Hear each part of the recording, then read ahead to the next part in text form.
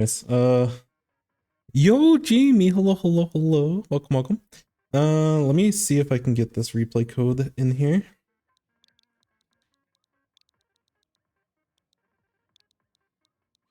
QQ. The replay code is sad that it exists. So how is everyone right now with like Splatoon? I feel like it's really interesting and really cool, but I feel like Salmon Run's picked up so much that it's almost like it's its own thing that I have no understanding of. But we're at this point of the season where like I think it's like a month away from new content, and I feel like a lot of time, like not a lot of times, because we've only had, have we had 2 seasons or 1 season? I don't remember. But I feel like around this time, like everyone starts getting kind of bored, and I think you kind of see it through social media. But also, I can get the pin out. Let me see if this does it. Wait, these are my teammates. What the? Wait, this is crazy. All right. What comp are y'all running? That's reasonable. All right, so make sure I'm caught up. Hate the extra click. All right, thank you. I'm not the only one. 2 seasons. Gotcha, gotcha. Also, Jamie, what have you been playing? I know that like, I know throughout the game you played like every weapon, but hopefully you found something that you've been enjoying recently. Splatwing's very cool, very cool. Are you trying to pick up ballpoint? The weapon seems so cool, and it's obviously really powerful, but it's scary.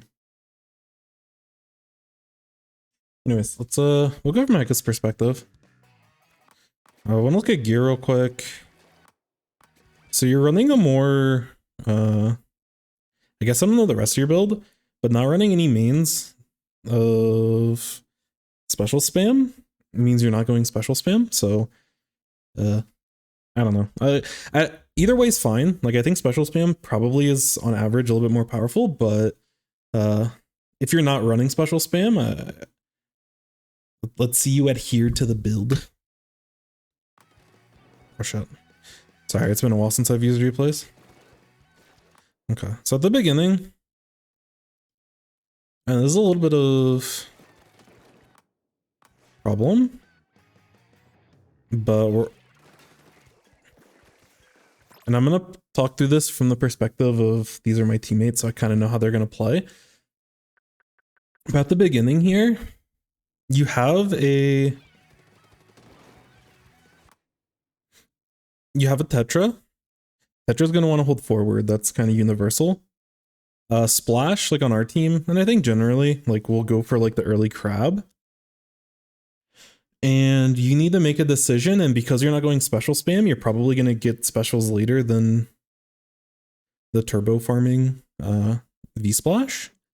So if I was in your spot here, I would probably look to go aggressive and like look for a way to like contribute to the play. Because in this scenario, the setup is so bad with my webcam and everything. Sorry, my eyes are gonna be all over the place. But like we want to play around this special, and we want to play around this thing like pushing forward. This thing wants to go forward, so we want to be able to contribute to that play. Obviously, we have a charger, and the chargers. I made a little smiley face. Sorry. The charger's role in this, like charger's roles to get picks, obviously, but how we contribute to that is to flush people out. So, kind of thinking through that. I don't know if y'all talk through where X-Ray is going at the beginning, but X-Ray is over on this left flank and looking to drop here on the left side. Saf's probably going to get a crab somewhere in this area. And then Sun obviously can see what he can see. So, you know, can see some of this, can see all of that.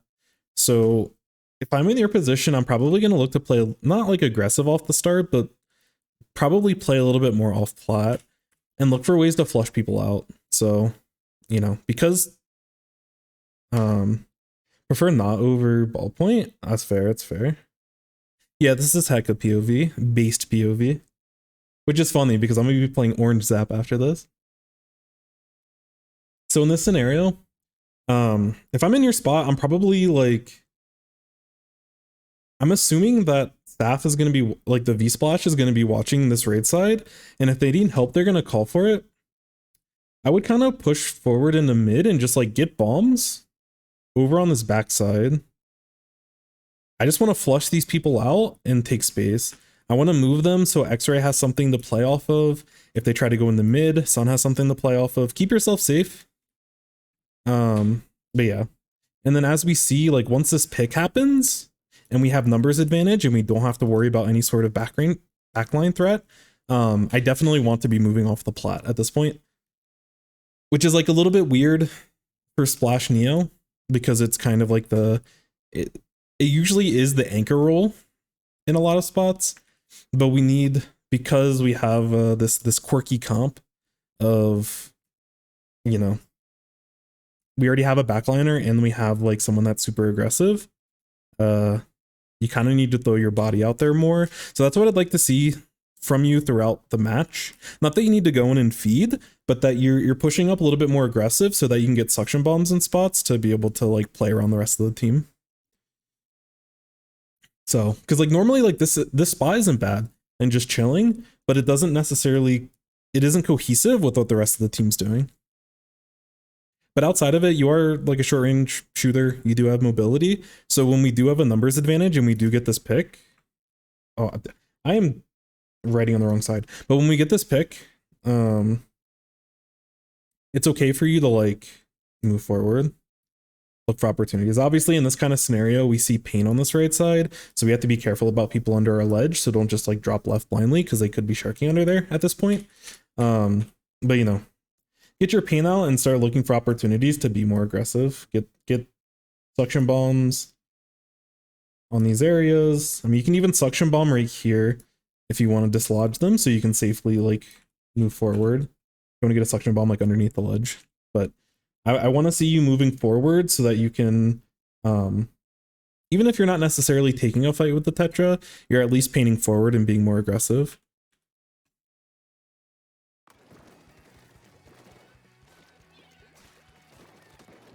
Yeah, because like at this, like we still have an advantage, and we're not looking to push forward. And this fight is gonna be a little bit with about like my team as well, but just, or like it's more comprehensive with the entire team. Sorry, my camera's all over the place.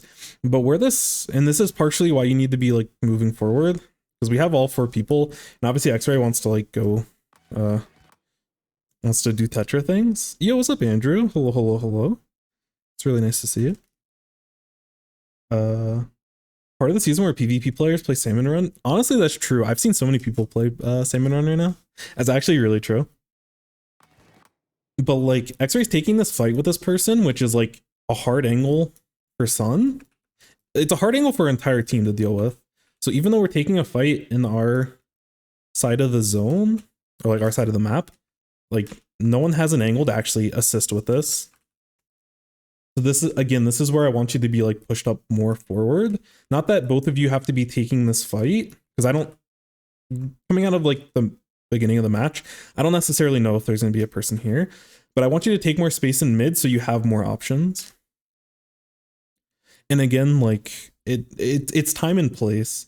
A lot of times, traditionally, if you're playing something like Splash Neo, you're going to be kind of more backline heavy, more safe. But especially at the beginning of this match, your forward pressure is more needed. Once we start moving tower and stuff, like you probably are going to be juggling with the V splash. So I'd say generally you're probably going to want to be on the tower. But if Saf has crab, like they can crab on tower potentially. Or if they have a better spot, they can do that. But that's something y'all can coordinate in the moment. And on defense, obviously, you'll be really good with your suction bomb spam, but we're going to need more aggression during like neutral play. Because yeah, X-Ray takes this fight and literally no one can help. And we should already have enough forward pressure to where someone's like in a spot to help this play.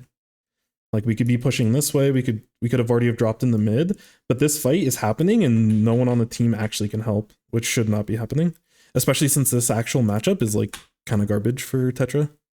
I think with Tetra in this much, maybe it's not as bad, but you know, in general, especially when we have an advantage. Anytime we have numbers, always look like if you can start looking to move forward, you should want to do so. Like this play. Good dude, good. This person was really aggressive after they got the pick. And like this is good on I don't think they took this the best way, but I like that, you know, the other person like started pushing with numbers, which is what we should be doing. But I like your patience to get the stop. But again, we have numbers in our favor. We need to start looking to go forward.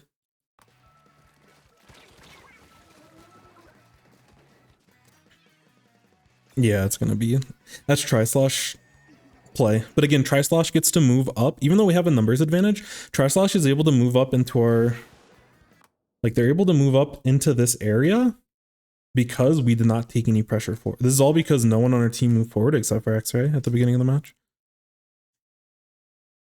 Because that's one thing that I've learned playing with the Charger is like on a lot of maps, and Inkblot's one of them, Museum's another one.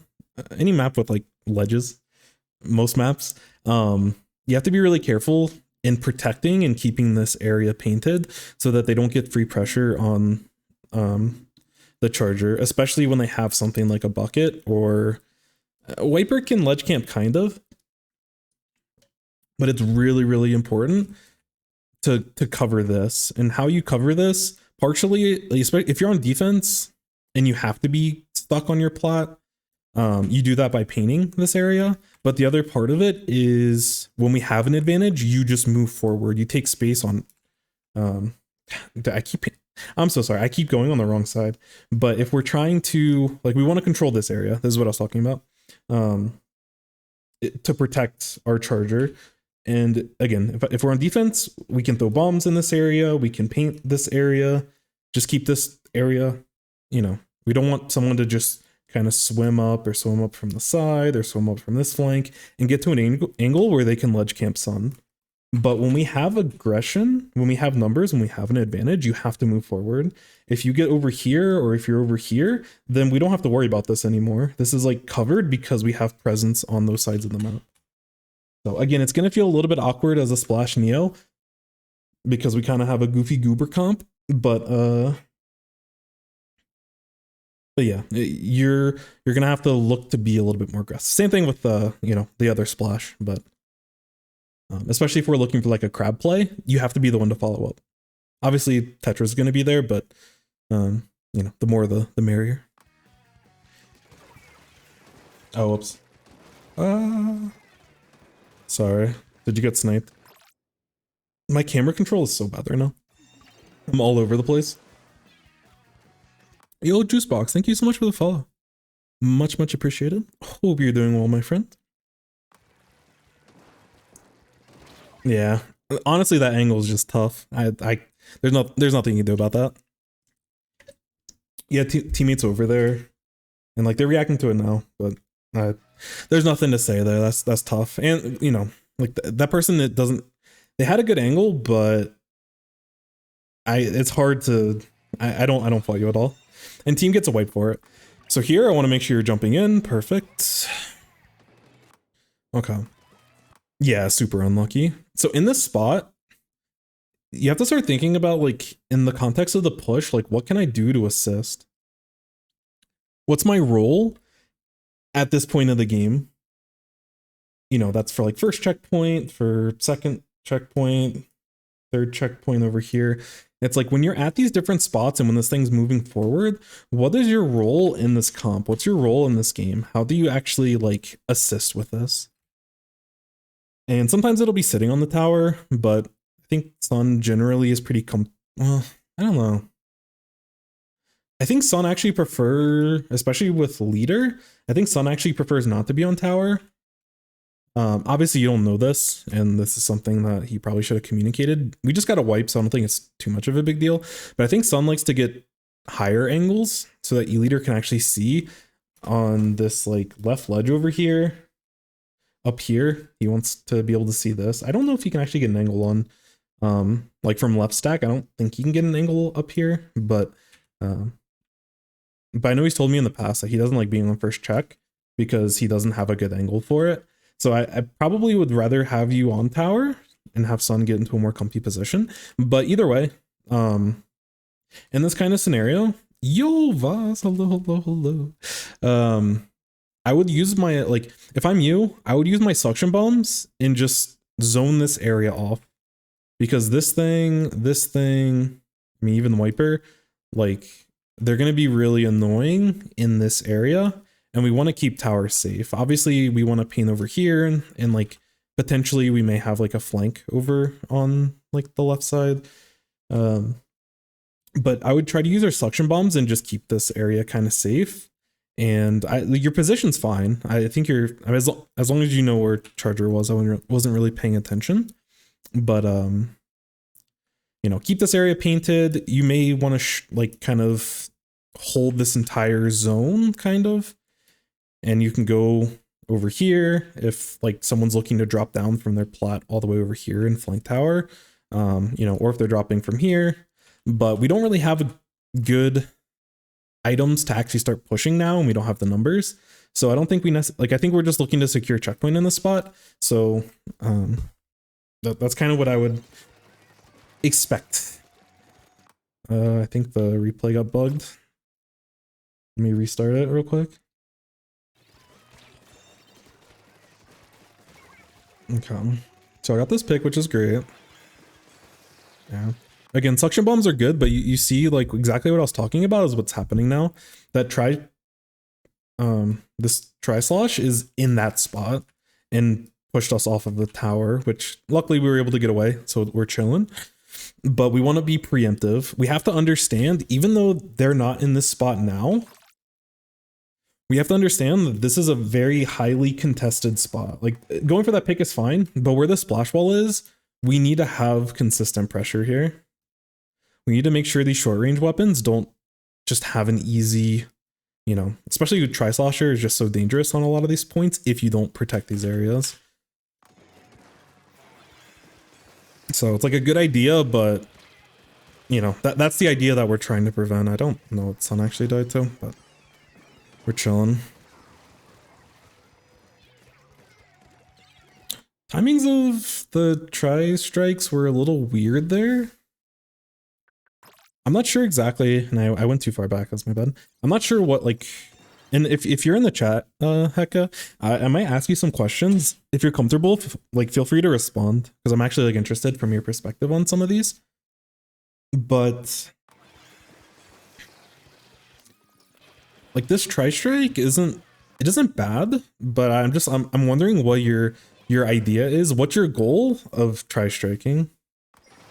Like, I see that you're trying to get a tri-strike on this Charger, but like, they would have already hit their shot if they whatever you're trying to prevent them from doing, they're able to do. But yeah, I don't know.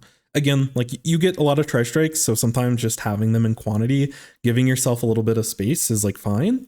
But you know, again, I'm just trying to get into your head and just understand like what's your goal here, because you throw those tri-strikes and then I guess you want to like push forward with X-ray after, and then once X-ray goes down, you get cold feet, which is understandable because we no longer have a front line. And you are not a duelist. You can be opportunist as a Neo Splash, but you are not trying to take honest duels with others. Hit the Charger, maybe follow up with X-ray Zeus Slider. Stall them from moving off plot. Gotcha. Because I think honestly, like, with your positioning and like you just throwing, like, I think you throwing a single suction bomb accomplishes the exact same thing. But again, you get the special so fast, it's like, you know, as long as there's like an idea there, that's probably fine for now. But just make sure that, you know, that isn't getting lost, because like there is a bit of a delay from like, oh, this is a good opportunity to use tri-strikes to actually getting value out of tri-strikes.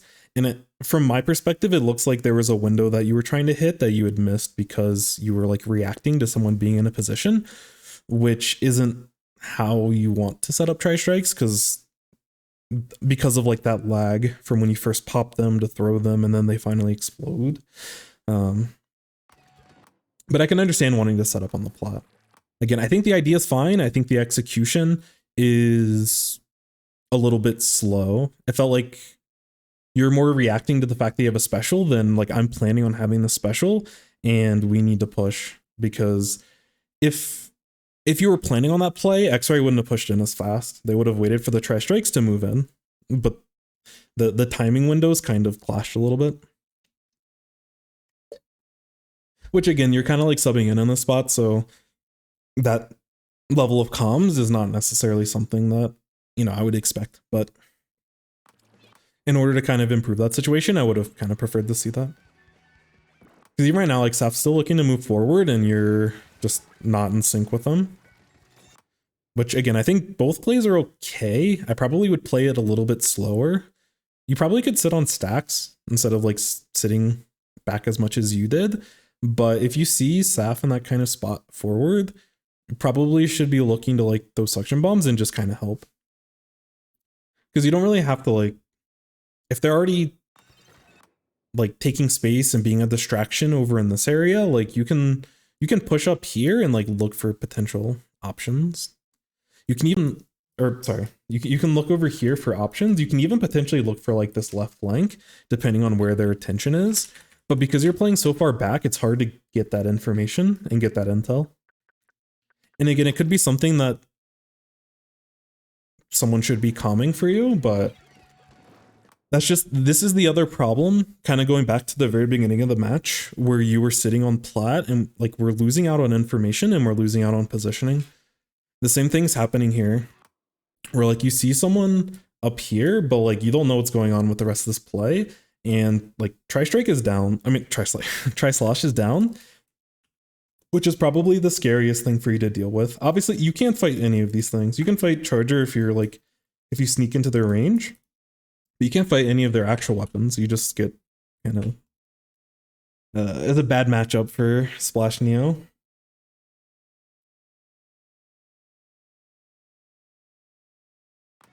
But yeah, like in this kind of scenario, and like, yeah, I don't know. It's like you have no idea. There's no visibility what's happening if there's something happening in this pit. Because like, again, your general idea of not wanting to take fights, I think is correct here. I actually like the play, but you could also be positioned like up here and make that same decision. But there could be someone that's like taking a fight with Saf, or there could be someone that's just like looking to push forward because there's only one person left. And you could be in position to shark and like get a free pick, install their momentum, and then, you know, now we can push very quickly. So again, I think playing it safe here is totally fine, but like look for a position all the way up here, you know, maybe look for a flank angle over here. I don't really care the decision, but trying to be so far away from here. Because I don't know if Sun called about that angle on the left side, like being positioned over here. This is like a cool idea, but it's something that like as a team we would want to all kind of commit to.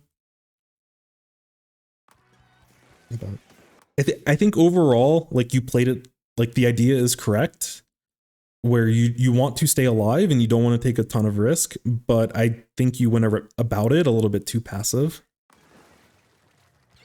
And again, same thing here, like when you're sitting behind this thing, like you have no information. Obviously you have comms in these types of scenarios because you're playing with a team, but like you can't actually like assist. Like if you want to sit over here in Shark, or again, if you want to sit over in like mid in Shark, potentially, like you have paint to work with and you're not positioning yourself accordingly.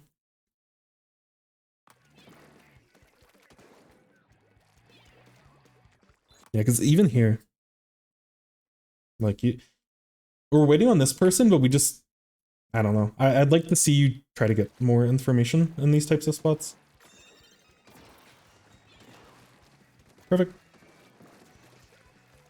Yeah, same thing here. I think getting a preemptive suction bomb would help a ton. This is just like the more you play these maps with certain weapons, you just kind of understand your role. And if you have like a delayed bomb, especially like a suction bomb, these are the spots where they're really, really good. When you get them on these types of like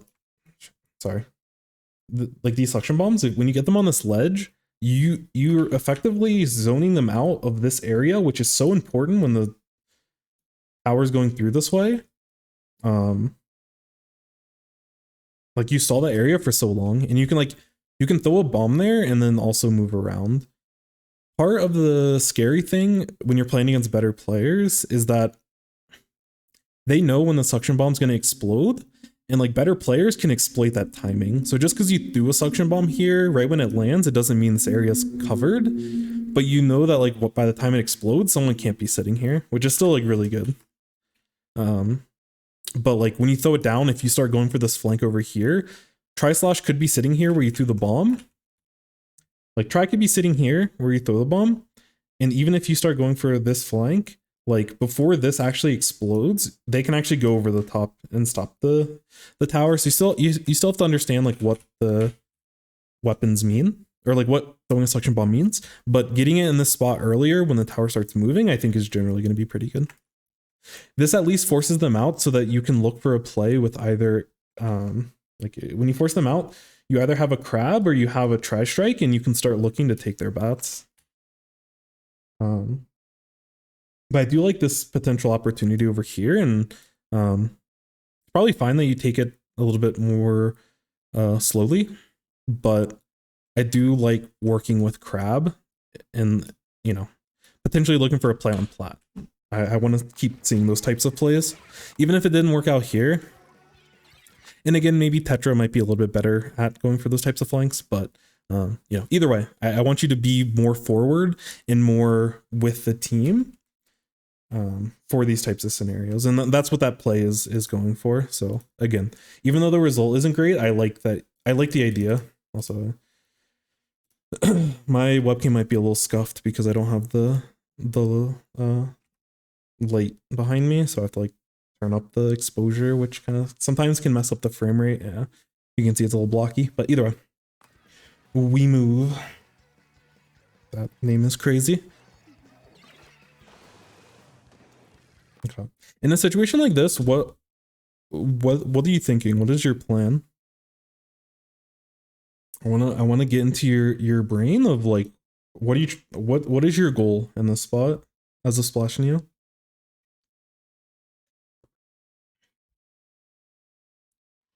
Where are you looking to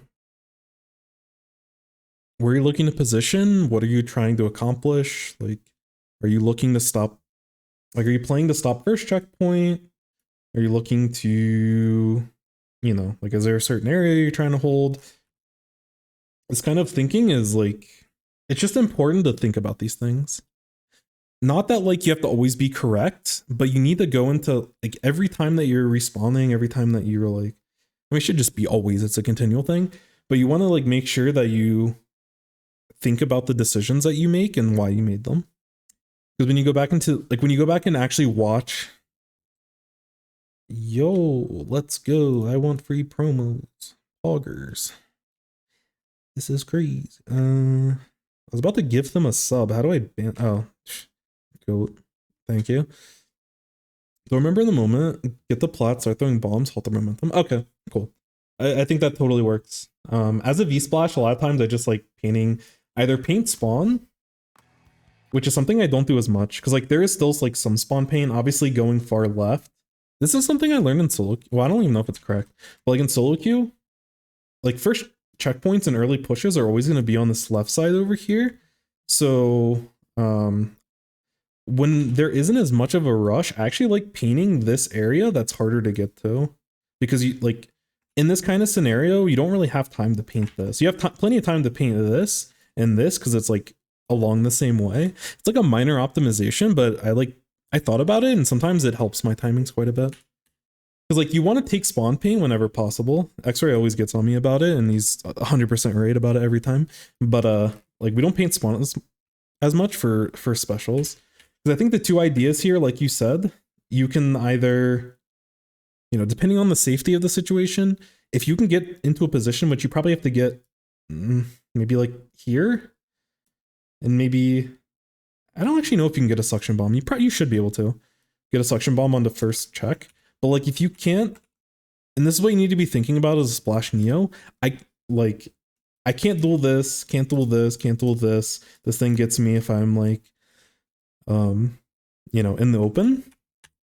So if your goal is to hold this off with suction bombs, as there's a lot of conditions that have to be met in order for you to actually be able to accomplish that, because you have to get into this type of position, which you are susceptible to ledge camping, you are susceptible to people coming through this way, you're potentially susceptible, you could potentially have to jump on the person that's coming shortcut, you know, like if you're ready for it.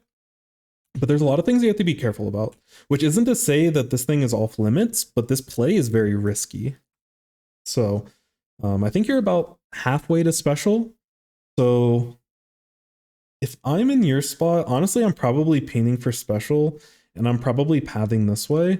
But again, I don't know like comms. A lot of times between the two splashes, if we play double splash, we'll figure out, you know, who's going to be the one that's building special and who's the one that's going to try to take more space and like hold down this plot area. So if this is something that you all communicated, that Crab, like Saf is close enough to Crab that they're going to take this paint and they're going to take this paint and they're going to position in a safe spot and use a good special so that we can stop the push, that's fine. But I want you to be careful because you have to deal with ledge campers. You may have to potentially deal with people that are already on our plat. I don't know the information you have. Obviously, we have God vision right now, but these are the things that I want you to be thinking about. Yo, Trig, hello. That's good. Hello. Hope you're doing well. Need to work on that? No, you're fine. And like again, these are the things that help you improve. And especially if you're playing a weapon like there's certain one-dimensional weapons, and this is no disrespect to anyone that plays these weapons, but like something like Tetra, something like E-Liter, they're very one-dimensional in what they do, where like they do one thing really, really well, and it simplifies a lot of their game plan and it simplifies a lot of their decision making. Because like Tetra go forward, obviously I'm simplifying it, and you know, again, I'm not trying to belittle these weapons, but because they're one-dimensional, they have to be really, really good at what they're doing. But you know, they're always looking for the ability to take space. When you're playing something like Splash, it's like one of the underappreciated things about being a Splash player is that you have to balance you going forward, you going back, you know, you having to hold down a position, you looking to move forward. It's tough. It's a tough world. And especially like it's pretty chill with V-Splash because you have a burst bomb. It's tough. It's tough as a Splash Neo. If I'm not playing Anchor Roll Splash Neo, it feels super uncomfortable. So if I was playing Neo in this comp, I would feel super uncomfortable. It's not to say it's bad, but I don't have enough practice where I would stumble quite a bit on a lot of these spots. But when you're like, this is why, like when you get spotted initially, when you're checking your minimap, like I want you to check minimap, see paint, you know, as you get better with your understanding of the game, you can generally kind of predict like, okay, I got spotted. So, you know, after X amount of seconds, the enemy team's going to be positioned in, you know, these types of spots. And you need to kind of understand, you can see it visually with paint to certain circumstances, but you know, because you get to play it way different if the enemy team is like here versus the enemy team being here, which is kind of where they're at now, versus the enemy team being like here, or like even worse, like up here and here. You know, they're not this far forward and everything, but depending on where they're at in like on the map, you're gonna have to play this differently. So like when you get splatted, when you check minimap, these are the things you have to be thinking about, and you have to adapt your game plan accordingly. Because again, and this is why I was talking about throwing suction bombs at this spot so much, like this area right here, is because this spot is so strong. With the way the tower moves, even as a splash, you can literally sit right here. Like you can sit anywhere in this spot and just use your main weapon as the tower moves forward. If they're like positioned farther back, like if y'all got wiped like in their base, then by the time you're spawning in and like, you know, they have to paint up and everything, they're probably only like as far as this charger is right here, which means you can get to this spot for free and you can shark here and you can make a decision on Do I get the free tower pick, or do I throw at least a bomb on tower to get them off? Because suction bomb's really good at doing that. These are the things, like these are the bigger picture decision making that you have to be more cognizant of. So just be, you know, be very, very careful. I think your idea is fine. It's a good idea, you know. In this spot, you're either painting for your special or you're stalling with suction bomb. But if your goal is to get into this spot and you don't know if you can get there safely and you don't have a teammate to work with, you're gonna probably die. So I'm interested to see how this goes. And I'm doing the review a little bit different. So if this is helpful, let me know. Because I'm kind of like, I'm talking a lot outside of the game. Yo, what's up, X-Ray? What's the title? Gaming, drama, craziness. I don't know. I do want free replay codes. That'd be kind of cool. But I hope this type of like thought process helps. If it doesn't, let me know. I can adjust. But anyways, let's keep going. Oh yeah, okay. So you immediately got boingisted. Don't see an orange zap. Oh, I'm doing we're watching our team with Heka. This is the feed me replay codes for free coaching part of it. This guy literally isn't Jim. I wish, dude. Jim has such a good way of like communicating and like teaching. Respect the heck out of that guy. Anyways, so yeah, that's what ends up happening here. Is that you get into the spot and they're already throwing bombs and like tower's already gotten past that point where you potentially get the free pick. At this point, when I see the suction bomb and tower's already moving, I would just like say no, I'm not doing that play anymore and I'm hopping this way. But if you want to throw bombs here, that's fine. But you have to be very careful about this ledge. And again, their comp is like ledge camp central and like get out of my way central. A wall is going to destroy you all the time. So again, this is expected behavior. And this kind of goes back. I don't know if you saw that thing that Jim retweeted with like the line or whatever. Like there was that, I don't know who the Japanese player was, but it was like translated or whatever. And like this is understanding where the enemy is in terms of like that line and where they're at on the line. Because as you play against better players, they're going to take as much space as that they should take, you know? Like that's part of improving as a player. And their line right now is at least onto our plat. Not necessarily going for this type of plat. Like them going for you is very risky for them. And you had a little bit of a notice that they were coming, but so like they shouldn't have gotten away with this, but I can understand your brain's already focused on like this part of the map. So you're not watching for this flank here.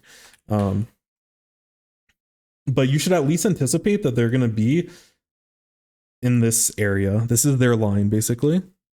And you have to respect it. And again, we're especially playing against a Wiper and Tri-Slosh, although Tri-Slosh got yeeted. You have to respect these ledges extra. But teammates clean up. So we're chilling. And now this is, again, the play. Because they're 2 down, I'd be okay with you playing extra. Okay, your team's popping off. So you should be pretty good. You should be pretty confident to paint forward. But with the weapons, I don't know if the Tri-Slosh ended up jumping in or not. But these are still ledge camping weapons. So as you're dropping, also, I don't know. I'm almost certain that this plat area is clear. But if it wasn't, you need to make sure that you're like paying attention. Again, this is the stuff you should be worrying about when you're dead. Check your minimap, feed the information to your team, and you should be looking like it. Is our plat clear? Is this side, you know, clear? Or is there a potential threat? Is there going to be potential threat in front of our, you know, in front of our plat ledge? And these are things you should be thinking about beforehand. But very likely their momentum is going to be pushing back, so you should be able to kind of paint for free, which is what you're doing. Again, I don't know exactly, you know, the information that you have, but the play that you're making is very reasonable.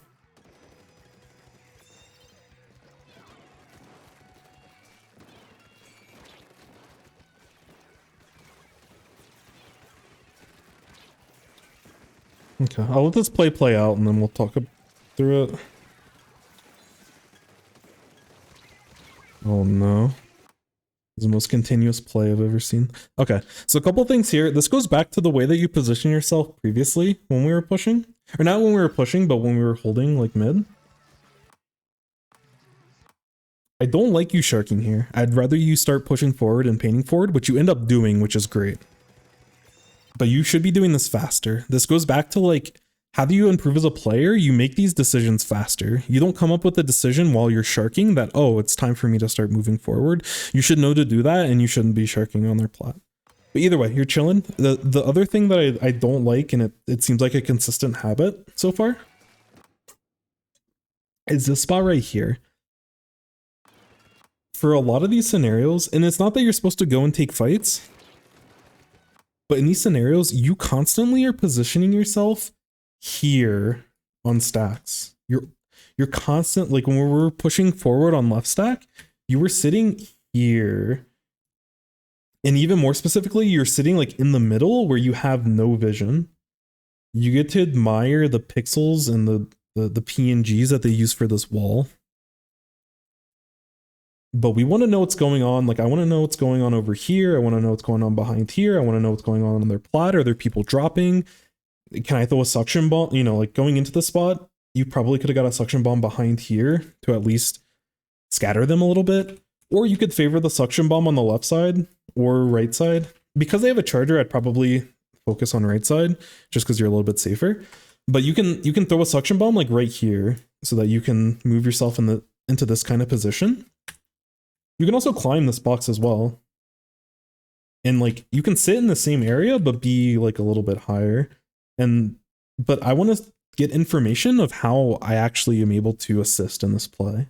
You're not here so that you can, like, the position that you have, you're not looking, like your brain isn't thinking based off of what I'm seeing of like, how can I assist this play? How can I help X-Ray?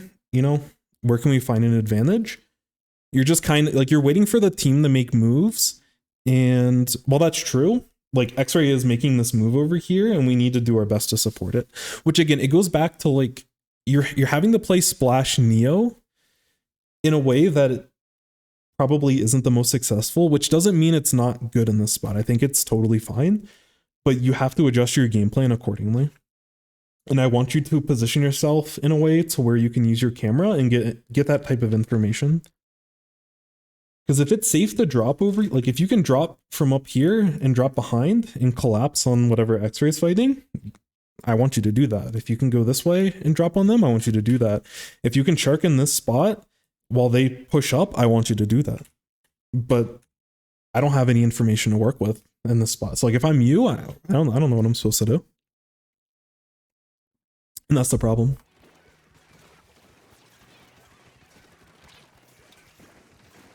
Again, all this is good to keep yourself safe. I'd like to see you throw more suction bombs in these spots.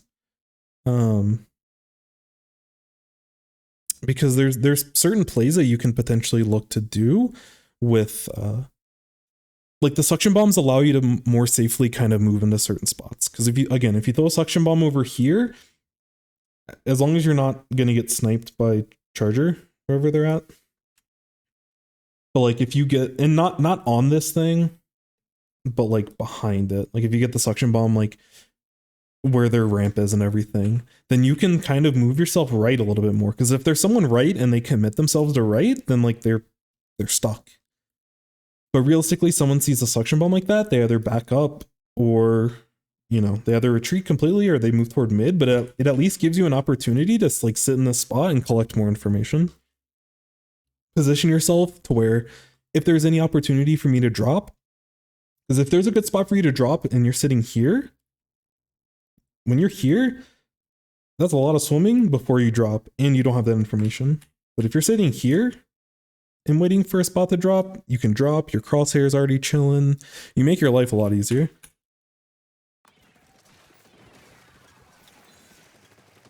But again, your overall idea of I need to stay alive as a Splash Neo is totally true. But the way that you're positioning makes it so hard for you to be able to actually like work with your team, basically. Memoski. Trigger the goat. What can I say? We need to get the old Jelly Bean team back together for the next Nintendo tournament. In a game, same thing I would ask here. Not that you have to answer it now, but like, you know, in these types of spots, how do, like, in terms of the line, where's the enemy team right now? I think they're off your plat. They're probably gonna start pushing it soon. I'm assuming that you're gonna be painting for special with all this paint over here, and you're gonna hold bats, which I think is the right play. But just again, I want to make sure that you're like thinking about these things. And then again, using suction bombs to stall, we're chilling. You have to be careful a little bit about charger, but we're chilling. Unfortunate with the flank, but yeah, getting yourself, like, this is the reason why this match is just so bad. Because once they get into those types of spots, like, you can't do anything about it. That's unfortunate. I don't blame you. Like, this isn't, if there was calls that they were going, so I wouldn't take this fight specifically, but like them being in the spot is so annoying. Because like you can't really do anything about it. But like them pushing through your entire team like this, that's not your problem. You're holding this down, so you're chilling. I just do that for the rest of the game. You're good, you're good. Sometimes it's good to see it and absorb it. Spot's so bad. 3 hits and sun and catch it. Gotcha. But yeah, like again, this isn't your problem. Like I'm glad that you're reacting to it, but this play happens. Like your team, the rest of your team failed in this spot. This isn't on you. I like the play that you're making here.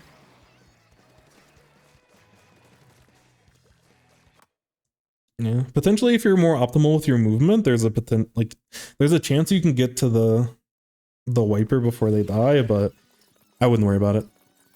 Not taking that fight is tough because like it's such a bad spot.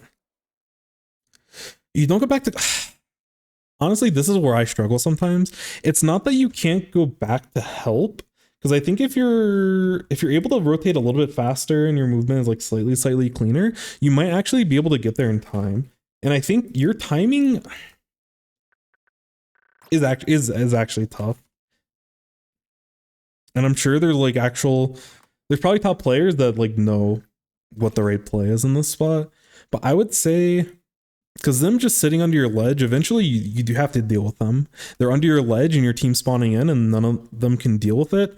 So it's not that I don't want you to go for it, but yeah. Like if you're able to move a little bit faster, or if you're able to like immediately like jump, because like shooting shots there slow you down. This high jump slows you down. These shots slow you down. That jump slows you down. This is all good. This jump slows you down, but I can understand why you're going for it because you don't have paint. And now you're getting onto them.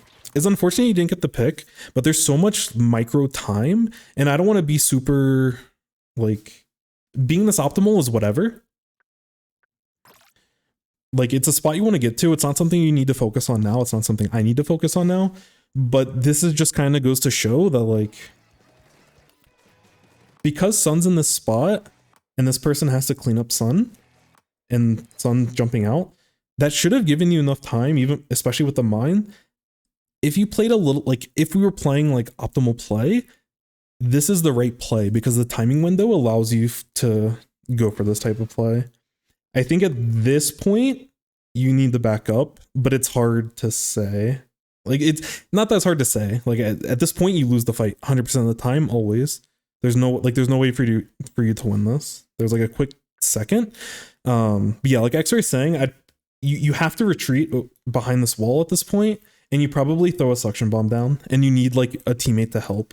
Sun just jumped back, so if this person, like, they have to drop, because if they just chill here, like, and again, this is like a really bad spot. Like your team really, like as a team, we kind of yikes this whole play. So like unfortunately, while all this is happening, tower's moving forward, but we do kind of have to deal with this person, because if we don't deal with them now, they just get under a ledge. But if I'm in your spot, you need someone else to work with this play. because if you were splash, V-splash, you could throw a burst bomb at it, but you need someone to work with. So yeah, throw a bomb in this spot, move back. I'd probably still sit behind the ledge so you don't die, but I'd probably still keep my camera over here temporarily just to make sure that you know where this person's at. If this person's dropped, then we go back to what we're doing. This person is no longer a threat. If they sit over here, you can't do anything about it. And you need either your charger or like the Tetra, for example, to come in and deal with this person. And, you know, either get the pick if they're playing super greedy, or at least you need a second person to force them off this ledge. Or if you're sitting back here and you have enough paint for another suction bomb, then you can throw a suction bomb a little bit deeper and either force them to move forward into a range you're comfortable with, or you dip out, or they dip out and they're no longer a threat. You probably have to worry about them on the flank. Yeah, what's up, Zach? While they all run Neo Splash, so I wasn't able to play Heka. This is Heka gameplay. Where do I rate this? Heka heart. I can't draw hearts. That's all you get. So yeah, this is Heka's gameplay that I'm going over. Normally we'd play double splash here.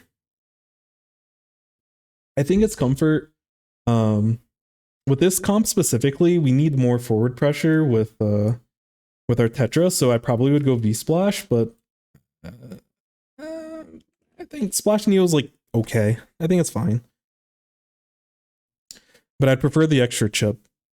But in terms of like being able to push forward, like Tri-Strikes, Tetra can't use Tri-Strike like all that well, but you can at least space them out, and I think there's a lot of choke points on this map, specifically after the first check. And like when you're on offense or on defense, like Tri-Strikes are pretty decent to good when you're trying to take control of bats. Like either you're trying to push them or I didn't really. Heck of VOD. Okay, no one's gonna understand what any of this is. It's okay on bats. I think it is okay on stacks, but yeah, this is mainly because it's a comfort pick.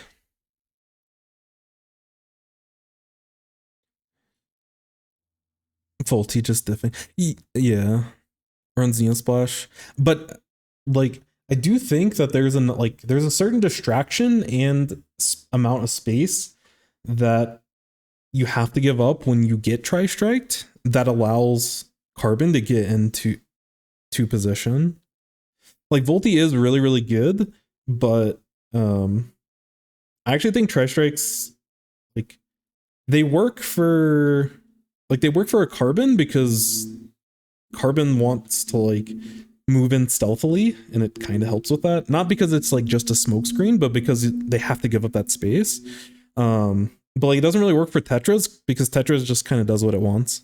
You don't have to like mask anything with a Tetra. That's why I don't like it as much, but like Volty's able to inch forward quite a bit with Tri-Strikes in certain spots. Is it better than double burst bomb and having more paint? Which, you know, Splash Neo does output a lot of paint. You know, I don't know if it's necessarily better, but I think as a community, we're still somewhat trying to figure it out. But yeah, in terms of this comp, I don't think it's necessarily optimal, but I think it's fine. We're low to mid-level gamers, so we're chilling. But yeah, in this spot, we need to force this person out of this area, and it's just really difficult. So you can't do it alone, and keep information to see if they drop on their own because they're uncomfortable, or wait for your jumping. Wait, Sun ended up dying? Oh, Sun died in the air. Oh wait, that sucks. Heck of Vo.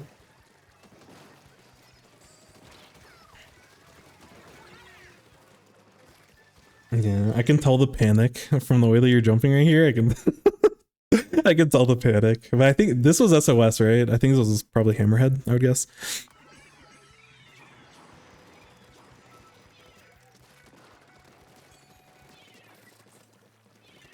Yeah.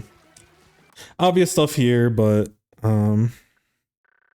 you know, try to be more mobile between your shots.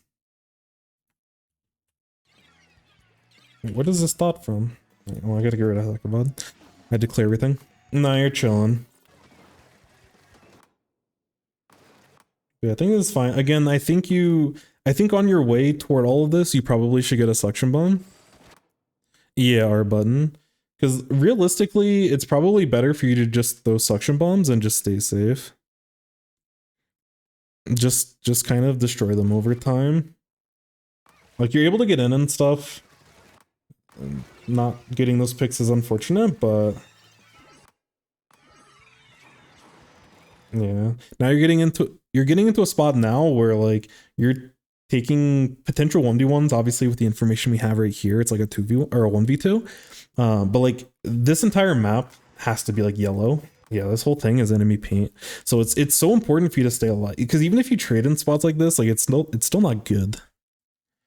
So like I don't know. I don't mind the initial drop, but I think after they're off tower and stuff, you need to make sure you've addressed, which I guess there's still another threat on your side, but I don't like you being so like you're around these ledges that are dangerous like we've established, and B, like you're dealing with a threat over here and you're dealing with a threat over here, and it's just like, you know, if you're in this spot it's fine, but you need to like commit to like collapsing on this person. And you have to be pretty stealthy, which is a little bit hard to do because you don't have a ton of paint, but yeah, you have to slow down a little bit. Like it sucks that they got this big push. It sucks that there's only, you know, less than 2 minutes left, and it sucks that we're losing, but we need to slow it down a little bit. Because if you end up going down, this game continues to snowball and it's basically GG. And part of the reason why you play Neo, like part of the reason why Neo's good on TC, partially it's the in-game GG, but the other thing is the suction bombs, and you're running LDE, so you just like, that's the one good thing about this push. The one silver lining is that you get, for the rest of this game, you get the spam burst bomb. I mean, suction bombs like crazy. So you can just sit here. Or sorry, what am I saying? Well, if you're still dealing with this person, but once this person inevitably either gets pushed back or cleared off, like you just get the spam suction bombs. Suction bomb here, suction bomb here, suction bomb just hit tower, and they can't do anything. And that gives your time to be able to, gives time for yourself and your rest of your team to push forward and paint and like get out of this predicament. This is like dire. This is like, outside of the fact that you're losing by a pretty tough push on this map, not that it's unbeatable, because especially with their comp, they only have one GG type of thing. It was not bad. So if you don't panic, and if I'm you, and maybe this is just my ego, I have to have confidence in my team. This isn't an overtime push. We should have enough confidence that, okay, if we play solid as a team, we're gonna come back to this game. We can beat this 20 push, and you just have to believe. So we have to play this game a little bit more honestly and respectfully. And when this map is basically the enemy teams, we're struggling. But yeah, all this is whatever. It was a good shot from them. Like, again, we've established that you're quite panicked right now, which is fine. That's the reason why we play tournaments. That's the reason why we scrim. That's the reason why we push ourselves. It's important to get those kind of jitters out. It's important to get that kind of anxiety, get exposure to these situations. So this is good. Obviously it's not pretty to watch, but in terms of your overall growth, this is this is good. We get into these situations in the future, maybe we're not as jittery until it's like the final like overtime part of the push, you know? But yeah, at this point you need to be painting, and you need to be like, if you're not spamming suction bombs for the next 90 seconds, what are you doing? Good. Perfect. A little dangerous with your positioning, but like you had a play for this and you had suction bomb to cover it. This is perfect. But you have to slow down. I'm very scared in this spot. Good repositioning. Because X-ray is behind this try. Again, this is super kind of min-maxy. So I don't like to point this out too much, but sometimes people don't know these concepts. And the wait a lot. So I don't know. I don't like jumping into this because like there's just paint everywhere, but there's a potential for you to get like this initial pick. At this point, you need to be backing up. What you end up doing, this is good. In spots like this, I wouldn't go for this with the Tri-Slosher holding forward. I'm laser locked on what they're doing, and I'm trying to continue to space out as much as I can. Right now, you're in a situation where you and X-Ray should be paired up. You'll need to be thinking together, and you'll have, and that's not something, it's not something you have to like establish by actually verbalizing, but you just know. And I think y'all are good enough players that you just know that you're both locked in on this potential Tri-Slosher that's coming in. And especially at this point, I like that you just keep moving. And like these shots are fine, but you get a couple of shots and you keep moving. At some point, X-Ray comes in and cleans us up. And it's so like, this goes back to like, we need to stabilize. You don't want to trade in this spot. Your life is way too important as a Splash Neo. You don't want a fair trade in this scenario because this isn't a fair fight. Y'all have an advantage, and like someone did jump in and everything, but I don't know. I'd rather you be more mobile and have your teammates help you. Which like you get the pick, which is chilling, but I want you to like, I want you to play those types of plays when you're dodging the Tri-Slosh, which again, I don't do this myself all the ways, but you have to be like a super sweat. You have to sweat like you're playing for like a championship or something. You're playing for like the NA championships, and your life is like, you're playing like your life is on the line. And if someone's gonna like overcommit to potentially splat you in those spots, you have to be really like, you have to make them like really work for it, and have to be super deep in your base.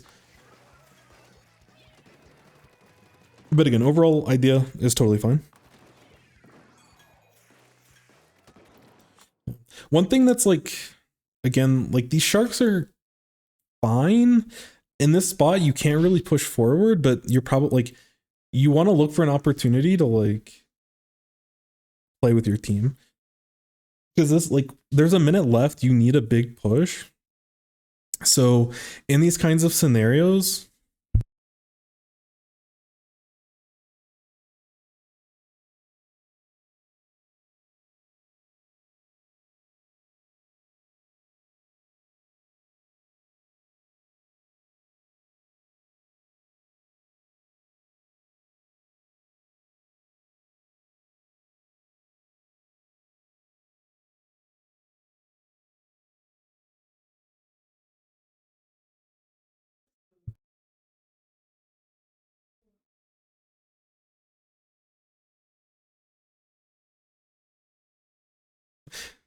anyways, yeah, in these types of spots, like you need the rally with your team, which doesn't mean you have to be super greedy, start taking fights by yourself and just dying. Like it's not that level of desperation, but you need to be thinking about how do we win this game, and you need to take mid and start like a push going. And this map snowballs, and so like there's a like you're totally fine to play normal, but you do need to make a play happen. The other thing that I would mention specifically for Splash Neo and like the way TC works is like if you get out a special toward the beginning of this push, you'll have another special by the time like before the game ends. And again, this is you visualizing how we're winning this game. So it's okay to like, I'm assuming you're going to use your special in a second, but when you're playing a weapon that can spam specials, it's important to make sure you know that you have two of them in order to like at least two. And with a minute left, if you special now, you probably have three, like no troll. You probably get 3 tri-strikes before the end of the game. So again, this goes back to like, how do I visualize how we win this game? And you have to like play it in like, you have to think about it in reverse of like, okay, we won the game, which means we had a good push, which means we snowballed, which means we took their bats, and you kind of play it backwards. And you have to also be comfortable with knowing, because like your specials are very important. We established that like getting your special to take control of bats is important. And if you use special to take control of mid, you'll have special again before you get bats. This is like random, but I want to make sure we establish this because you can be greedy with your special here, which it sounds like you did, but just for other people. Same thing goes with like crab with a V-Splash. It's like it's totally okay to just sit up here and just pop a crab and just like get a pick or look for a opportunity or take mid for free, because this like using this crab allows your team to paint. Again, you might potentially get a pick, and like as you move forward, you continue to paint, you get the passive charge, and you're gonna have another special by the time you need it.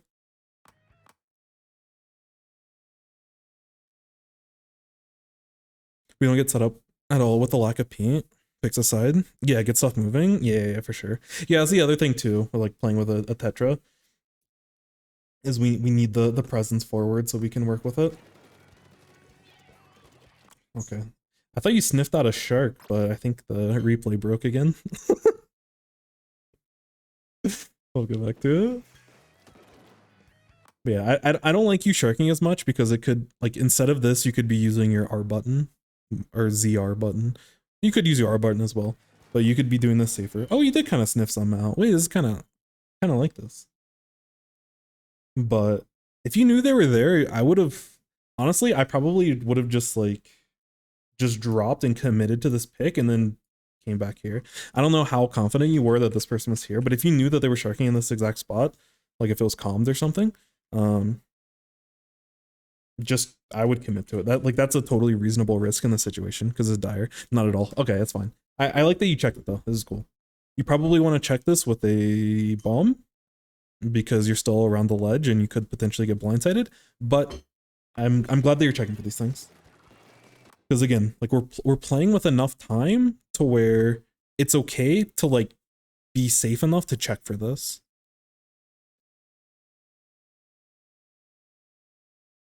10 times during the first VOD review. Having watched the timer, you spend so much time not painting the map. Yeah. No, that's totally true.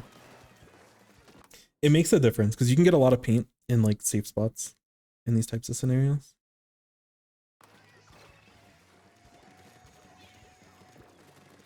Again, this is good, but I would have liked to seen this a little bit faster. I don't want to see X-Ray die and then, oh, it's time for us to go. I want us to be able to like even either save X-Ray or at least clean up whatever's happening. And this is why Splash Neo is like a little bit not synergistic with the Tetra, because by the time, like if you're not in that fight, you can't like throw, because if you were a V-Splash, you could potentially get like a burst bomb as they're like going back to Slick, or you could get a burst bomb over here, but like you don't really have that opportunity. So you need to be a little bit like quicker to everything. Holy. Well, I think that fixed my lighting problem. Thank you, Bob. Is it too bright? I can, so once it gets connected, no, keep it on. Because it's way better. I'll deal with the burning lights. But I can adjust my camera accordingly. But I can adjust the brightness once it like connects. Anyways, you're the best. Thank you. My wife got the ring light going. I was just letting them know how fantastic you are as a person. Alright. Huh? What are you doing? I think there's like general lights. No, there's no light. Yeah, but I'm saying there's more of those lights in different spots. Maybe it goes with the other. Oh, come on. I don't really need that.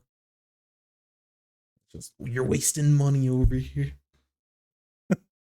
Thank you, Bubba. Was your drink good? Yeah. That's good. That's what gummy sharks will do to you.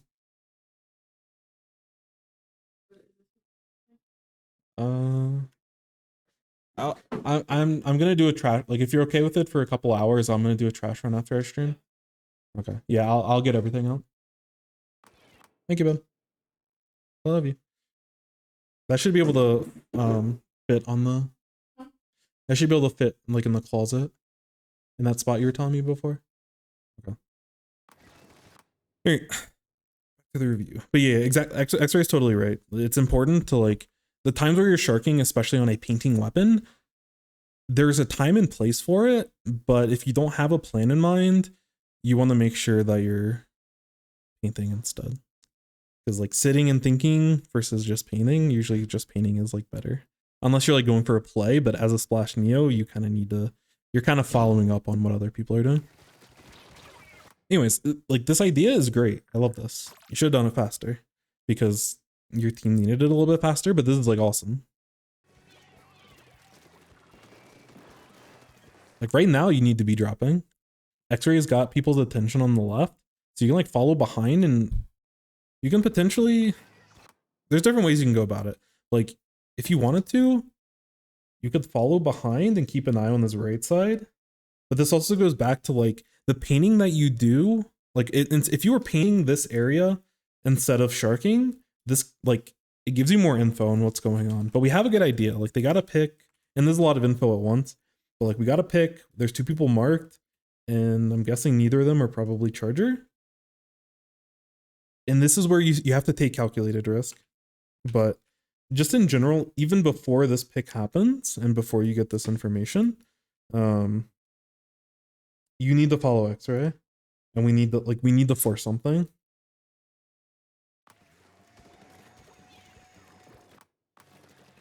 But again, like exactly what you're doing now is like super sick.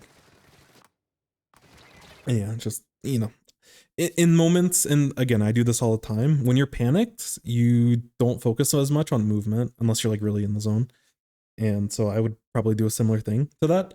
But that's something you work on. You get more comfortable and you can start everything left. Yeah. But like the timing there was really weird, and you're also unable to like you didn't lead this with a bomb, which is like another thing that you need to be thinking more of. It's okay to give your position away because like the enemy team, like against a good team, they know that you have to force in these types of spots. So they're looking for you to potentially move forward. Yo, Celeste, teaching me the ways of the Zap soon. Hecka was kind enough to give us a replay to go over. So also it's a little bit of SOS from yesterday, which I wasn't able to watch. I hope you're doing well, Celeste. And I will be playing some Orange Zap in a little bit.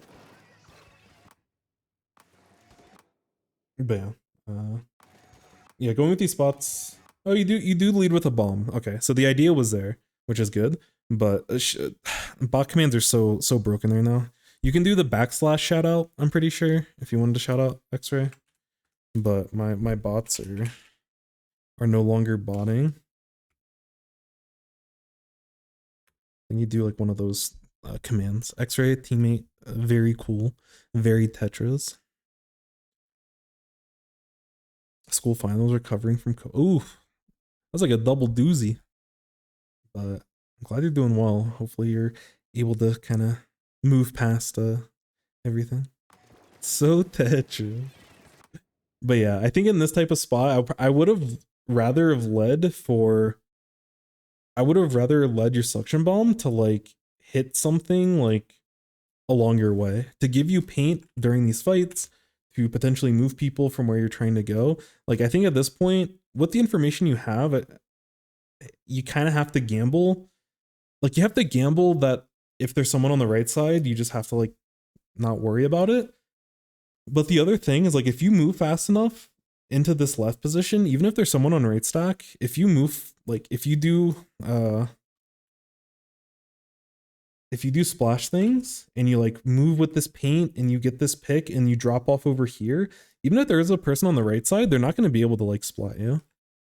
It's like, it's one of the tenets of Splatoon where like if you're fast enough, you can get away with so much.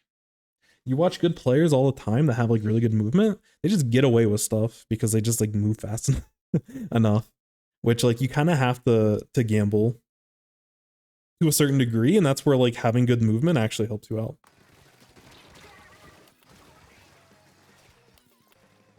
But again, don't get the pick, unfortunate.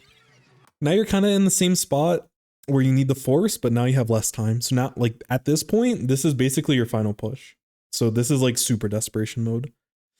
You have 38 seconds, so you're not holding forward and feeding, but you have very little time to think, and a lot of time I need to start making a play happen. So again, you're close to your special. So like in this type of scenario with the time, and like you still need to wait for your teammates to set up, I would make sure I'm painting for my tri-strike And again, we know we're gonna, like, if we try strike before the push, we know that based off of timings, especially since the entire enemy or the entire map is enemy paint, we get a second special for the push on their bats. So we when we're thinking about our resources of how we play this last bit of time, we need to look for an opportunity, which part of looking for an opportunity as a Splash Neo means you're painting and you're giving your teammates more information by painting. Again, LDE still active, spam those suction bombs in spots and just try to build Tri-Strike. You should get Tri-Strike and, like, you know, by the time you drop them to the plat, you probably could already have Tri-Strike. So make sure that we are looking for a play with it. Probably going to use it, you know, we can use it potentially to, like, dislodge the charger if they're like not, if they're threatening enough, but you probably can also just use it to assist with whatever X-Ray is trying to do. If they're pushed forward enough, you can Tri-Strike behind them and then you're, like, forcing them to take a fight. This is where, like, Tri-Strike optimization, I'm not necessarily sure what would work best, but, you know, we're painting for, you know, Tri-Strike, we're using Tri-Strike, and we need to follow up. Once we get the initial pick and we have, like, we start controlling mid, then we can kind of slow down a little bit because, like, the tower still has to get into position. But we can slow down, we can paint a little bit more and, you know, start pressuring their plat with bombs, but we need to find, like, the initial pick. Yeah, because, like, right now, you're worrying about tower. Tower doesn't matter right now. When the enemy team has a giant push, we don't need to play standard defensive, like, we're not playing standard defensive Splatoon. Like, tower is important in the fact, like, with 30 seconds left, like, if it was 5 seconds, yes, you have to get to the tower immediately.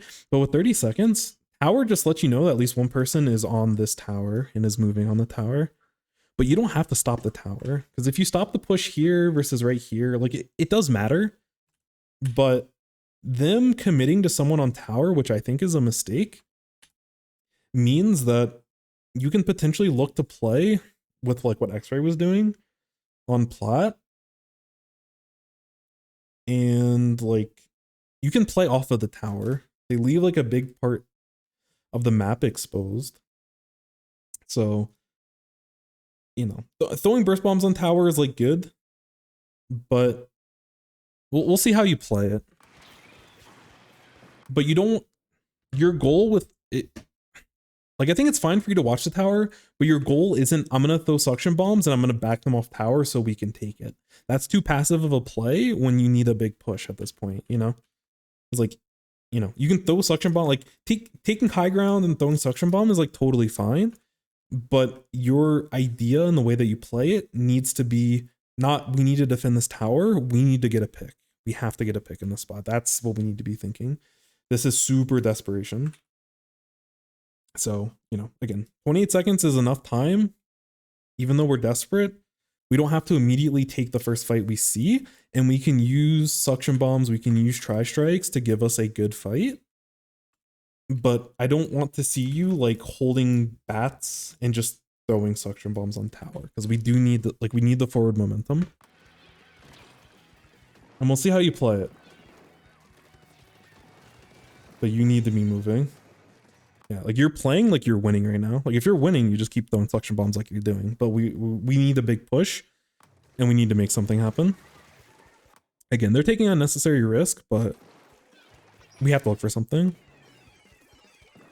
We're running out of time to where they, like, because if we try to touch tower when there's no, like, when it's overtime, they can shark in the most random spots and just, like, win the game. And we don't want to be in that level of desperation.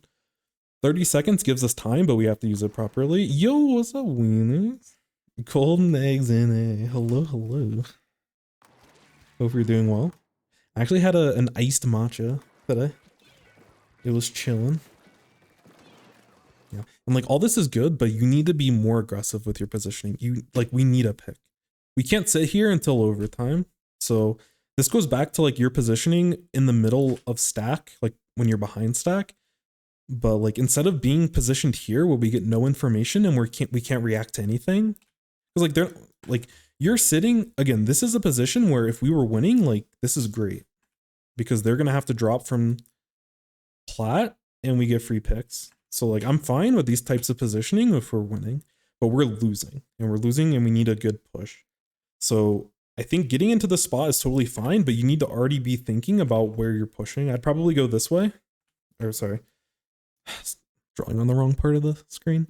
I would like, again, getting into this position's fine.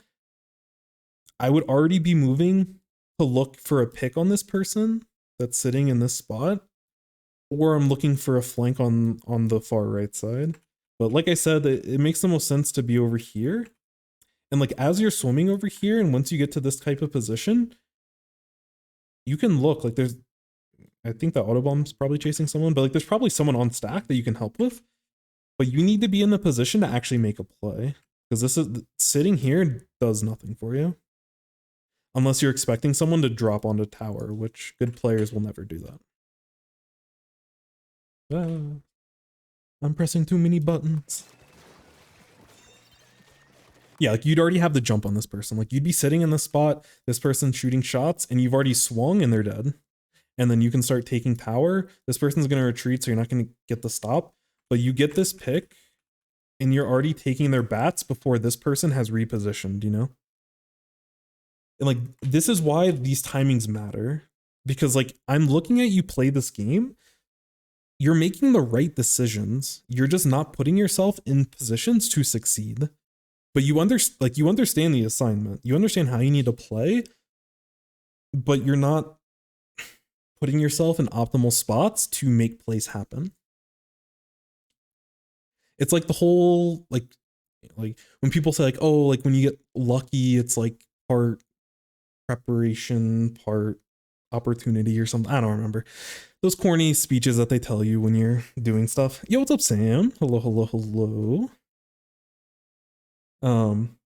But like in order for you to get lucky, in order for the team to get lucky, because like you shouldn't win this game at this point.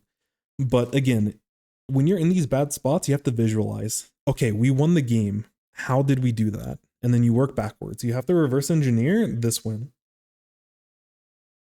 So you know what your next play is. And you knew that we need to look for picks, but you were sitting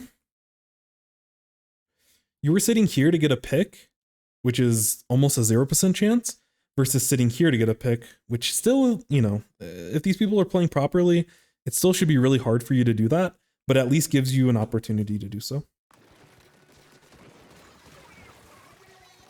Yeah, and then this is just like team panic. We're all, if we had one person on tower or maybe two at most, like this opportunity is actually not the worst.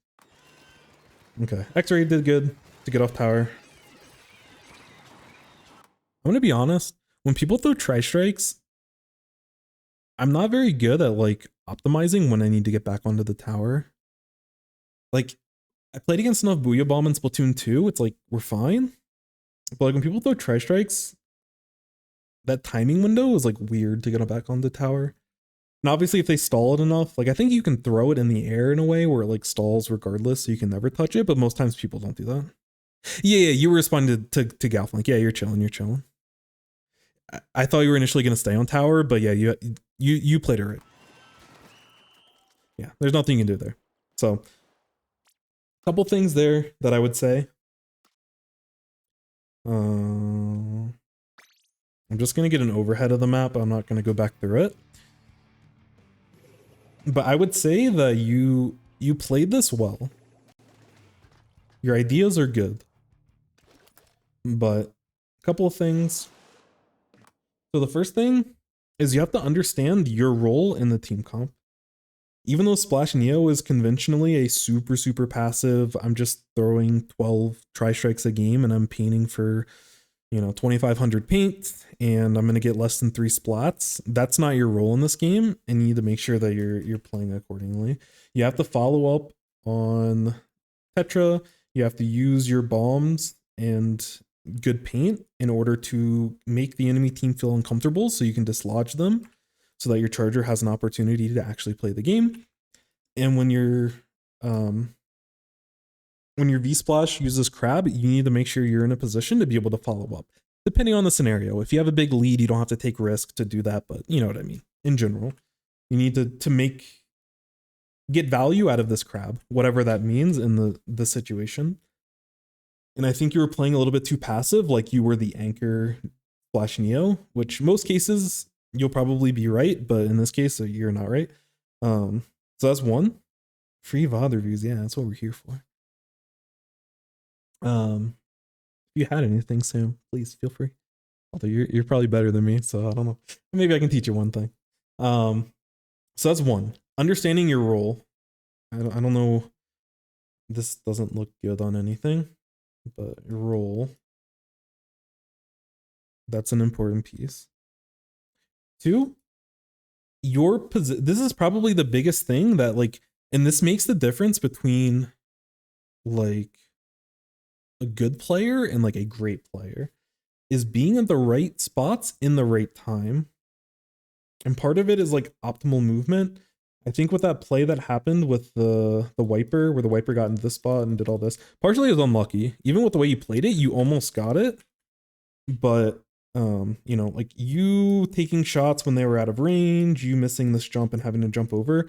If you clean up your movement as you approach this in any way, you're probably more confirmed to go for it. But I wouldn't focus too hard on that.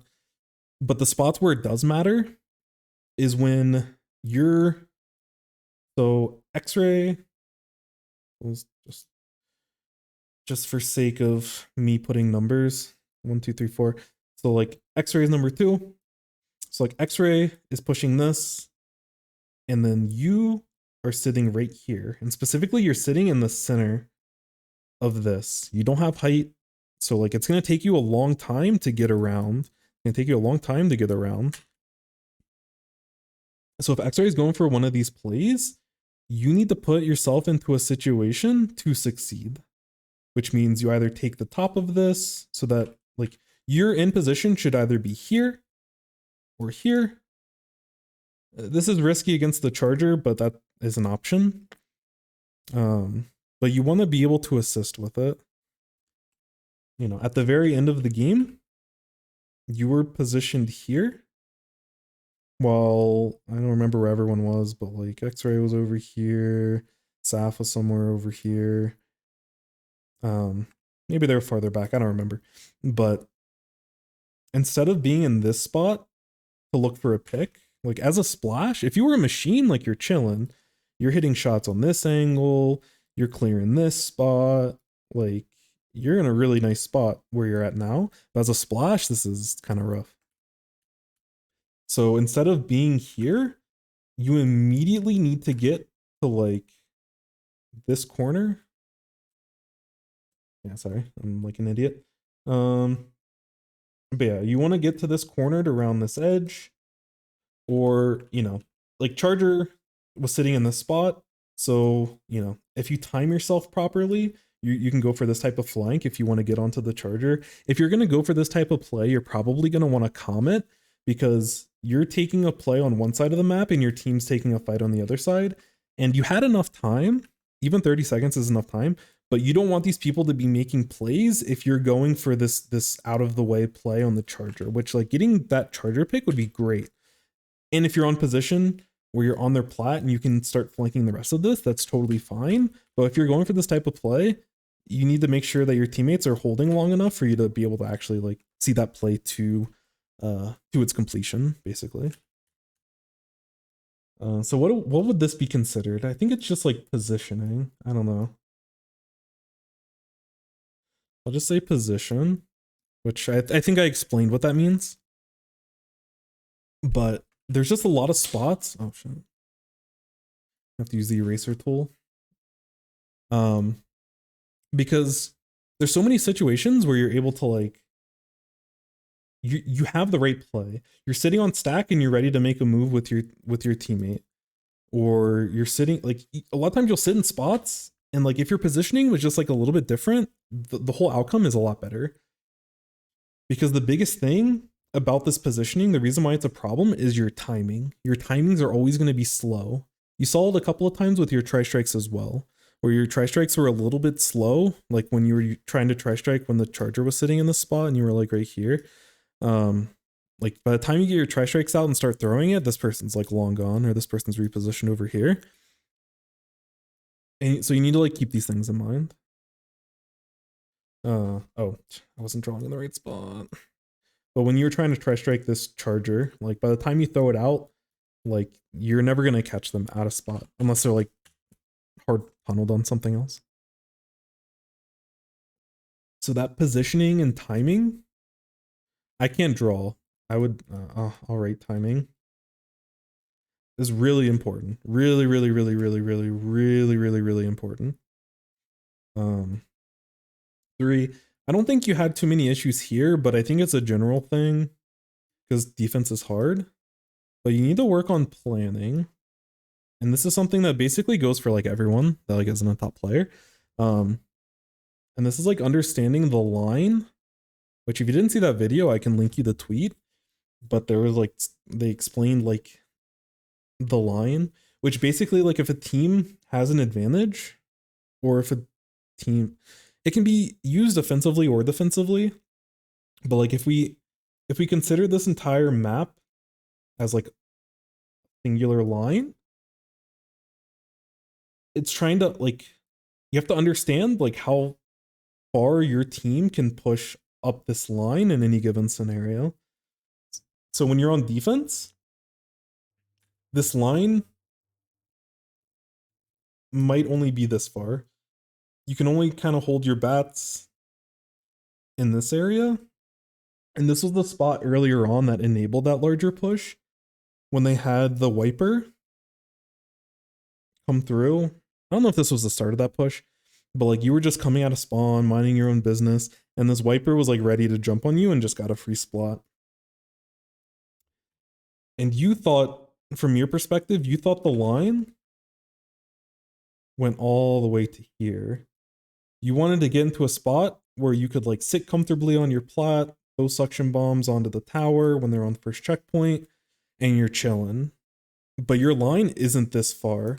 Your line was only to here. And anything past this is very, very dangerous. You thought so, Chris? Sorry. I get really excited when it comes to VOD reviews. I enjoy it. So the planning part is like when you get splatted, check your minimap, check paint, understand what spots the enemy is going to be in position for. And depending on the map and your familiarity with the map or mode, you may not always know what that is, but it at least should be something that you're thinking about, so that you can get better at it. It's a skill that's really, really important to understand where the enemy's trying to go or where they're at. And where you were positioning is like totally fine. Like if you wanted to go here, I would have probably have taken bats, but I think you and Saf are both coming off spawn. So like if Saf was going to paint for crab and get into this type of spot, you could support them. But like, you know, if you wanted to sit here and get some paint over here, like throw the suction bomb and prevent this person from just jumping at you. But you got more caught off guard than anything, which means you didn't really have like, you weren't anticipating that they'd be in these spots, but good players would anticipate that they're going to be holding these spots. And like if they had like a splash on their team, for example, and they were like, they already had tower getting to the first checkpoint, you would expect that they're going to have a crab like here. Oh, let me get rid of the other X. They'd have a crab in this spot. And if you tried to just get into position and throw your suction bombs, this crab is going to beam you immediately. Yo, what's up? Mim Stringer. Do you go by Mim Stringer? Mim Stringer? Either way, hello. Hope you're doing well. If you have VOD review codes, I'll take them. Eventually, I do want to play some Orange Zap, but we'll probably be streaming for a little bit, so either way. You usually go by Lucy? Okay. Lucy. Will try my best to remember, but thank you. Hope you're doing well. And yeah, hopefully you're enjoying Splatoon. Upload your VOD reviews on the YouTube. Yeah, I'm trying to figure out the best way to do it. I have a more organized vision for this, but I'm really weird about showing my PC. So I have to think about a creative way of doing it. Currently, I'm only using I think I played you an attorney. Ayo. What team were you on, or who were you playing with? There's a couple of really good Lucy's in the community. Oh, Capri Sun. So yeah, that was there's some tournament last week. Yeah, no, I definitely remember. I can't remember who won. I think we've lost to you before. We might have lost to you last week. I don't remember. Either way, GG's. GG's. Y'all are like really good.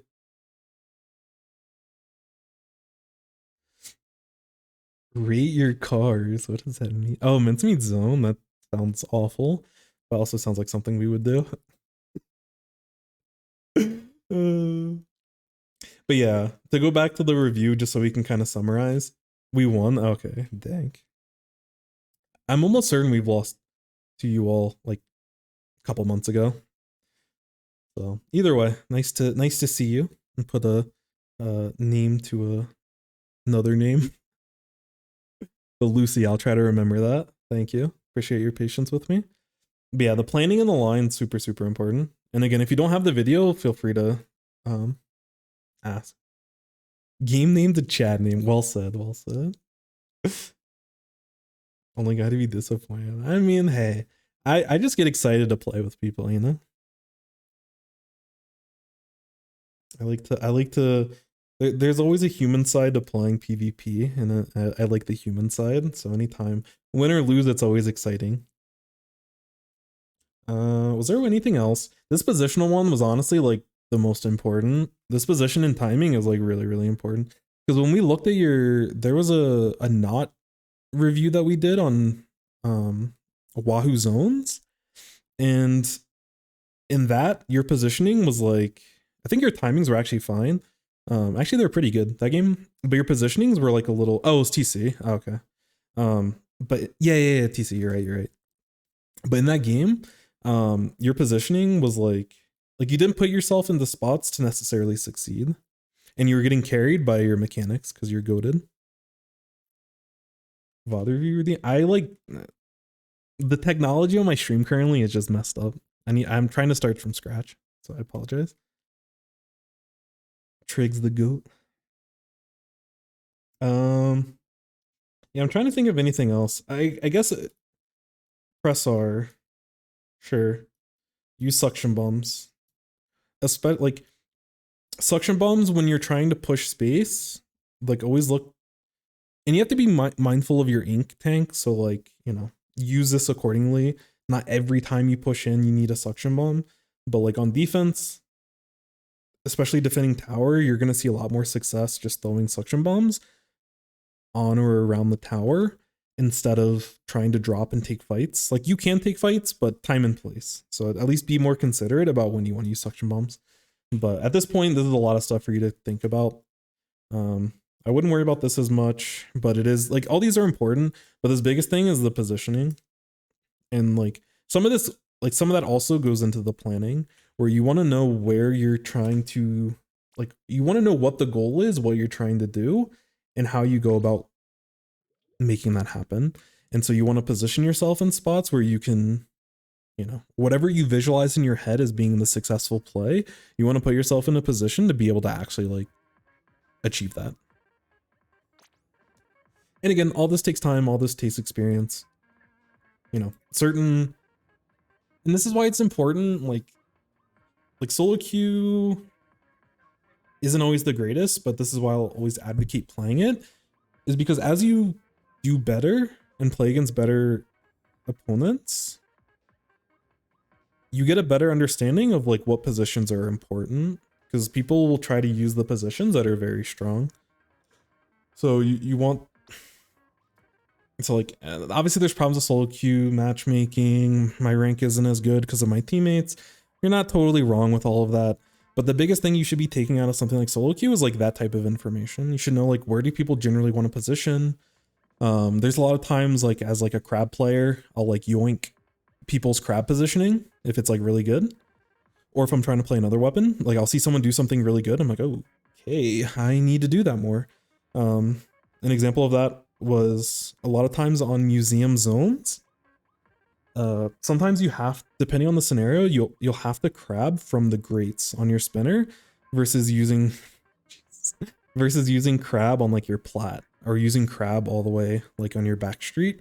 Like each of them have different purposes, but I've seen the power of those crabs because of, thank you, I need to get more water. I'm gonna upload Bab's replay code. I think that was the only replay that I saw, so I'm gonna do that next.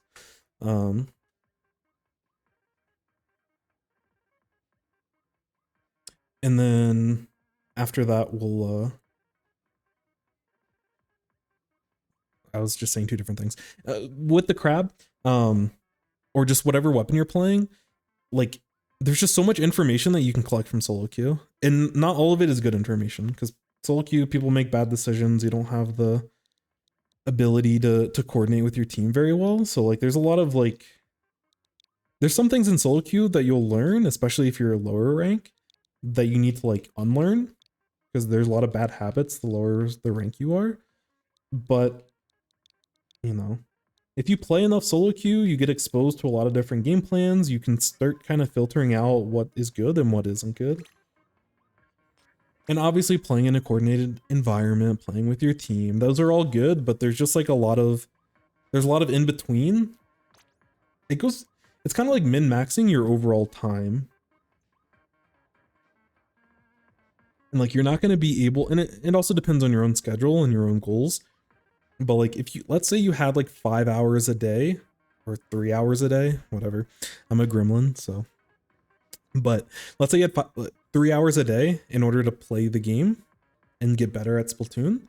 And let's say your team practices like, 4 days a week, or get together for a tournament 4 days a week, and y'all play for, anywhere between maybe an hour, hour and a half for a scrim, and maybe 3 hours for like a tournament day. Realistically, you're probably missing out on like 5 or 6 hours. And let's be honest, we're all Splatoon gamers. We play this game way too much. But even if you had a tight schedule, like you may have like an additional 3 hours or so a week to commit to the game. And like, while solo queue isn't always the most efficient use of your time, it does allow you to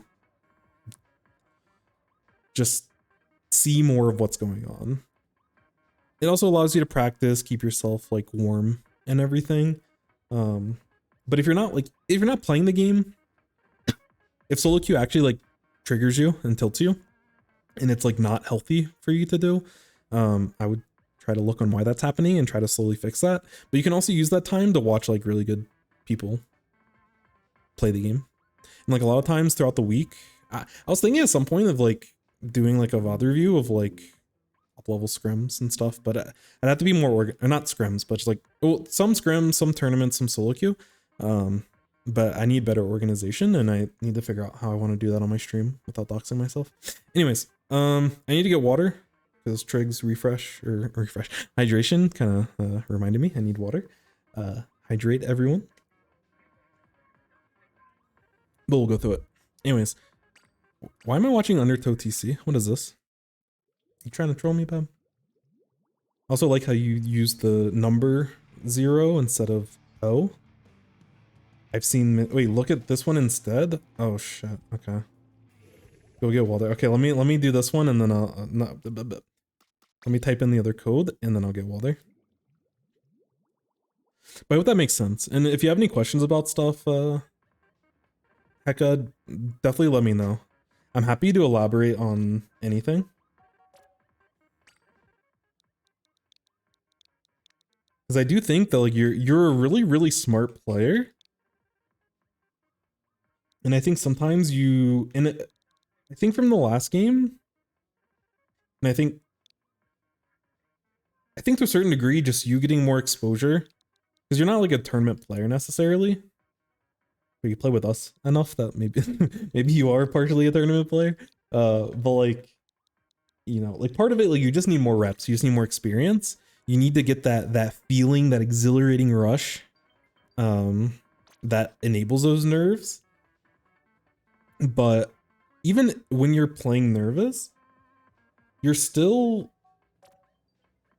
like, I'm seeing the Brian Walder PC. What?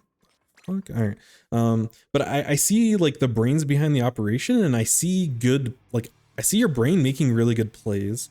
You're just your positioning or your timing or the way that you like. There's something small mechanically, kind of.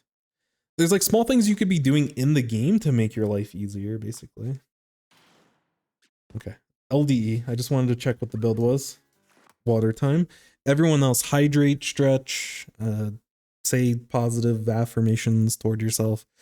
I don't know. I'll be right back.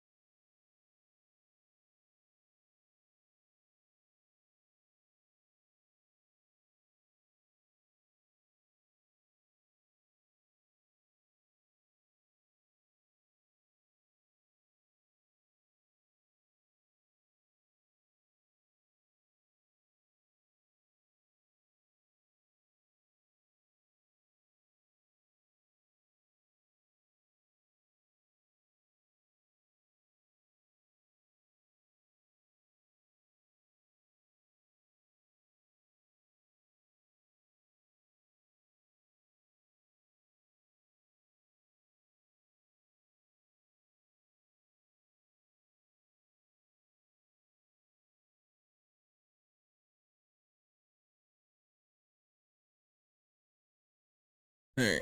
Sorry, I'm back. Let me get the camera back. I was so thirsty on the. I filled up my water bottle, and then before I made it back to my desk, I drank all of it.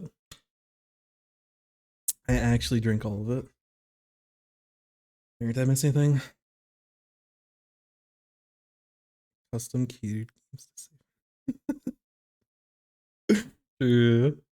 Who are these paid actors in this match? We got Alan.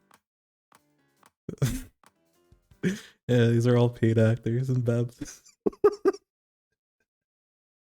So sorry, that's a funny thought. You can tell us 22 Honda. I see. Month-long hiatus. Yeah, no. I was like, I remember asking about SOS. I'm like, oh my god. I think about myself not playing this game for like a day and a half, and I feel so rusty.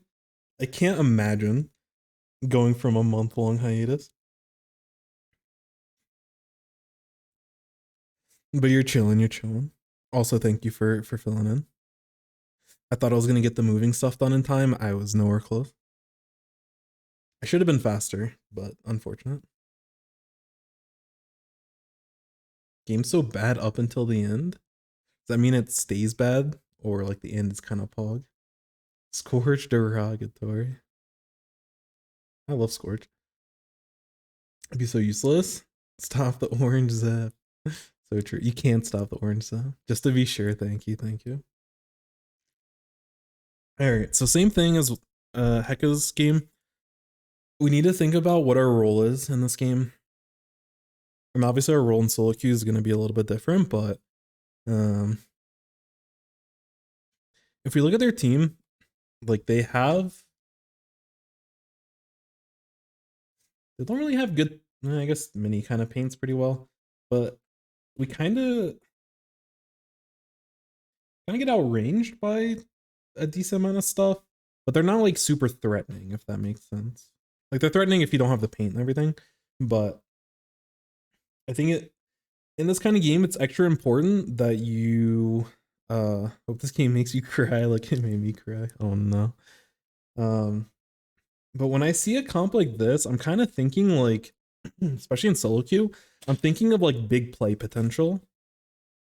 And if you play something like machine on this map, like you just eat shit up. So when I think big play potential, it's like, you know, like sitting on this ledge and getting picks here is like big play potential.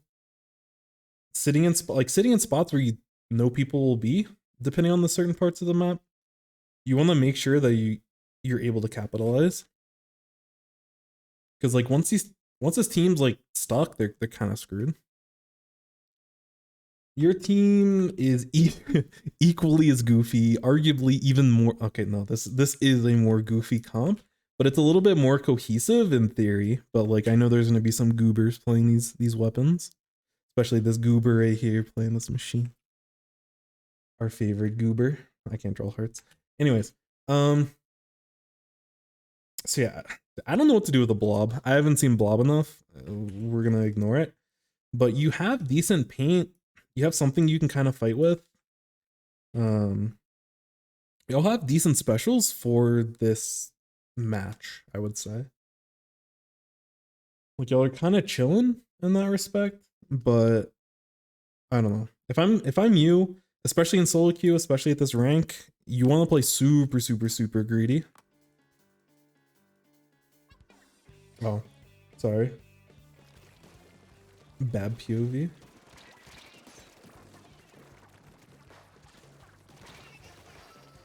What the fuck? Okay. Yeah, you got kind of stun locked on this person, which I think was okay at the beginning.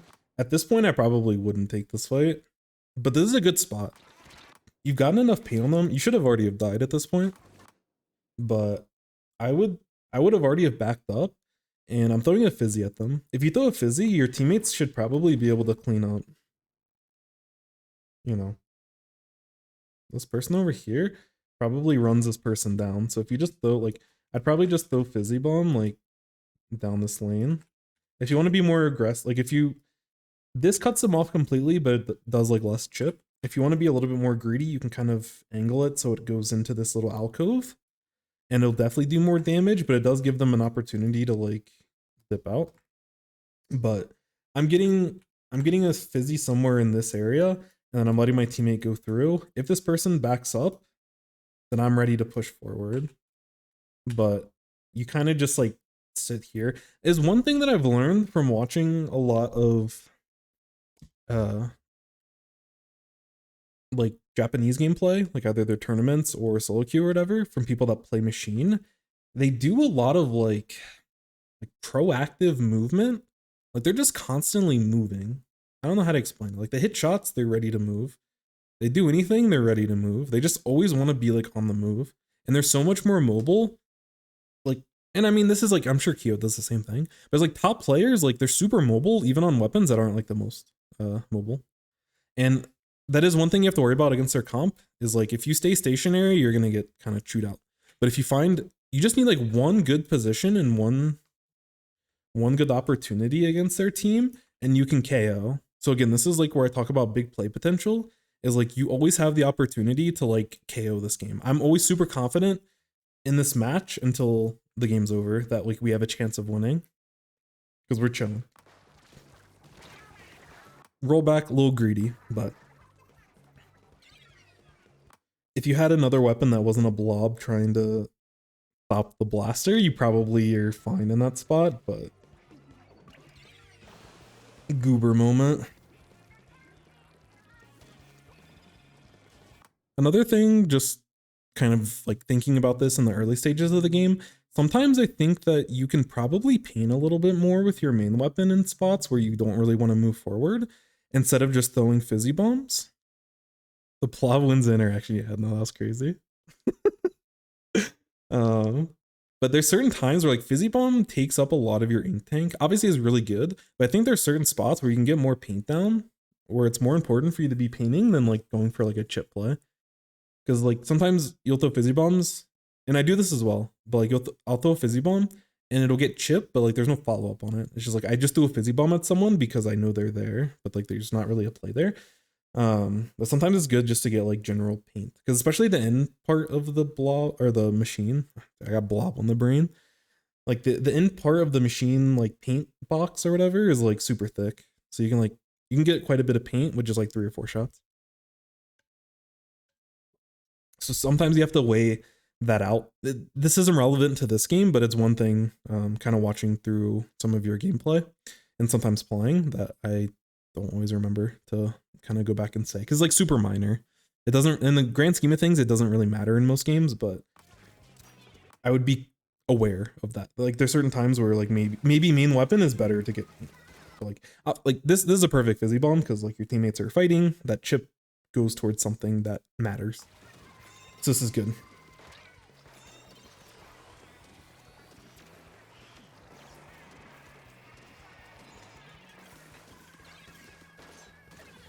This is good. So this whole play, I don't like the way that you played after you got that initial pick. The initial pick with the fizzy and everything is great. I went too far back, I'm sorry. It's like this fizzy's chilling, this pick is chilling. They're 2 down. This is where I want you to like start looking for big play potential. And just hugging around tower with the rest of your teammates is like, this is where you have to be the head honcho. You have to be the kind of be the leader of the team. You have to lead the rest of your team to like go forward.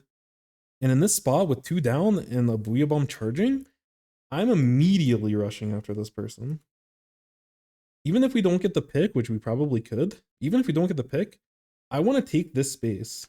I want them, I don't know if there's someone necessarily on stage, but the only other thing is a blaster, and we don't really care about not one-shot blaster in most cases, especially when you have a Booyah Bomb. So I would rather you just like go into this spot. You can take this if you want, but like you can also just like behind this glass, you can just shark this ledge and just mess them up. Because when you're at this angle over here, Nito Fizzy Bombs over here, you paint a ton and you get a ton of chip. But this is where big play potential happens. You had an amazing Fizzy Bomb, teammates cleaned up, you had Blob being relevant for 2 seconds with their rain, and now you need to put yourself into a situation to carry this game. Because you're especially like, I hate the ideology of like, if you're in solo queue, you need to carry the game. You need to be the best player. Because like at a certain point, when you're playing in like higher level lobbies, you need to like, you don't need to be that person. You have to actually work with your teammates, and people that try to play by themselves are annoying. But when y'all are at a 4v2, you have a special ready to go. Like, let's kick it into high gear. Even if you die in a weird spot like this, your team's still chilling. You just jump back to the tower and you can just watch this ledge. Your backup plan is still you being an annoying machine player. But the best case scenario is that your team is in a spot to lock them out. And I'd rather take the risk to lock them out because y'all are in a really, really good spot. And you play it like, yeah, I don't know. Unless you're potentially fishing for the other player, but I don't think they're over there. Because yeah, like that window's kind of missing.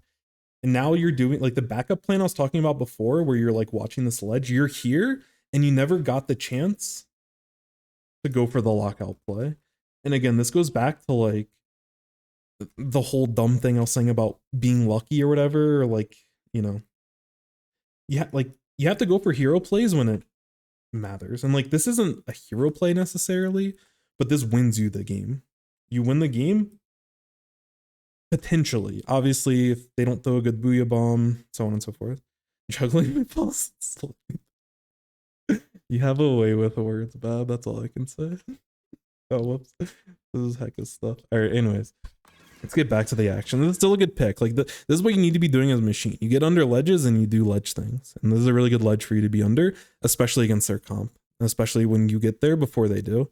Because if you're running up to them and they're already positioned there, then like you might get beamed by their, I can't. You get beamed by like their entire team.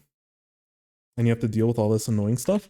But if you're there first, these things are just easy kills. And that's easy pickings for you there. Honestly, that's kind of unfortunate.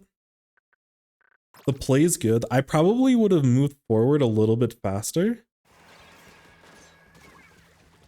I wouldn't have this hesitation simply because this person's like over here. Like this person threw a bomb and like is drawing attention. So I would use this quick distraction to just go.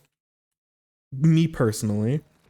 But like this is like a more measured approach, and I can understand that, where, you know, they're throwing fizzy bomb, so now I can go in. I think you can risk it a little bit because I don't think they necessarily expect you. But the fact that they like this is such a well, actually this is a good fizzy bomb by them, but the fact that you got chipped by it and then directed by them after, like sometimes you just get outplayed, and like you just have to accept it as tough. As actually a really good play by the enemy machine. Well, your play's totally fine. I would have gone a little bit faster than you, but your play is totally valid, and I would have got punished by the same thing. But I do think if you're like a tiny bit faster, you actually get there before the first part of the fizzy bomb explodes. But either way, good idea. You were looking for an opportunity to make the big play, and you don't get it, and we're chilling.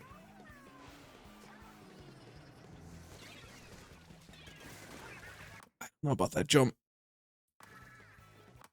I will say that there's a lot of times where I should jump and I don't. That jump is scarier than me. Mostly because this map is really tiny. I don't love that jump, but I don't hate it either. Someone that's like a top player that just jumps in on everything as well. Like, okay, a solo queue jump I think is totally acceptable, and I think that's fine.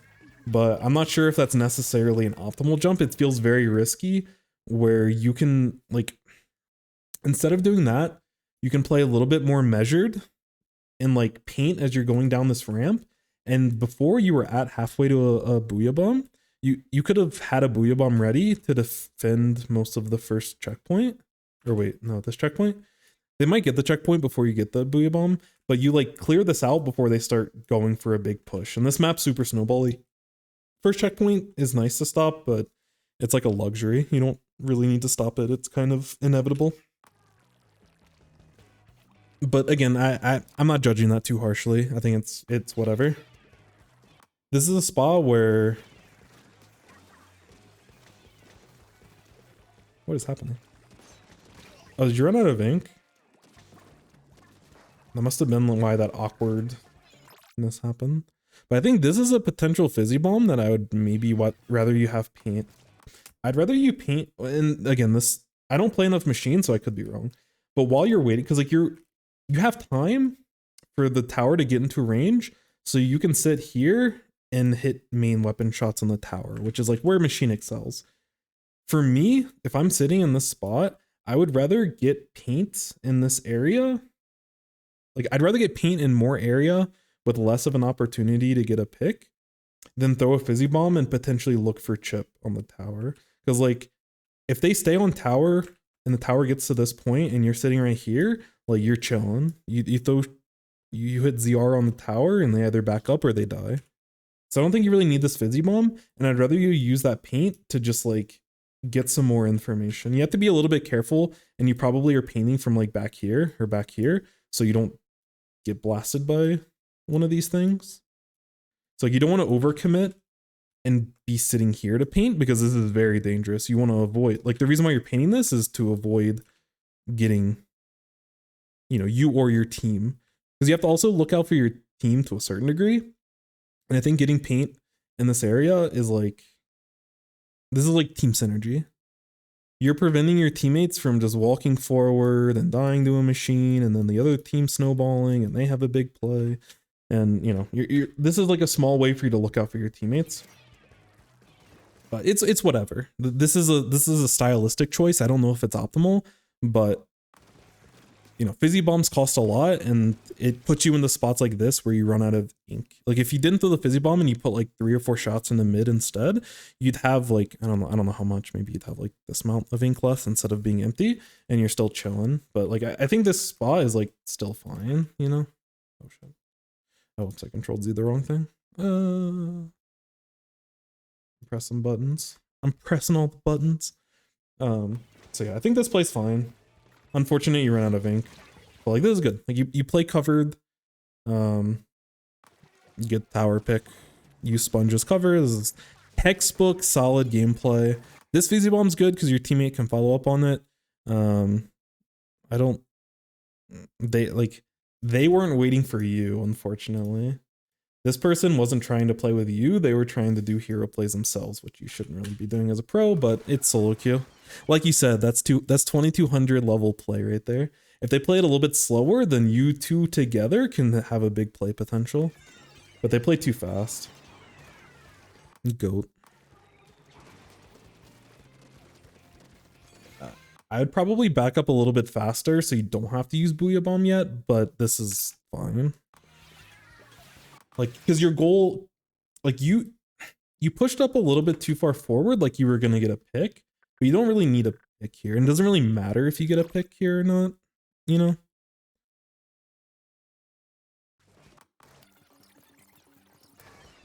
Because I like the awareness that they have Tri-Strike and you're just going to get the pick before they do anything. This is great. And even this here is great. This is a little bit risky in terms of moving too far forward. But like you get the chip here, I'm backing up. Your job has been done. Hold on. I messed up my epic pin. It's not epic anymore. 1 second. I think it's this one. Hold on, let me check. Nope, that was the wrong choice. Let's try door number 2. Yay. Okay. Sorry about that. I don't know. Anyone that streams or uses OBS, sometimes if you hit Control Z on OBS, everything just explodes. That's what happened to me. But like getting on this just chip on this person is fine, but you surviving and holding their stage is way more important than either of these picks. And again, this may change depending on the weapons and depending on circumstances. Like if you were scared, like if you trading would potentially be advantageous because the rest of your team is chilling and stuff and they have a good special, or you're stopping them from having a good special, or you know, you're getting a pick maybe on like a leader, that is going to be a problem. But also the other thing is like you're close to special, so like it's fine. But I like the aggression initially just to back them up so you get first checkpoint for free. That's what this movement should be, in my opinion. That's what this means. Like you taking their stage is good and you pushing farther forward is awesome. But you getting past this line, and you probably shouldn't push past this little barrier here. That's probably that's the farthest I'd go comfortably, but I know you're a more like a stronger aggressive player. But like your goal here is just to prevent anyone from getting into position to do anything about this first checkpoint. And that's why this pick doesn't really matter. So you end up having to waste Booyah Bomb before your teams are like even on tower. And now they're gonna like, because they got your Booyah Bomb out, you're no longer like, they can now threaten this. Like when you're on checkpoint, the enemy team can now play the game, versus if you had Booyah Bomb once you actually got on check and they were sitting all the way back here, then they can't play the game for the first checkpoint. Yeah. Because like overall, like this isn't a bad play, but like once you start throwing Booyah Bomb in dangerous positions and the enemy team's ready to spawn in and everything, at that point you're like relying on your teammates to do things with you. Like you need teammates to support. Like I don't think your play here is bad to go like zoning them, like pushing them back so that they, if they want to deal with first check, they're forcing themselves into a fight. Like I'm on the same wavelength as you, and I would play around this if I was in solo queue, but your teammates are 2200 solo queue players, so they're not gonna fall. They're not seeing this. They're not on the same wavelength as you are, and they're not gonna be able to support. They might like, but I wouldn't blame my teammates for not. I wouldn't get mad at my teammates in solo queue for not helping me here, even though they should be helping. I wouldn't blame them because I don't expect that of them. And if I did, I'd get myself frustrated. But the play makes sense in a more competitive environment, but you get to hold your Booyah Bomb, and you can potentially zone them off and get a free checkpoint just by yourself if you play it a little bit safer, so you don't have to panic Booyah. Yo, what's up, Jay Bambers? Hello, I like the name. Yeah, this is just a VOD review. If you have a VOD review, I think we already have one after, and I talk a lot, so it might be a while. But you're welcome to listen in. I think this is a solo queue game that my teammate Bab played, the machine player. So we're going over the machine gameplay. That was rough. By yourself, there's nothing you can do there. They did use their specials on you, so you were like your teammates were able to take the checkpoint, but like you have no momentum after the checkpoint, so you can't take lead. Whereas again, going back when you were sitting in the spot, if you just held them off and then you were able to back up a little bit and then you threw a fizzy bomb at them, once they start trying to advance toward the first checkpoint, that's when you booyah. Your teammates are able to get onto the stage with you and you get checkpoint for free and you hold stage. You should get lead for free and maybe a bigger push depending on how your teammates play. This all goes back from you just overextending a little bit too much here and having to panic booyah. Yo, what's up, Gray? Hello, hello, hello. Hope you're doing well, my friend. And thank you, X-Ray. Yes, VOD review. Wizened squid? What does that mean? Wizened? What does that mean?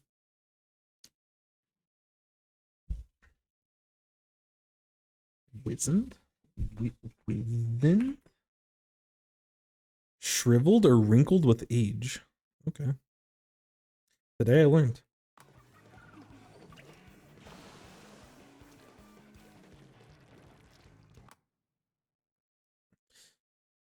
S3 lore. Yeah, we don't talk about it. That's funny. I just never heard that word before. I'm doing pretty well. It's been a chaotic little bit of time, but we're chilling now, so I'm happy. Happy and I'm chilling. All right. Anyways, back to the game. Again, positioning yourself into a good spot. I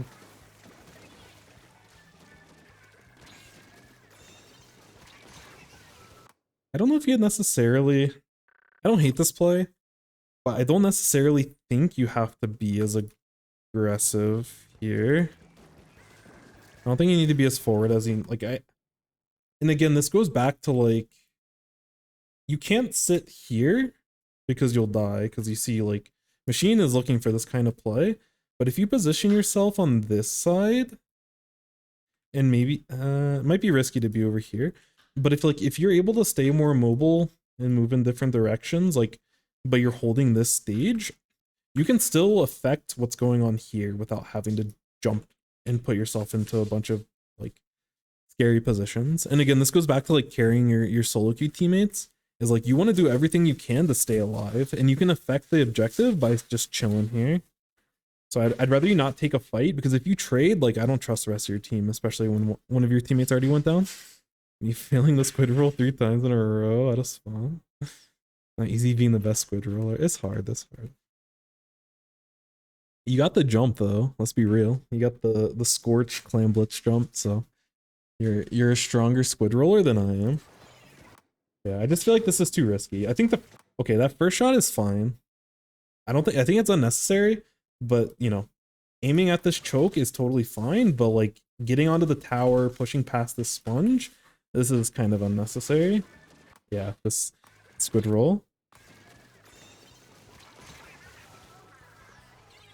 I've noticed a couple of squid rolls forward that have gotten you into trouble, aka getting splatted. After 6 minutes. I mean, even still, I think it's hard. Because again, now you're like trusting your teammates to do stuff. Yeah, this is tough.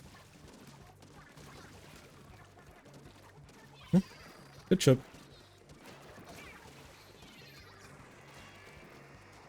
Bro, you are squid rolling way too much.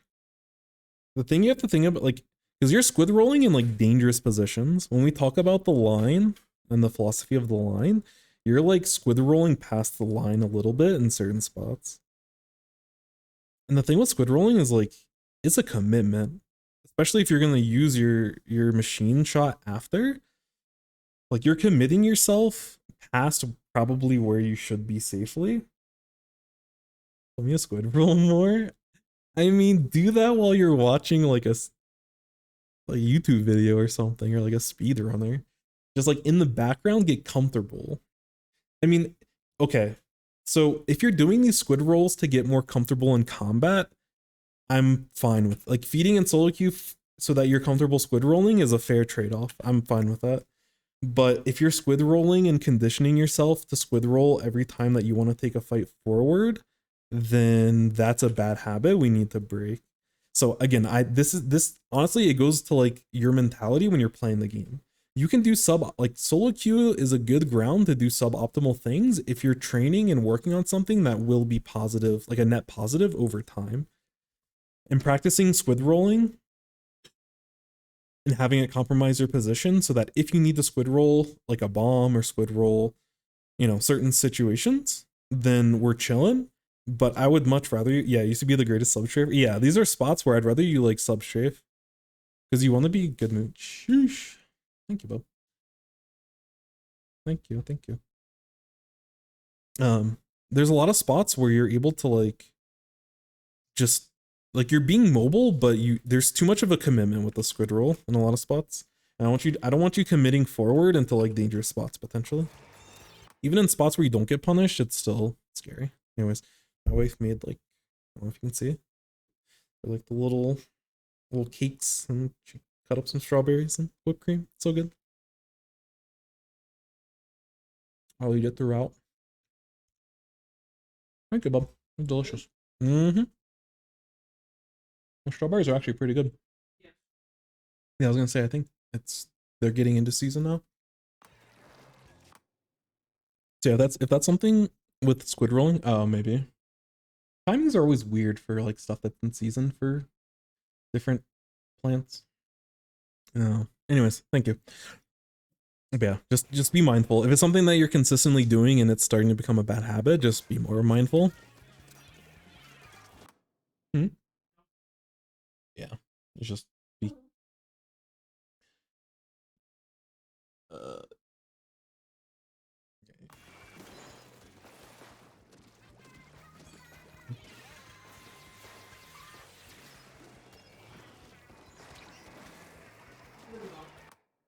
Hmm.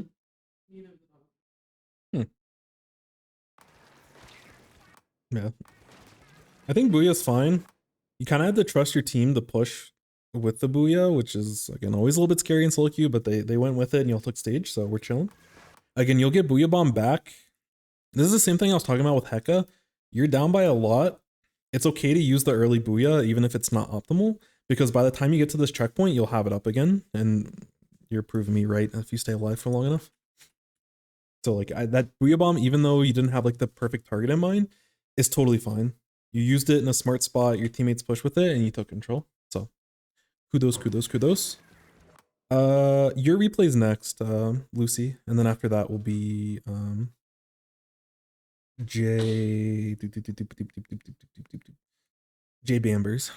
Love that name. Anyways. Oh, your teammate's kind of going crazy.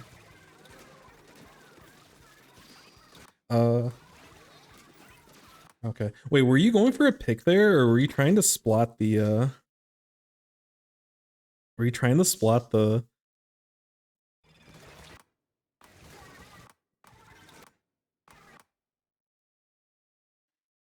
like during this play? Were you going for the wave break, or were you trying to get a pick? Because that person jumps. What's the name? Perfect, perfect. Because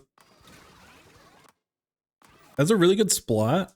I was not necessarily tracking that person. You have better vision than me, but it looks like you were trying to take a lot of shots on wave breaker, and against their like if your goal was to break the wave breaker, A, it doesn't really matter yet with where the tower is, and B, you're gonna get yourself splatted against like their team. So be careful with that kind of play that close forward. It worked out, but dangerous. Again, chilling, the spot you're chilling now is fine because you can, like, you have paint, you can move in any directions, and if someone drops like that, you get a free pick. Prove me right. You have another Booyah Bomb before you even take lead. So, awesome. Bro's cooking a little bit. Wait a minute. Yo, Blob going huge right now. What a rain. This rain, unironically is so good. Y'all should take lead. If y'all don't take lead, I'm crying. Okay. Okay, we've lost the plot. There's so much going on. Okay, real quick. There's a lot that happened there. After the rain, I need to kind of reevaluate. I was only half paying attention. I was thinking about the strawberry snacks. This is good, this is good. Okay, you see both of them commit over there. You see both commit. In this kind of spot, I'm turning myself forward. So these people are committing over here. When they do that and the rain is still active, I'm turning my vision this way and I'm still spawn camping the people that are coming out from up front. So I would recommend you not focus on this. If you did, like, if you throw a quick fizzy bomb, like if you wanted to fizzy bomb this little choke here, then like, that's not bad because it's like quick and you can turn around after. But your end goal here needs to be to turn around because these people aren't gonna, well, they shouldn't fight through the rain. And while they wait to heal up and while they wait for the rain to pass, either they're going to drop down here, which is not your responsibility, or they come back around, which you could help. But in the time that you're like still watching this, there's been so much that's happened on the other side. So like, I think you should be immediately turning your attention. These extra shots are unnecessary. These people are out of play. You can KO regardless of if you get these splats or not. Because if, okay, like if you turned around and get a pick on the person incoming with the spawn, you can turn back around and focus on these people on grates. Again, if they drop down this way, your teammates should be able to deal with it. But like, no one on your team, unless you're like expecting godlike blob, no one on your team can spawn camp over the ledge in front, and you need to be there more importantly. Like this great play, like this thing can roll underneath. This thing has good range and can shoot to the grate. Blob is funny. I can't say anything about that. But this should not be your responsibility. This is not you at your strongest. This is not you carrying the match. You need to be hard focused forward and killing the spawn killers that are panicked that they're about to lose lead and about to lose the game. And this is how you get KO here.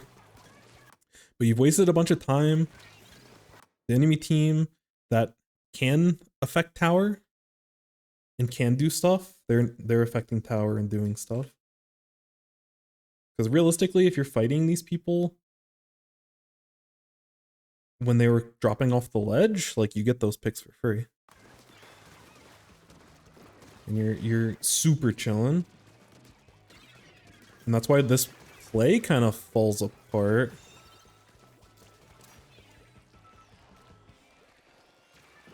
Which I'll still have a good advantage, but this should have been like a clean KO, basically. You end it. The thrilling conclusion. Is this then? Okay. I actually like that play a lot. I like baiting the tower and getting picks. Because even if you get the KO or not, like you're still in a comfortable position and there's only a minute left.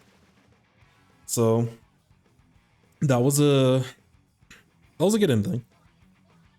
I don't think that game wasn't as bad as you thought, but there's a couple of things that I would say to kind of summarize, to talk through.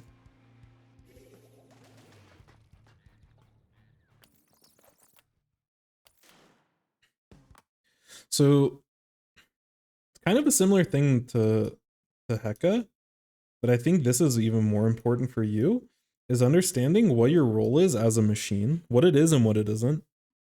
And in the context of this solo queue game, you also need to be thinking about the big play. Yo, what's up, Cherry? Hello, hello. I see you posting some Splatoony content on YouTube. Big hype. Hope you're doing well though. Cherry's another Splatoon content creator. They also do a lot of other stuff, but very friendly, very cool. The goat. But yeah. So like there were spots So like that opening play is what I go to specifically. Y'all have a 4v2, you're sitting right here. I want you to immediately take this space. I want you to camp this ledge like you did later on, where like you sat in this kind of spot and zone them off of this area. I wanted you to be doing that before solo queue. I've been doing a lot of VOD reviews today, but eventually solo queue will go well. But I've been enjoying Splatoon over the last few hours. So life's been treating us well. Because yeah, like you end up just kind of doing nothing in mid for a while, and you end up doing like the backup plan, which is this ledge, which is still really strong. You get the pick, and then you like you get this pick, and then you move forward this way. But you could have done this faster, and I want you to take those kinds of risk because this play after isn't always guaranteed. In solo queue against 2200s, maybe it is guaranteed, especially on this map. But I would rather you like take the riskier play because 9 times out of 10 you're just gonna outplay the enemy, especially when you have an advantage. But yeah, so understanding where you can be involved and make those bigger plays, and when you do go for those plays, try not to overcommit, which a lot of times you're doing with like your forward squid rolls.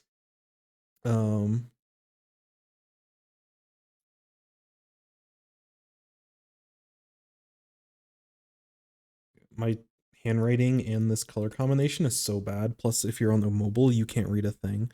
But the next thing is like when to paint versus when to go for chip as a machine. Usually this is going to be on defense. Like there were spots where you're sitting in this area, and I'd rather you get paint. Like I'd rather you paint this area than just throw a random bomb to chip where like you're and like, because if you throw the bomb, even if you do chip people, realistically you shouldn't get a kill. And the other thing is like your teammates were either like still coming in from spawn or they were like over here. I don't remember exactly where they were positioned, but they were not like this person's going to fully heal before you can do anything with that. So I'd rather you take that time, because like this whole thing was covered in enemy paint and the enemy team has a machine as well. But this is like one way for you to like prevent your teammates from being the teammates that you complain about. This is how you can make an impact and prevent your feeder teammates from feeding, is by getting a little bit of paint in this area. So like as they're going in, they'll visually see people painting this spot if the enemy team decides to paint it, and they can react accordingly.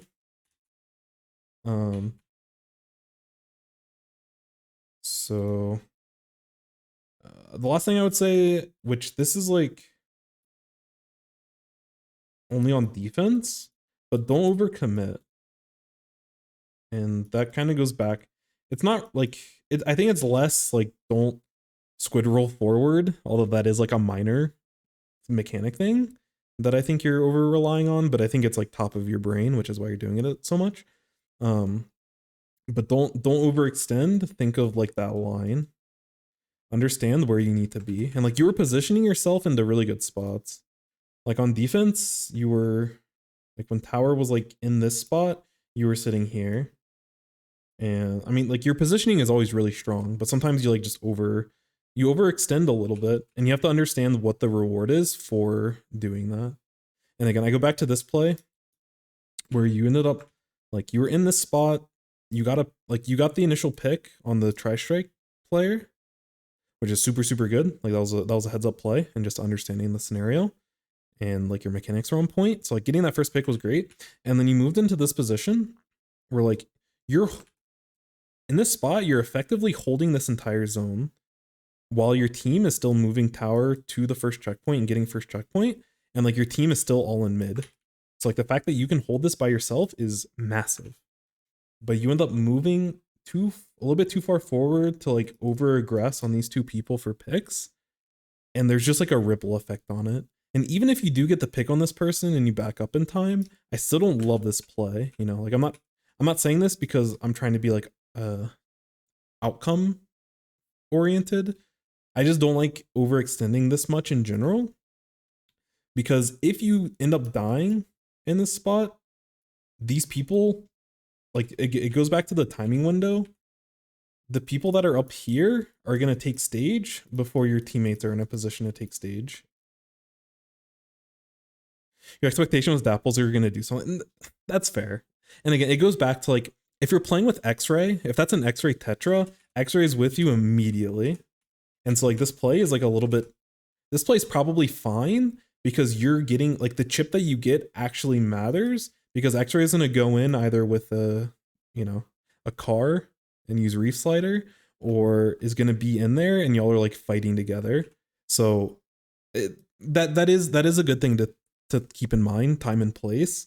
But you know, if you had burst bombs to work with, if you had like Tetras, or like if you knew someone in the game and you're like, oh yeah, I know they're gonna play a certain way, then being more aggressive, I guess it does make more sense. But just be careful with like how you play your life, because the spot you put yourself in where you're here and then the two enemies are over here, like there's better odds that you're either trading or losing completely. There's better odds of that than the outcome of you getting a clean kill and being able to still hold the zone.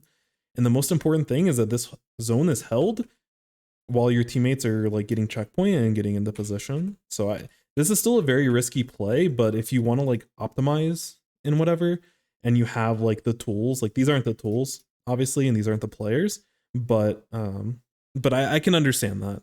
If your reaction is like, I'm expecting help, I wouldn't expect that out of solo queue teammates, especially where they were at positionally, because that's a really heads up play. Honestly, even me, if I was in this spot where I was like trying to run into mid and try to get to you, I wouldn't necessarily look for this play. But I'm not the smartest player. But if I'm not looking for it, your 2200 teammates are definitely not looking for it. But I can understand like where you're coming from with that play though. It makes a lot of sense. So those are the biggest things. But really, especially in solo queue, but I think in general, finding opportunities to move forward. And when you did it, there was like a lot of success. Like you move forward, got pick, move forward again, potentially another pick. Even for the KO, it's like you move forward, you end up getting the pick on this person, the other person jump back, and like you're in prime spawn killing position. Like you end up having the big play potential to get the KO at the end, and then the cute little play where you jumped off the tower and got one and like zone the other one back. That was really cool.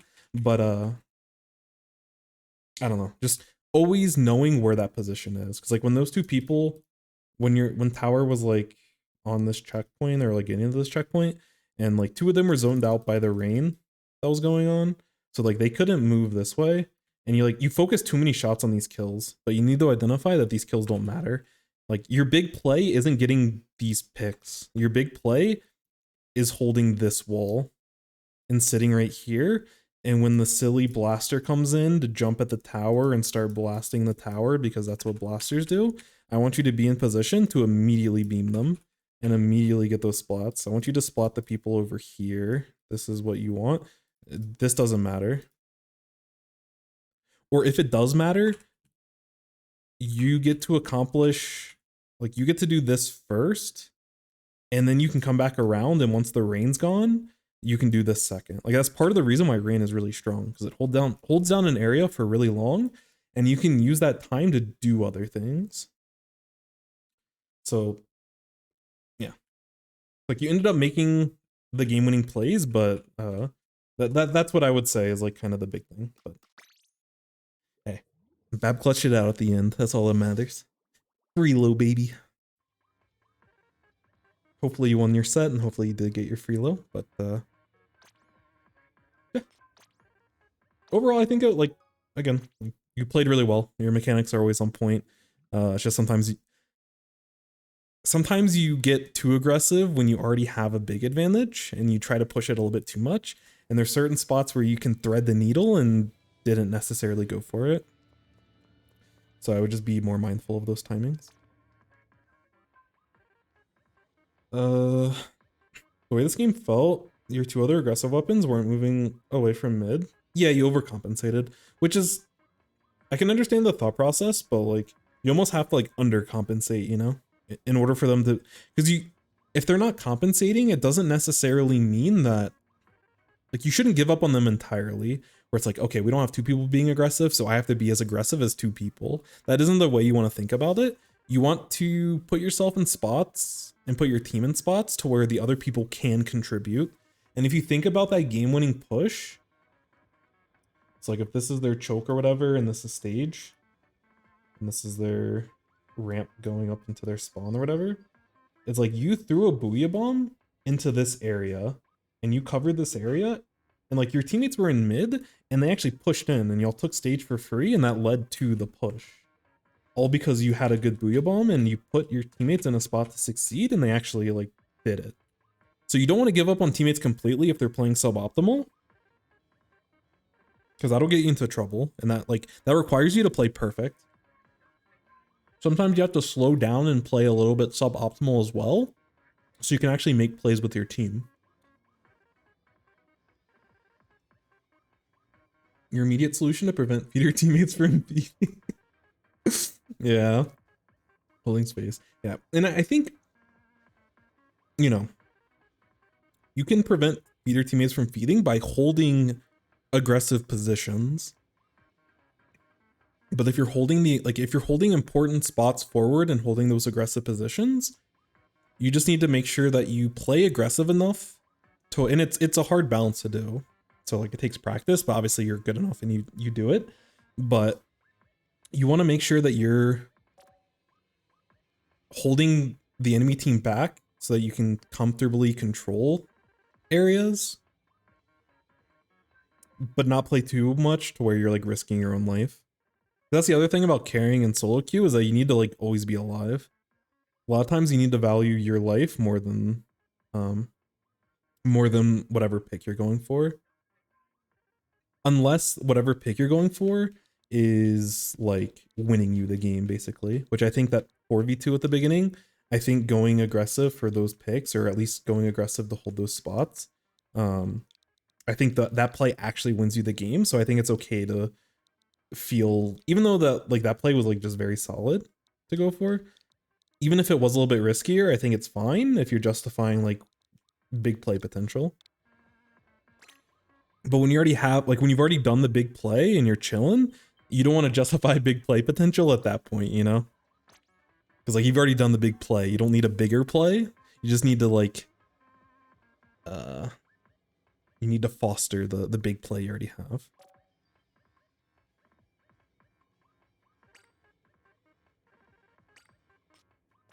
All right. This is a PB from Lucy. Thank you very much for the submission. I'm assuming this is a, oh yeah, this is definitely a PB. I'm wondering if this is a scrim or a tournament set, but this is I think Stargaze is their name. Very, very solid mid-level team. Also, I'm gonna use the restroom real quick, but I'm interested. What did y'all play in Ludi? Do y'all have like a div? So I'd probably say y'all are like div 4, div 5, probably. I don't know. Check the stat. It doesn't matter. SOS last night. Oh, nice. Was this a pool play or was this Give me the whole setup. Oh, you just made a team? I see. Okay, very cool. Anyways, I'll be back in a second. I apologize. I have the bladder of a toddler. I hydrated. 1 second.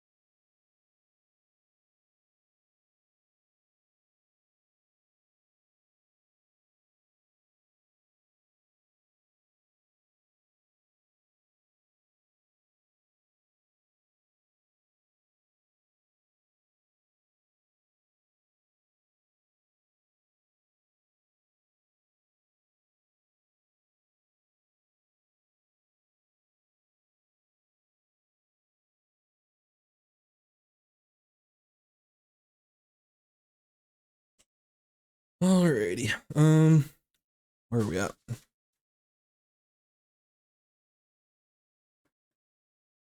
Love Hagglefish. Yeah, Hagglefish kind of pog. Also, yeah, the pauses in replay mode, like all the physics of like the background and everything, and like flags waving and going through the wind, like all that stuff holds true, which is always weird. Especially the water moving, because there's a lot of maps with water in the background. Anyways, also there's a boat. Wait, is there a boat? Oh yeah, I think they're like dock boats. If there's a boat moving, that would be crazy.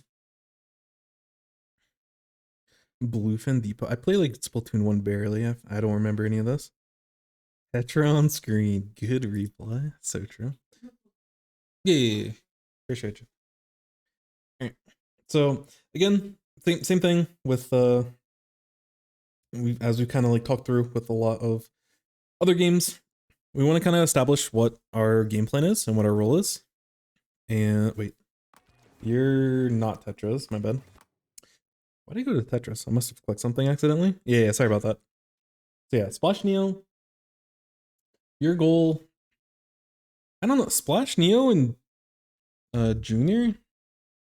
That's an interesting combination.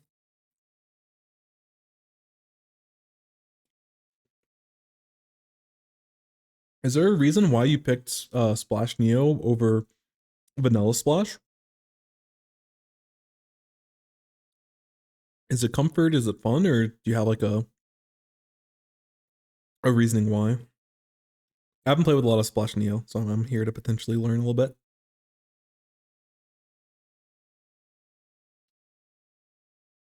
But I think you could be a little bit more. I think the burst bombs and crab value, especially with the Tetra, probably goes a little bit farther than what Splash Neo can provide. But I think they're both fine, and I think for TC specifically, Tri-Strike's probably fine. Okay, fun comfort.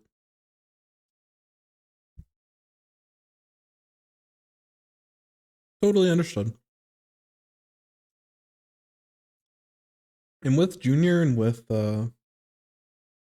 like the torpedoes and wave breaker even, because like you can spit out a lot of wave breakers as a junior, and the chip with the fizzy bombs and just machine in general, and just the overall kind of mobility of your team comp. I think either one feels fine. If I were me, I'd probably very slightly prefer Vanilla Splash over it. But I think again, Splash Neo is totally fine at the level that we're operating at. I don't think it makes any difference. And I do think like one thing I will say is like having an additional GG Booyah at the end of the match is like kind of nice. It's like Wavebreaker's not gonna do it, Reef Slider XD. So, and there is times I haven't played with enough Splash Neo and TC, but there's times where you're like either just getting them off tower or allowing your Tetra to get into a better spot and allowing your machine to get into a better spot consistently to defend tower. I think Tri-Strikes actually works pretty well for it. So yeah, I totally fine. I was just trying to get into your perspective, so appreciate that.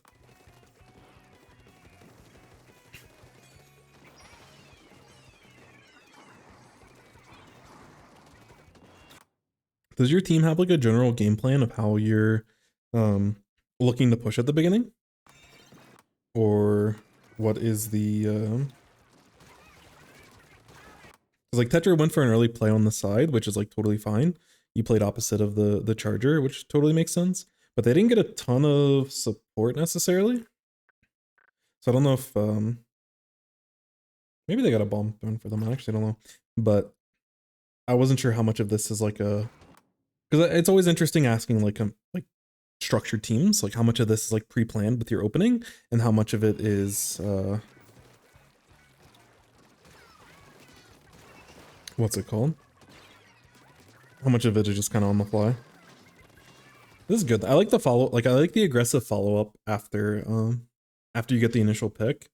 Your positioning was a little bit scary with against the charger, but they were kind of backing up, so I don't mind the risk. And again, because your team comp is like pretty low mobility, are high mobility, like they're low to the ground. Like they can all just like the general game plan when you're playing like a anchorless comp is like we just kind of hold forward. Like we get a pick and then we just kind of all hold forward. And if you all are in agreement that you all need to hold forward, then you can just kind of make plays happen. That's kind of what we see here is like you just get a bunch of picks and you take up a bunch of space because you get like Tetra gets an initial pick and the rest of your team's ready to push up forward. So I like that. I'm a little bit scared of the charger in that initial spot, but overall I just like the continuation because most people on your team can continue that play.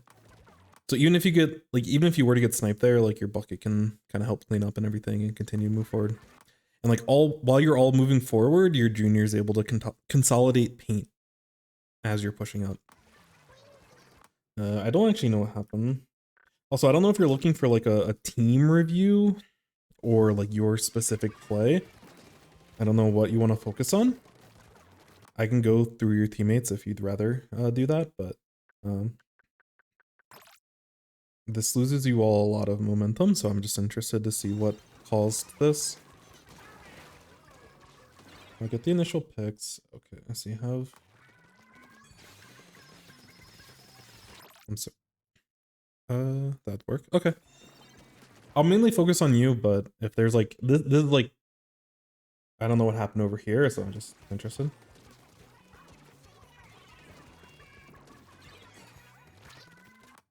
Yeah. This person sees them jump in. I don't like them continuing to play against the other person. I'd be okay with a setup. Like I'd be okay if they wanted to set up for a pick on the jumper in, which if they were like noticing it, they would know it's the Glugas of which are gonna have a role. But I think in this spot, you just back out completely. You go back into mid, and like you got so much space as a splash Neo. Like just you push the charger out of the play. So this person doesn't have to worry about a charger when they're like backing up and doing their own thing. So I'd much like them staying alive is so important here. Because even if they trade here, that's not as strong as them just backing up, and then they have two people. Oh, whoops. So in this spot, they have two people basically in the middle of nowhere. You're still pushing tower, and the only way for them to get into the tower. So if there's two of them over here, and then your machine moves back into this spot, machine still covers this whole area, like covers this choke with their main weapon. And, you know, they can also like look to push forward, and then your other team can kind of assist with this. If these people don't jump back, then they can assist. But like just locking them into this position is like really good for you all. Titus and Pigeon doing their own thing. Okay, fair. But yeah, I would much rather this person, like them staying alive is infinitely more important than them getting one. And I don't think they're getting two. And I think because they overextend, that's why they end up getting splatted in this spot. But like y'all taking so much space. Like this person can't do anything. Your tower path and being able to like take points, this person stays here, and then these people like either they go for like some weird flank and then you can come back and help. But like these people have to make some desperate plays if they don't immediately jump out. I'd rather just take the strong position and just chill. Because when you're chilling, you still get points. This person's done enough to secure the tower to get to the other side of the map, which is like the important thing in this type of scenario. These picks are whatever. But y'all end up not getting any push, and then your awesome continuation play that you had at the beginning of the match was for nothing. And now you're crying. Now you're extra crying because you got wiped and now the enemy team swings momentum.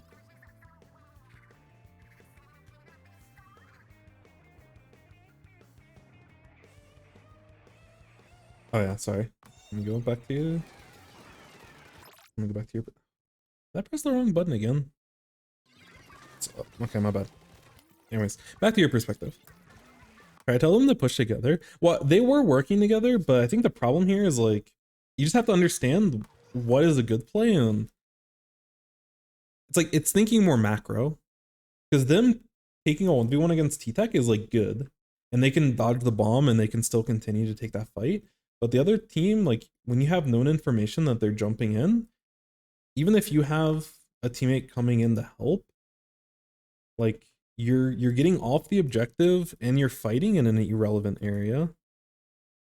So like even if you get those picks, you have to get back on the tower. Tower hasn't moved at all, and these people are effectively like repositioned. This like even if you get the picks cleanly and you come back onto the tower, you're effectively it's the same thing as them like jumping out basically, and they're back like on their side of the map, and you're starting to get towered at the first checkpoint.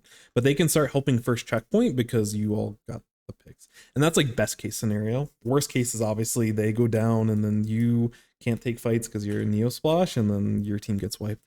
Like this is worst case, but even in best case, like this is still not a good play. Because like what does that accomplish? Other than asserting your dominance and being the better players, winning the mental game of like, yeah, I took a bad play and we still got the picks. But I can understand, like, you know, especially in tournament play, like your brain can sometimes just kind of lose focus of the bigger picture. And if they were to listen, or if you were to take feedback from them, obviously we're only 40 seconds into the game, but make sure you think about the bigger picture. And kind of similar to like the last game we reviewed with Bab, or like you want to be able to incorporate your teammates whenever possible. And taking a what if ended up being a 1v2, but even that 1v1, like you had the upper hand and you had the more advantageous spot as the machine. You don't need to go in and push, aka your teammates. Honestly, like I respect the chaotic energy, because like if you play very chaotic and you play very aggressive, it's very easy to like push that back, kind of refine it a little bit and refine your play. Because like taking that fight and pushing them into the pit is good. Like when they got pushed all the way to the left side and you're holding mid, that's a good play. You just have to refine it and know, okay, we did the good thing. We don't have to like overextend for it. We're holding good positions. And if they stay over here and we stay over here, we're being relevant and we're pushing for a KO, and these people are doing nothing. So that's good for us. So those people either have to jump or they have to get like lucky with the fight, or you have to make a mistake and you'll end up making the mistake.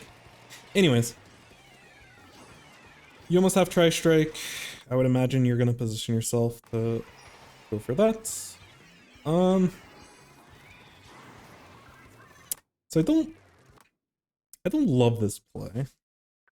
I like the idea. I don't love this play. Couple things going on here. Okay, well, didn't go far back enough. Farther back into the time machine. So the first thing here, and this is something that a lot of people make this mistake, but if you watch a lot of really good players, you'll notice that they don't make this mistake.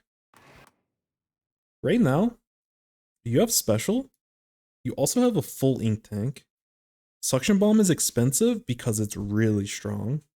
Suction Bomb is really strong. It's exponentially stronger on defense. I want to get out a free suction. Like you're wasting. I want the free Suction Bomb before I special. Because if you use the Suction Bomb and then you pop special, you have full tank. And if you don't pop Suction Bomb and you special, you have full tank. So there's -1 Suction Bomb on the map that you didn't throw. And when you're in this is a good position, you can throw a Suction Bomb on the ramp and help your teammates. You can give them space to move forward, start moving toward tower, take more advantageous fights. You can also like, there's a lot of things you can do with that Suction Bomb, and I'll leave that up to you. I don't care where the Suction Bomb goes. I don't care if it just sits right here and just gives you extra paint. There's missing value. Obviously, there's better places. Again, throw it main ramp and get your. I'm painting on the wrong. My brain. But yeah, throw it on over here. Get value on the main ramp. But even if you threw it over here and it just painted a little bit, that's still value that you're not getting because you didn't throw the Suction Bomb. So anytime, and again, there's certain timing windows. There's certain scenarios where you don't throw the bomb because you're giving up something to throw it, but this is not one of those scenarios. Get your free Suction Bomb. Do something with that Suction Bomb. Don't have a coach yet? No, you're good. You're chilling. It's something that like, I made a video on it, but honestly the quality wasn't that great. About comboing your sub weapon with your special. It's a really important concept in Splatoon that it combines, like for something like V-Splash with burst bombs and crabs, burst bombs set up your crabs so like peanut butter and jelly. It's so good. That combination in that duo of burst bomb and crab is so good. And you can get up to 2 burst bombs. But even with suction bomb, especially on like especially defense and especially tower control, you want to try to get that bomb when you can. Second thing, what are we trying to get out of these tri-strikes? Like, what is your goal? And obviously, again, like you're feeling panicked. A lot of stuff's happening. This thing, you know, your special was shining in the corner. So, oh, I want to push it. I get that. But, you know, like where do you want to put tri-strikes in a situation like this? Because for me, I'm okay putting 1 over here. If you want to like stop the tower for a little bit, that's fine. But the majority of your focus has to be this. Because like getting them off the tower and your whole team going down means they just get back on the tower and your team is down. But some of these tri-strikes need to be like a battle tri-strike. So either you need to like, you can look to potentially throw them like here so that your team can like push this ramp and have like some semblance of an advantage fight. You know, you could potentially throw it back here and look for stuff. Like you have 3 of them, and I think using 1 just to like slow down the tower, I think is fine. You don't have to do it, but I would be tempted to do it, and I would probably do it in most cases. But I don't want to throw 2 of them over here. There's a lot of stuff going on here. It's important to focus on that first. Also, the other big thing here is that your teammates are taking fights. I don't even know what your Tetra died to. I don't know what the Tetra died to, but you need the timing window between when you use your tri-strike and these fights that are happening are out of sync. And especially in a coordinated environment, you need to tighten that up. Again, this is something that our team makes. Like we're actively working on this like right now. So I'm not like, this is something that this is what gets you from like being like the mid-level team to like, you know, getting those good results against better teams, is that you have to tighten these up. You have the resources for a pretty solid push or for a solid stop, but it's important that you like get that timing window like really tight.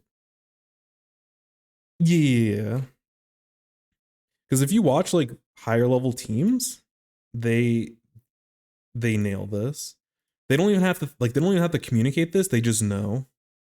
You know, they'll probably like Neosplash will probably say I have Tri-Strike ready, and then you know they know that Neosplash is going to use Tri-Strike somewhere in this area, so they need to be ready to push it once the Tri-Strikes come out. And that's just something that you just get better at. But you have to acknowledge that that's what the game plan is. Your game plan has to be, we're throwing a bunch of stuff here and we have to go for it. You have a stutter, so calling us hard. Gotcha. There was someone that was there was a competitive player. I don't remember who it was. But there was someone that was talking, like literally talking about like communicating in game with a stutter. They had things that like help them. I wish I had the resource on hand. But you're not alone in that stuff. There's a lot of really successful players that have like worked through it. I would maybe, if it's something that like you feel like is consistently bothering you, and like I don't know a ton about that, but I'm sure like I know there was a resource out there. I don't remember if it was for Splatoon or some other shooter, because sometimes I will look at content from other games and it kind of all messes me up because I don't remember what's from what. But I would definitely like, I would seek it out, because especially a game like Splatoon, there's a lot of people from a lot of diverse backgrounds, and that kind of like work through a lot of those things. So I wish I had a better answer for you now. But even if it's something that I like post on like Twitter or something, I'm sure someone could like signal boost it enough to get you a better answer. But I apologize, I don't have a good answer for you. But yeah. Need to take time to review on what we can do better. Yeah. And this is a big thing, just coordinating specials with you know, again, it just goes back to like, this person's doing a play with this person. Like these plays are kind of happening together, which is good, but the bigger picture isn't here. we have to like put all of the things together. And like if these people are going for plays while you're painting in the background and you're not helping, like the thing that happens is like the machine and the tetras both feel like they have more numbers and they have more presence and they have more paint and more ability for follow-up than they actually have. And as a team, if you have things like Booyah Bomb or Strike, to give yourself a little bit of time, like when you're respawning and everything, like on defense for tower control specifically, but just in defense in general, if most of your team gets wiped, which in this case your whole team got wiped, y'all can start talking through that. Because like, you know, you have your special, or you know, depending on your special saver and gear and everything on your team or the enemy. Like if they have respawn punisher, you'll have slightly less special, but you know, if you have special saver, you'll retain more special. But like you go, when your team gets wiped, okay, so let me just go through like a whole practical thing real quick. I'm not gonna spend too much time on it, but it's an important thing. So your team gets wiped, you're basically at full special. So you'll have like 40% special or something, which as a Splash Neo, as you know, you get specials very fast. There's a bunch of base paint. There's paint over here. There's paint over here. So you can paint this way if you want to and get special faster. Or like there's still enough paint with this and this and this and just like throwing bombs in front and stuff where you can also get special like and be in position faster. So that's something you kind of decide. But like in this time, take the time to figure out how much special do you have? How much special does your, because you can get special fast, but like your machine, they're only halfway to special. Machine, like you'll get your special way faster than them, especially if they're looking to be more aggressive. But this is something you can decide before, like this is like you want to give that information while your team's wiped. You want to have a game plan before y'all are even spawning in so that everyone's on board, and it gives you the opportunity to kind of coordinate this stuff ahead of time. Because when you have time to coordinate it, because I know for me, like I get super like tongue twisted or whatever the word is, tongue tied, I don't know. But like if I have to say a bunch of words at once, like my brain can kind of put different words together and I make like incorrect callouts like my brain is moving faster than my mouth because I need to like spit out a bunch of words when I like if I have to talk too fast in the moment. But you know, talking while you're dead is like that's an important thing to communicate, because it's like time where you're composed, you're not even touching the controller. Not a rap gun, absolutely not. I wish. I'm hoping that's something over time I get better at, but I'm not there. It's an important skill, but you can work around it by just giving yourself more time to come up with plans. You have to think ahead of time, and like, you know, you have to find time to be able to relay that information so that everyone's on the same page. And doing it while your team is down or doing it while your team is like getting into position for defense is like a perfect opportunity. So instead of like 2 seconds before you get special, you're like trying to say, oh, I have special, I'm gonna throw special in tower, I can help you, you know, like instead of having to say everything at once, you can kind of talk through, you know, I'm halfway to special, I'll get it off spawn quickly, you know, let's look to push with Tri-Strike. You can say one or any of those things, everyone's on board immediately, and you have plenty of time to actually like play the game and get into position and be able to do more spin callouts and other things. But like your front line needs to know, because like that's me when I play Splash and I'm crabbing, my teammates need to know if like they're getting a crab for this first checkpoint. Because if you're at 0% special and your Booyah Bomb's at 0% special, you have to play it way differently than if you're gonna basically have Tri-Strike immediately off spawn, and you know, maybe you give up first. So you can say like, I don't know, like I'll paint for Tri-Strike off spawn, and you know, we're gonna contest we'll contest first checkpoint or give up first checkpoint, we'll fight after first check or fight for first check. Like you can figure out how you want to communicate it, but give them like a timing window so that they know when they can expect you to use your special. That makes their life easier, because while you're still building everything, they still do, especially Tetra, they have to go in and like find a way in to be relevant once the special's out. They can't just drop when you use Tri-Strike because that's not how Tetra plays. So giving that communicate, like as much communication as you can give ahead of time helps with this scenario. But anyways, we'll go back to your perspective. Get special. You end up putting yourself into a good position. Like all this we're chilling. I would have liked to see a suction bomb on this ramp or over here. Because it would have helped your teammates fight, but it also like delays enemy from potentially. There's also an inherent risk when you use Tri-Strike in this kind of spot. Like Gluga or Machine or even T-Tech can like push up this ramp and potentially spot you. Was going on the sponge good? Yeah, I like the spot. I think like holding here is totally fine. If you want to be over here, it's fine as well, but I think we're chilling in this spot. I don't necessarily see a problem. The problem is that you're timing your special differently than when your teammates are trying to go in. But I think being on sponge is totally, like, I think it's fine. There's a lot of fine spots to be in. Like, you could potentially push on the tent, which is, like, reasonable. You could drop here on the left. Like, that's fine. I think I actually like this kind of the most because you can get suction bombs in different spots. But if you wanted to move to the left side so you can position yourself to actually get more, like, a suction bomb, like, on the tower, you could do that as well. And you also get better, like, you can actually, you can paint in certain spots, but I don't know. I think sponge is fine. You ask 10 different people, they'll give you a couple of different responses, but this is totally reasonable. There's nothing to critique about where you're using your special. You put it yourself in a safe spot. You were able to get the special out and you didn't die. So that's important. But again, I would have liked to see your bombs, your Tri-Strike. I would have liked to see a bomb and your Tri-Strike. At least 2 of them in this area, if not all 3. But I'm totally fine with one going over here just to like delay that push. That's the main thing.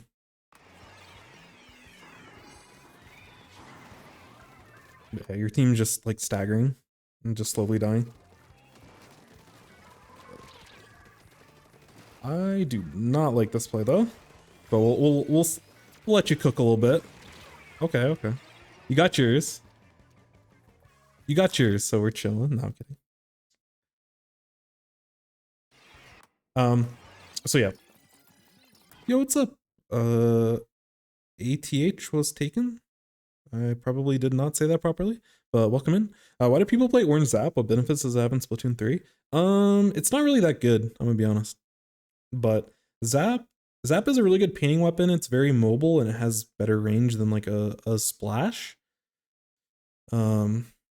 So I think there's viability there and I want to explore it a little bit more. But right now, Orange Zap isn't really in a good spot at like higher tier stuff. But yeah, I think Chomp could be either as a community, we need to be better with it, or the easy way out is just instead of optimizing, just have Nintendo buff it for us. But I think it is almost like the kit makes sense. You're able to paint. The special is really cool. Like I want to play it because I really like the special, but Chomp exist real. Yeah, it's really close to being good, but yeah, it's not that great.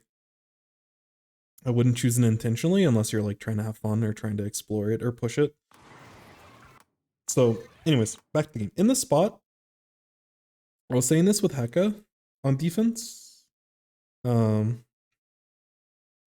especially because like with Heka, if you were here for the first review, Heka was playing Neo Splash with a backliner. Like they're playing with the Tetra as well, but they also had like an anchor and a backliner and also another splash that can play a versatile role. So I told Heka as a Neo Splash that he needs to be more aggressive in order for the Neo Splash to get more value, because you can't really play an anchor. In this role, especially on defense, I would try to be safe whenever possible.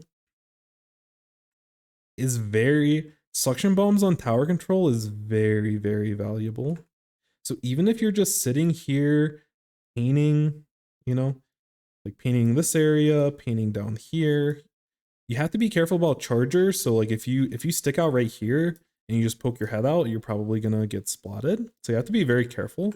But you can sit on this ramp and stay out of the vantage point of the charger and get bombs onto the tower. But I just want to see you throwing suction bombs until your teammates are back in.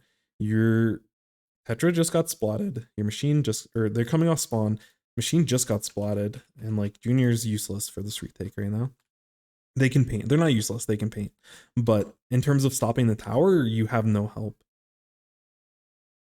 Taking an aggressive position and shooting at tower, it's risky against the charger, so that's why I would rather you just throw suction bombs in this spot until your frontliners can start doing stuff. And like the poor execution of your tri-strike and what your teammates did, this is the punishment, is that they're probably going to get to like this area and this area for free. And you just have to accept the fact that the enemy team's going to get like a 40 push. It's very early in the game.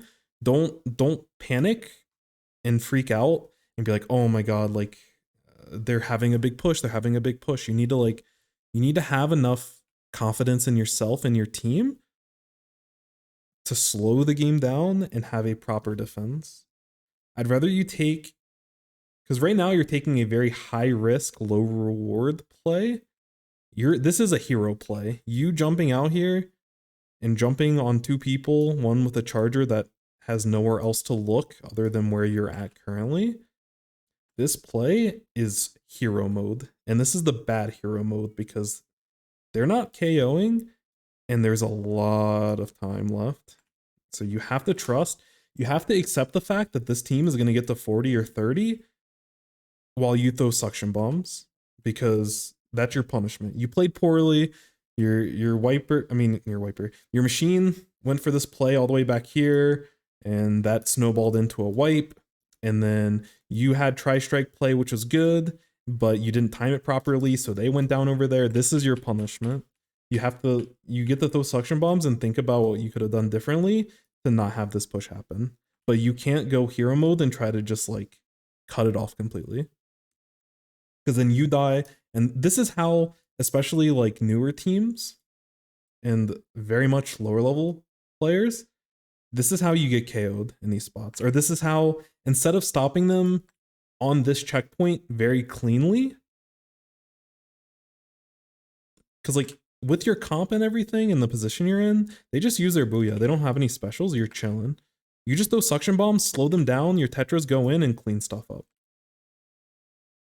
Or, you know, let's say that the chargers on the tower by themselves and the other team is like started pushing you all in different directions. Then you can go for your hero mode play, because you know it's a 1v1. They are not looking at you. You know, you don't want to drop on them if they're looking at you. You know, you can find a play where this drop makes sense, but now is not the time. This is very much I'm panicked and I don't want to lose the game. Never do this. This is like every Splatoon player in their career, and this was me. I came in competitive late in Splatoon 2. This was me all in Splatoon 2.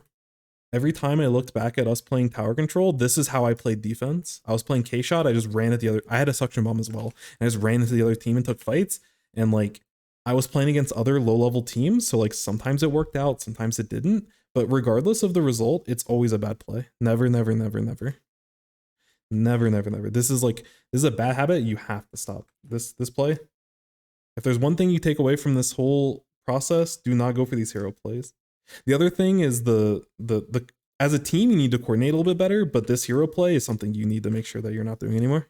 It's natural. It's a natural part of the learning process, but I'm telling you now, keep an eye on yourself. Keep the restraints. That being said, you know, you take a little bit of an off angle with how you jump, and like, you know, you use this as cover to take the 1v1. So like, as bad as the hero play was, you actually mechanically, like, you played this. This part was kind of fine, but like this whole thing is a bad play.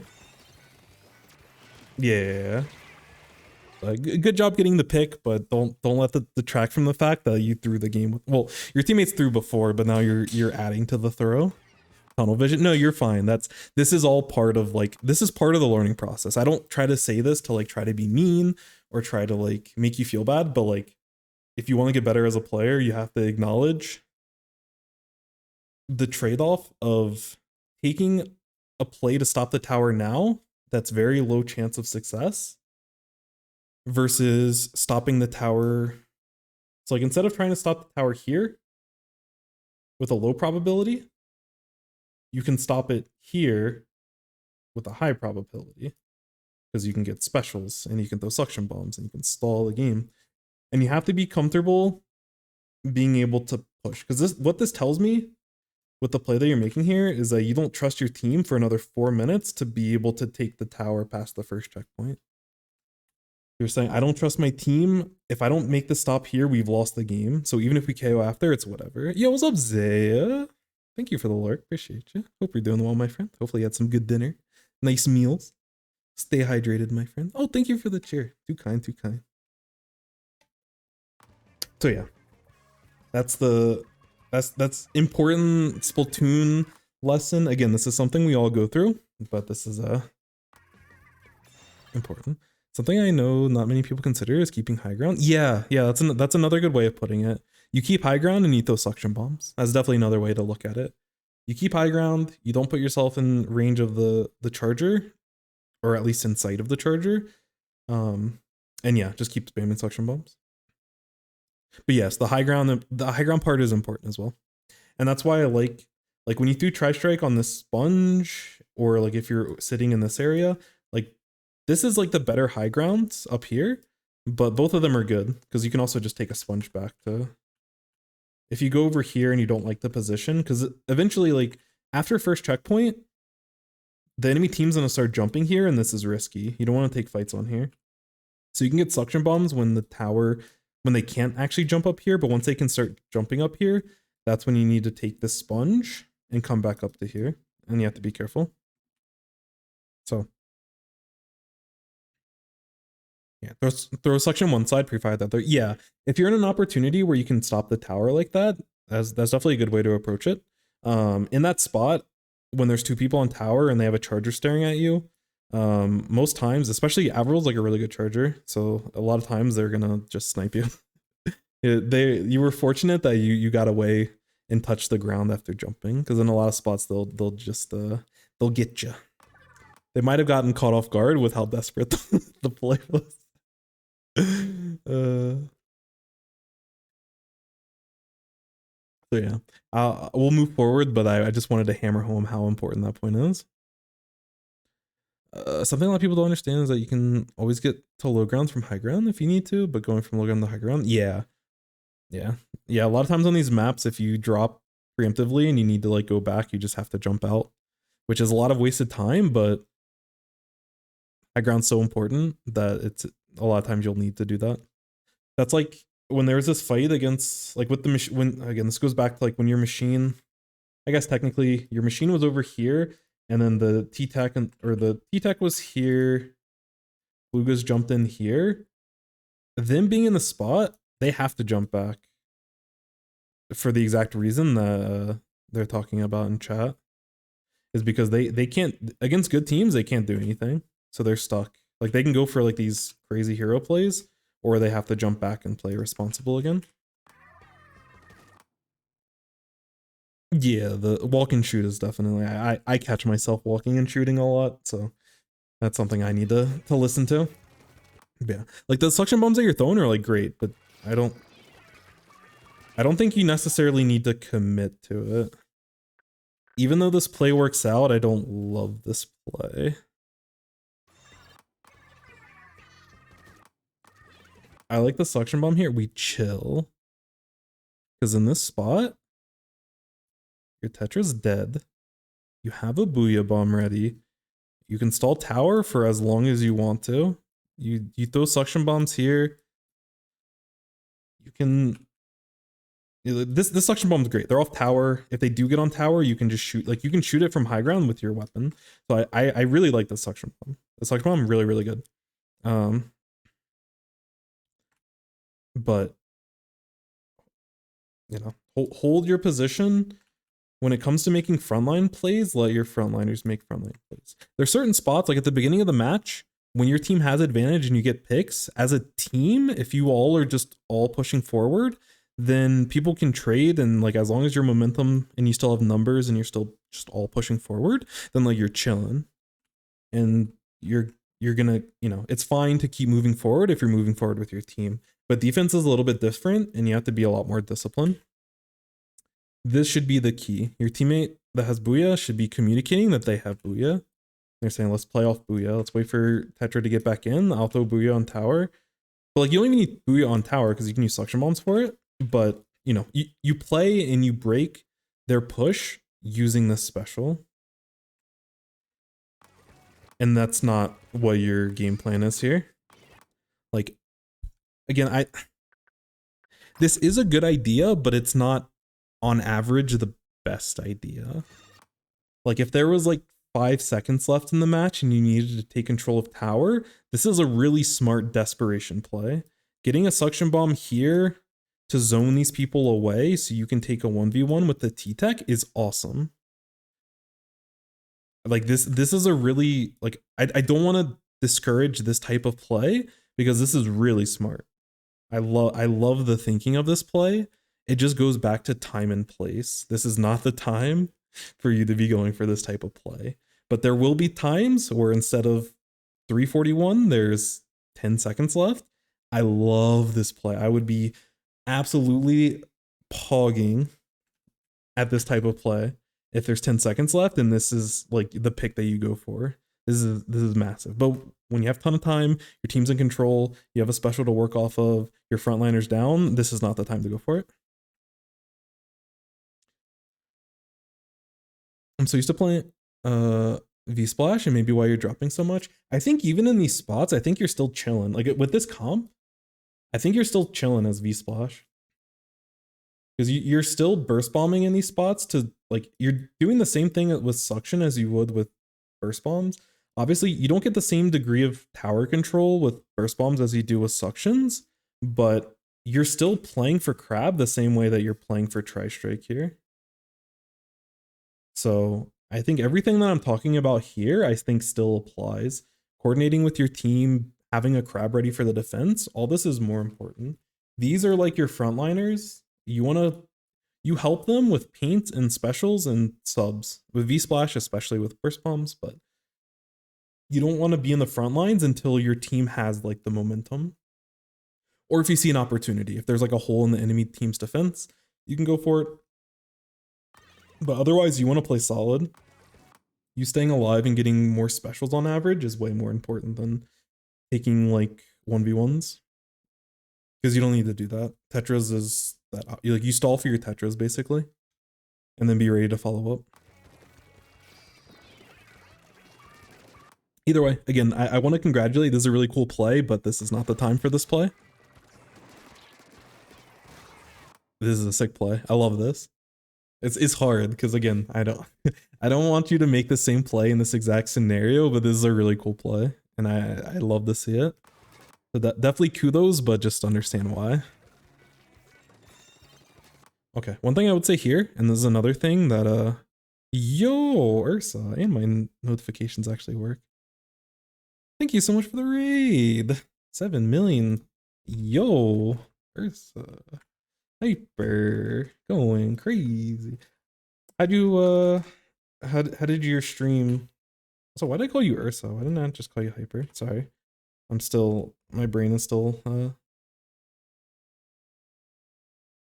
struggling. What were we doing today? Were you playing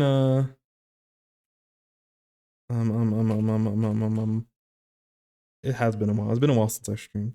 But were you playing Salmon Run today? Or what was on the menu? I hope your stream was nice.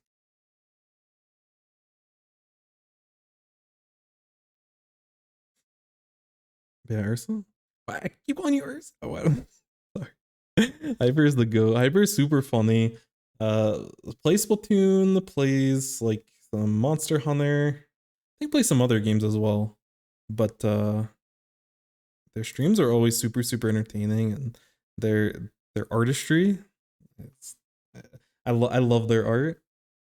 They've done a lot of really, like, they did their emotes, and they've also done like a lot of really cool drawings on Twitter. So if you don't know Hyper, you don't follow Hyper, follow Hyper.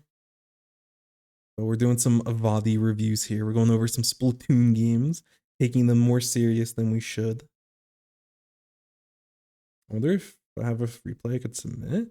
I think we have one more in the chamber. There's one more loaded up after this one, and then that's probably all the VOD reviews I can do for tonight. If you have something, like I definitely I like doing them more. I need to play a little bit at some point, but I do want to do more VOD reviews. But I think we can only do one more for today. But you know, we're gonna be doing this more frequently. Maybe not for as long. We might weave them in a little bit more, but I'm good, kind of chilling right now. So. But yeah, if you have anything, definitely we'll get around to them before the next patch happens. And plus, I'm not gonna want to do Splatfest, so if you do it over the weekend, I'll be streaming, and I will not want to play Splatfest. So any reviews you have, I'll go through them for sure. All right. Anyways, so one thing I do want to say.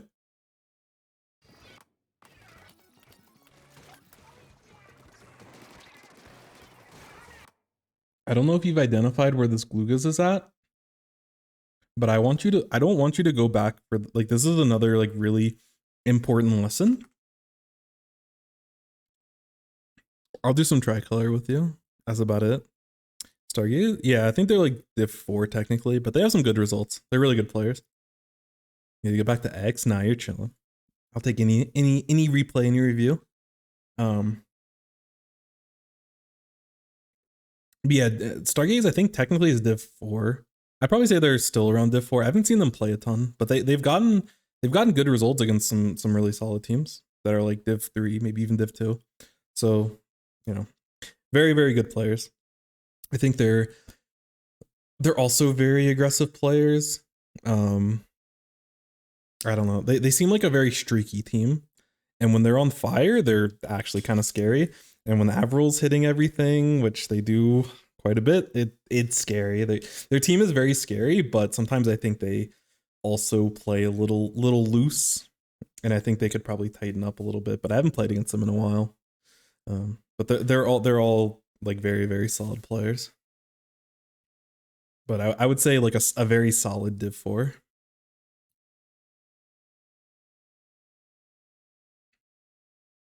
Decided to drop a stupid 30 bomb. Let's go. We love to see it. But no, very, very good players. Very, very good players. So yeah, in spots like this, you want to identify where this person, like this last person is. In these spots, when you have space, there's time and place for you to move forward. Okay, and your teammate probably was calling out that the last person's over here. There's time and place for a lot of this stuff. When you're farther forward than your front line and the enemy team is 3 down, this is outside of the hero plays. This is the other like coordinated important thing that I'll tell you for this review, and it's gonna be, these are the 2 takeaways. I'll talk through some other stuff, but these are the 2 biggest takeaways out of this whole review. And anyone that's like lower level, mid level, please listen, because anytime I watch low level scrims, they always fuck this up. I love them all, but they always fuck this up. So in the spot, you do not want to go back for tower. Do not. Never, never, never, never, never. Tell one of your teammates that are back here. Probably the junior. Also, junior probably would want. Actually, I don't know. I don't know if junior would take tower or splash. I would probably keep junior on tower anyways. But even if you were the designated tower rider on your team, move forward. You just got 3. Go, go, go, go, go, go. If you were V-Splash in this spot, you sit here, you crab on tent, and the enemy team is crying. They are crying. This is the big play potential that you need to make sure that you're thinking of. It's tempered a little bit because you're playing Splash Neo, but you should still be moving forward. Worst case, you position yourself here, you paint all of this, you get all of this paint, your team gets first zone for free, and you're just throwing suction bombs at like this spot, you're throwing suction bombs here or here. You can figure out, you can throw it here. Like you figure out where you want to throw the suction bombs, but you have to move forward. This paint, the time you get to paint while their team is spawning is so important. When you get the paint in this area, once your front line has an opportunity to move forward, like your machine player will love you forever, because they get the shark here or they get the shark here, and they have so many good angles. This is how you enable your teammates. Because yes, you get paint over here, you can't really do anything with it as a Splash Neo, let's be honest. But other than getting you in a position for good suction bombs, which does have value. But this is how you enable your team. You don't want your machine to have to like move forward and have to worry about paint and like they're showing where they're gonna be, you know, and then they have to throw like fizzy bombs to paint for themselves and try to do chip.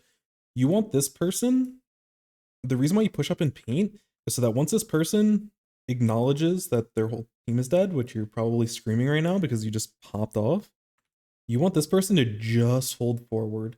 You want them to hold forward in whatever position they want to get into, you know, whether they want to get to here, they could probably be even a little bit farther up the ramp, honestly. They could even potentially, like, they might be able to get to the slick and, like, camp this area and be in this really awkward spot that their team doesn't have a great way. Like, you have to enable it so this person can make the enemy team be in an awkward spot. And when they're all respawning here, the machine can kind of do it, but they're fearing this person. Like, they have to deal with this person ledge camping. So like machine is ledge camping, you're throwing suction bombs. They have to deal with Tetra just like dancing. Like this is where your Tetra is just dancing in this whole area. And I don't know, this person's sitting on tower and they have wave ready whenever. And they can also spam torpedoes at a certain point. But it's so important, never back up in the spot. When you have the space, you take the space. If you want to get, like, you can get up here, you can literally get up to here for free and just paint and just paint. Like paint up this area, get back to tent. Well, against Charger, you probably don't sit on tent without crab. So you probably get here, get all this paint, those suction bombs. Once they start threatening you, then you can just drop off and the rest of your team is in position. You can still spam your suction bombs. You are chilling. When you have these big plays, you have to know how as a team you win the game. What can we do to win the game? And getting all this paint for free is massive. And we'll see what ends up happening here. So no one pushes past the tower. The enemy team is now spawning in. So instead of getting first checkpoint for free, because like in this spot, you definitely take lead. You get it basically to the second checkpoint for free. There's no doubt in my mind. There's no way you can mess it up to where tower doesn't get the second checkpoint for free. Well, you could mess it up, but if you just play like, even if you play super standard and super vanilla, you get this 99% of the time, 95% of the time. Let's see what happens instead. You should still have good paint. You should still have specials, but let's see how it plays out.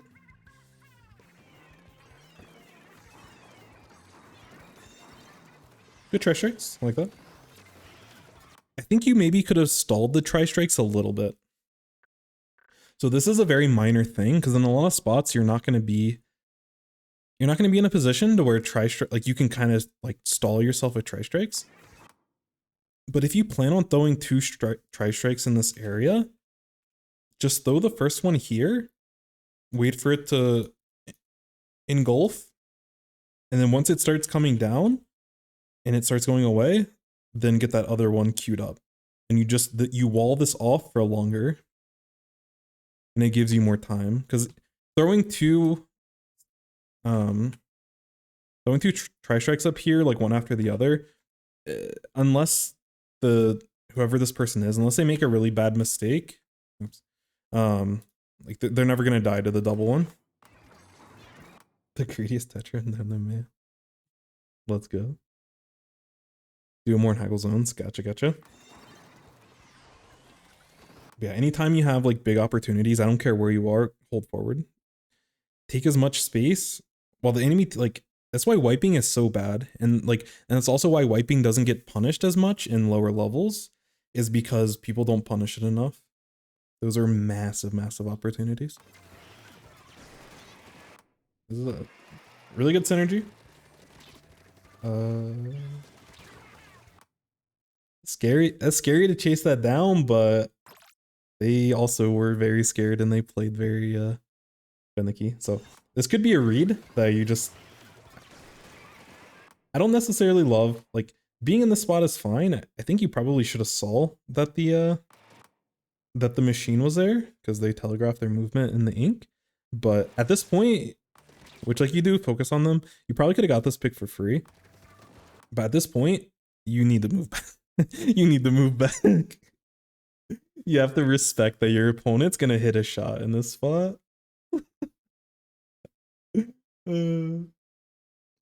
So I like that you kept moving in this position if you were moving forward, but I don't think you move forward here. But a good job getting the pick. I don't necessarily love that moving forward there. A lot of Japanese players take as much space as possible safely. They hold forward until they get to position, until they get into that position and the decision making. Yeah, for sure. That's the thing. It's like when you have when the enemy team's wiped, or if you have complete information, which they were 3 down plus one of them was taking a fight on your side of the map, which they ended up jumping out. Like that's like a solved game. You have plenty of time for you to do whatever you want, and you want to make sure that you're using the most out of your time. So yeah, good points, good points. Putting the Meg the meta into Neo Slash. I don't know. There's sometimes like it's hard to explain, but sometimes in tournaments you just kind of know that people are gonna like make mistakes. Like there's certain times you'll play against teams and you just know that someone's like they're either really shaken up or they're not having a good day, and you can push certain fights. And if you had that kind of read on them, then like I can't blame you for wanting to overheat there, especially after you just got your triple. But I think in general, all my bots are broken. But if you're on PC, you should be able to do it on mobile. But the Discord link is in the like whatever those links are on the tab where my streamer thing is. I don't know. There's like a Twitter link, YouTube link, and I think Discord. But yeah, I don't hate the play, but just be careful.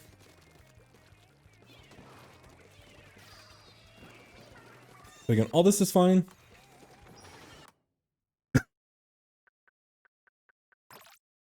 I want to go back to this Reborns. Yeah. Thank you. The icon was done myself. No big deal. So this is a spot. You have special. You don't have enough for your suction bomb. And this is up to your discretion. But kind of like I was saying before, where you don't want to lose value of a free suction bomb, if you sit in ink for a second or two, you can throw a suction bomb and zone people off so you can get your tri-strike out a little bit more safe. If you just like DM me with your Tetra game, the next time I stream, I'll remember to go over it. I don't have a good way. I should make a channel for reviews if I'm going to do it more consistently. But, and this is up to you. And this goes back to the decision making. Sometimes it's worth sitting in ink and waiting for the bomb. I think in this spot, it's actually worth getting a safety suction bomb in front of you before you pop tri-strike. That's just me personally, because you have someone to help you. I'd much rather you position. I'd rather you even like, I don't know. I almost want you to reposition completely.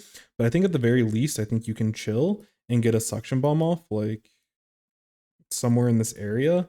Or you can get it up here. Like, I don't care where you throw it at this point, but I don't know. If you didn't want to because you feel like you need to use the special immediately, then go ahead and use it. But I want to make sure that you're thinking that this is a decision. This one is like when you had a full tank and you used tri-strike on your sponge on defense and you didn't suction bomb, I think objectively that's a mistake. In a spot like this, there's an opportunity cost to getting out that suction bomb or not, and I'm okay with you deciding not to use it here, but I want to make sure that I've instilled into your brain that this is a decision that you know, the suction bomb is really important before the special. So like sometimes it's fine to prioritize not to have it, but if you're not, I just want you to make sure that you're rationalizing that decision in your head. Because when you go back to like Father View, this is like still pretty minor stuff, but these are the types of things that you should be thinking about. Sounds pretty tough. All right, that'll be a fun thing to start off the next stream. Thank you.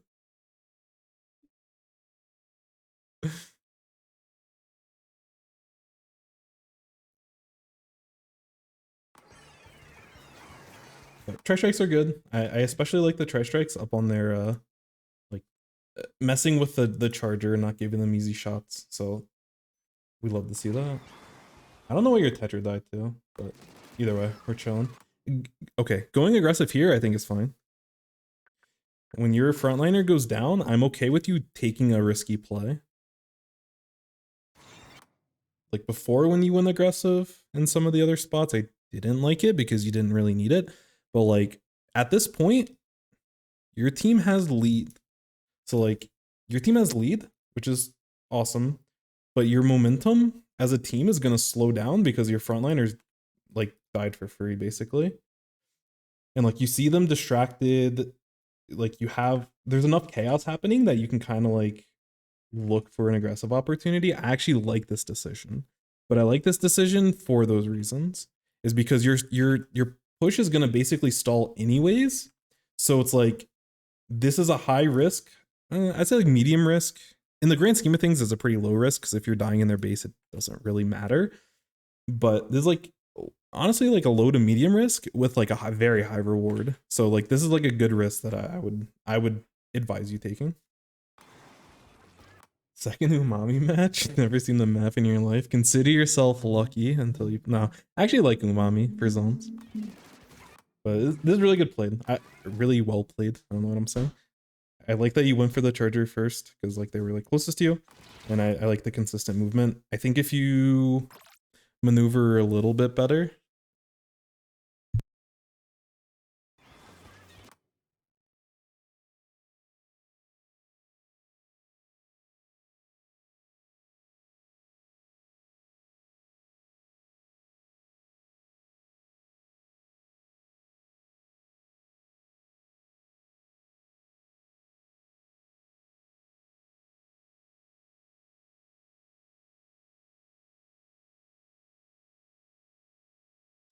So yeah, I think this play is good, but I think you get these shots, like you get these initial shots, and then once this machine is ready to take their second shot, so like once you get like a couple of shots, I actually want you to like move like main strafe left or right in this type of spot and make them guess. That's what I would do personally, versus giving them like the free trade basically. But again, a trade in this spot for you is really advantageous. So like you're chilling. But if you wanted to optimize a little bit, I would have liked to see a little bit of a strafe after those initial shots when the machine was ready to shoot again. Because I think you can win it cleanly. And I'm from watching you play, I'm confident in your mechanical ability to like make that work. Hey, what's up, Bob? What's good, brother? Anything interesting happening? Nice. You got okay. Good stuff. What ended up happening with the set? I'm interested, if you don't mind me asking. Was this pools or was this bracket play? And also, what was the result of the set? And also, how'd y'all do in the SOS? If you don't mind me asking 21 questions. I can also go back and look myself, but I'm kind of lazy. Hammerhead? Okay. Chillin'. Fifth? We're chilling. I think our team got something similar.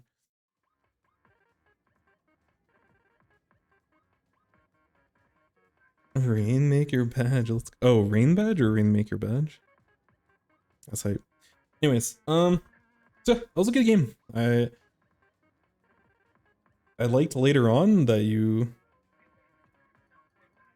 Storm, yikes.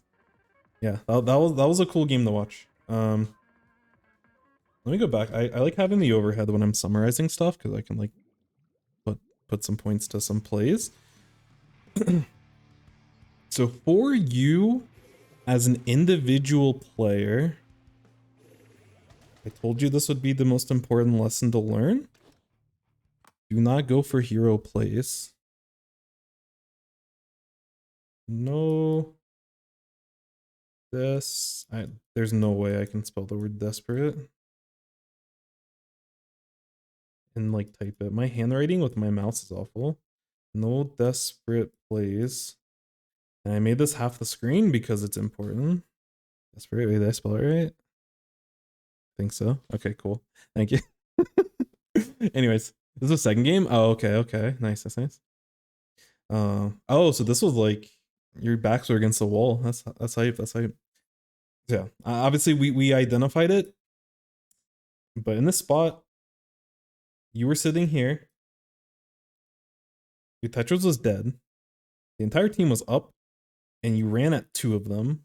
So there was one that was like behind tower, and there was one that was like I think on tower, but they ended up moving left. I don't remember. But there was the glucose and whatever. Never go for these plays.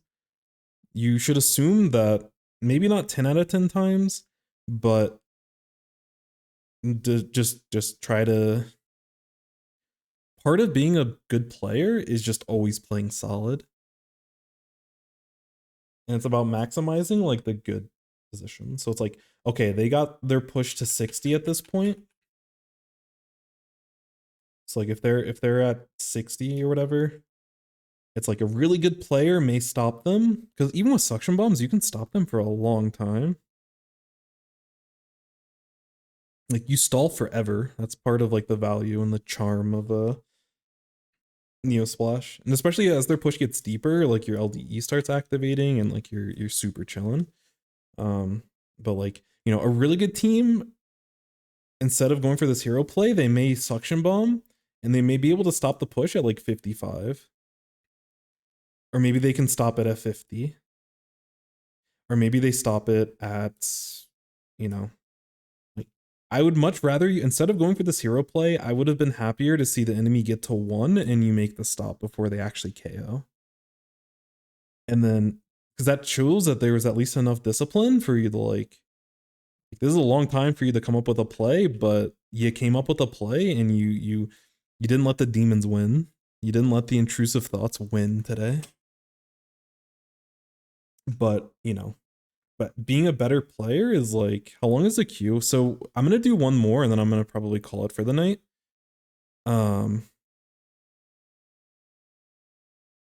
But I'll be doing more this weekend. If you have a code, feel free to DM me. And that way I just have it in the queue. I'm happy to go over it. I'll try to like try and figure out how I want to go about organizing this, but I may just like post these on YouTube. So even if you're not here, I can kind of still post them and stuff. Where's the orange zap? No orange zap for we'll do it tomorrow. We're gonna do one more review. I've been enjoying the reviews, so we'll probably do one more and then I'll probably call it for the night. But we'll be back tomorrow. Channel points. Oh no, don't worry about it. Just you can just DM me. I need to clean up a lot of the stream stuff, so a lot of stuff's kind of gone. So yeah, and like part of being a good team is like, or like being a better player is, you know, okay, instead of going for a bad play here, I can confidently stop them with the tower here, or I can, you know, and like as you, at this point, maybe you're at a point where it's like, okay, maybe I can confidently stop them on second check or past second check. But I would much rather you stop them here 80% of the time than stopping them here 5% of the time. So yeah, no desperate plays. That one's for you and probably for your team as well. Yeah, push up 1-3 down. So take space. This is just like unanimous. Everyone can improve on it unless you're a top player. Take space. Take space, take space, take space. But yeah, you identified it perfectly. Don't take tower if you have a junior play. I think it's okay for you to take tower. Like it just depends. That's kind of the ebb and flow of like kind of how the team's feeling. because maybe they need to get the wave breaker into a certain position. I don't know much about Junior. Maybe they can spam like there might be certain maps where they can like spam torpedoes, or like they have a good advantage with like their kit. I don't normally like, I'd probably almost always have a Neo Splash a little bit more forward than the Junior, but like, you know, there may be times. And then, so yeah, these are honestly the biggest plays, or the biggest things. As a team, I would say you need to work on your coordination.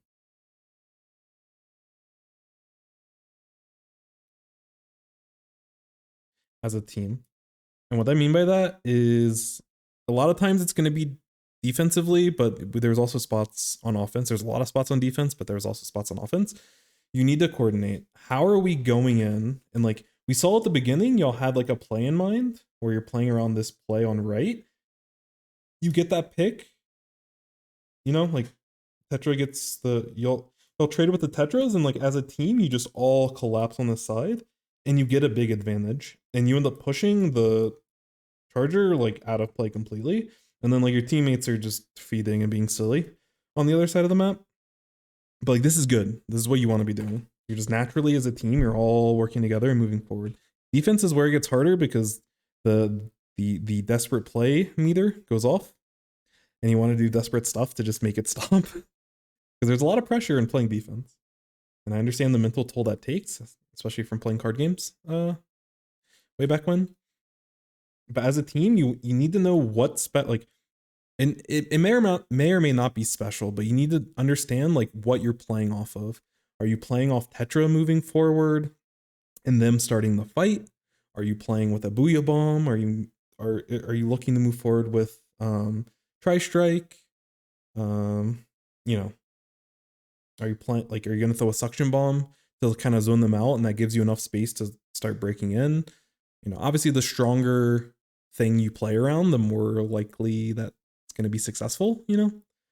Like pushing with a Booyah Bomb is probably on average going to be a better push than playing with a suction bomb. But just as a team, you need to like really work on the coordination. Because right now you're literally like flipping a coin like 20 different times in the game. And like sometimes you'll win those coin flips and sometimes you won't. And you need to break down why you're winning those coin flips and why not.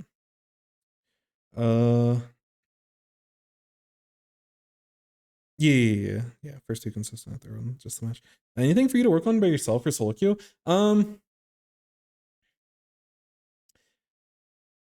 It kind of goes back to the desperate play, but it's not. I wouldn't worry about that specifically, but I think also just kind of understand where, like, what your role is on the team, and like what is your goal if you're playing Splash, like Vanilla Splash, Splash Neo. Do you need to be more aggressive? And I think you understand your role in your team pretty well. But there's ways that you can optimize it. So like when you use Tri-Strike up here when your team was defending, you threw them like, you threw 2 on tower, and then you threw like just 1. I think it was like, I don't remember where the third one was. So it was like back here or something. But like your team was all fighting here. So like when you're playing solo queue, try to establish like where your teammates are, like where the action's happening, which I think you're fine at doing, honestly. But try your best to enable and maximize that. Which some of that goes back to like pushing forward when you have space, because as a Splash, you enable your team a lot of times by just painting the floor, the color of your team. Like unironically, that's like a really big help. But there's also times, especially when you're using special, and it's easier to do with Crab than Tri-Strike just due to the duration of Crab and its overall power and range and all the fun stuff of why Crab's so strong. But you know, when you're looking to special, or like when your team's trying to break out, like try to find ways to work with them and enable them, because you're generally going to be playing a more support role. And again, there will be times where you can go aggressive and start overheating, and like I think you did a good job. There was that one drop you did here where like you threw the suction bomb here. I love that play. You isolated this person, got the pick, and then ended up getting 2 more with the push. But 2 games of Tilly, no more solo queue, feels bad. I'm so sorry, Beb. Oh yeah, I don't even know why you tried that in the first place. That's crazy. And then the play here, when you were like after the tri strikes, you pushed up onto you got them, and then you end up getting the trade on the machine. There's a time and place for you to be aggressive, and I think you already know that, so I'm not going to tell you to like work on it. But kind of the opposite of like when you're not overheating and moving forward, or like if your teammate's trying to do it, just make sure you're enabling them with your weapons or what tools you have. So suction bomb's kind of hard to enable in a lot of spots unless you're playing more defensively or if you have an enemy checkmated. But you know, for Vanilla Splash specifically, like, you know, be aware of those spots and have burst bombs ready to support your team. You know, be ready to move forward and paint for them if you have an opportunity. Like, try to paint parts of the map where you know your team wants to go. So like if you have a machine, have ledges pre-painted for them so that all they have to do is, you know, oh, we have an advantage. Oh, I can just hold forward. Oh, wait, this whole thing's painted. I can just do what I want. You want to put your teammates in those types of scenarios. And that's something that you do for your team, but it's also something you should be doing in solo queue. And a lot of people don't do that and they start coping and then they blame their teammates, even though they don't try to work with their teammates. And then, you know, not that your teammates don't make mistakes in solo queue, but like people could mitigate those mistakes and give less risk and less options and simplify the game for your teammates, and they just don't because they play selfish. So anyways, hope that helps. Appreciate the review. Appreciate the information. Good luck on your team. Unless you play us, then you know, have y'all downloaded it. No, I'm kidding. Y'all are really good. I think mechanically y'all are actually really solid. And I think if you tighten up this, you tell Pigeon and Titus, hey, turn on your brain for like a second, just to time. Because when they overheat, I think they're chilling. I think when they take good spots, I think they're chilling. But sometimes I don't know if they understand what's like when they have the advantage and when not. And I think they're a little bit one-dimensional when it comes to like being overly aggressive. But again, we're all there. And I'd much rather these players be overly aggressive than overly passive. So if they refine it a little bit, y'all are really dangerous and really strong. I mean, y'all are already in a good spot, but y'all are like even more dangerous. So tighten up those windows of when Tetra pushes in and how machine helps, and when you're using specials or when you're using Booyah Bombs and you're chilling. Yeah, I think I'll separate these and post them on YouTube. I'm recording, so they'll still be in high quality. Oh, I should have recorded with... Yeah, I'll post them. I should have found... I had to figure... I need to get rid of my face for these recordings. I want these recordings without my face. But either way, they'll be there. I'll get them... I'll get them posted. I'll separate each review. I'll make a playlist for the reviews. I don't know how I want to go about doing them, but I'll probably just put like if I know the alt code for the upside down exclamation point, I'll put Lucy and maybe Capri Sun sipping on the title or whatever. But I don't have too many videos, so it'll be up there sometime by this weekend, depending on how much time I have. And yeah, I think I'll start posting them there just so at least they go somewhere useful. Yeah, anyways, hope you have a good night. Hopefully that didn't take too much time, and I can review the final match. I don't know if Jay is here. I need to find that review code. If you are still here, I really appreciate your patience. I did not expect these to go so long, but I do want them to be helpful, and there's a lot of things I like to talk about, so. Jay, where are you? Bum, bum, bum, bum, bum.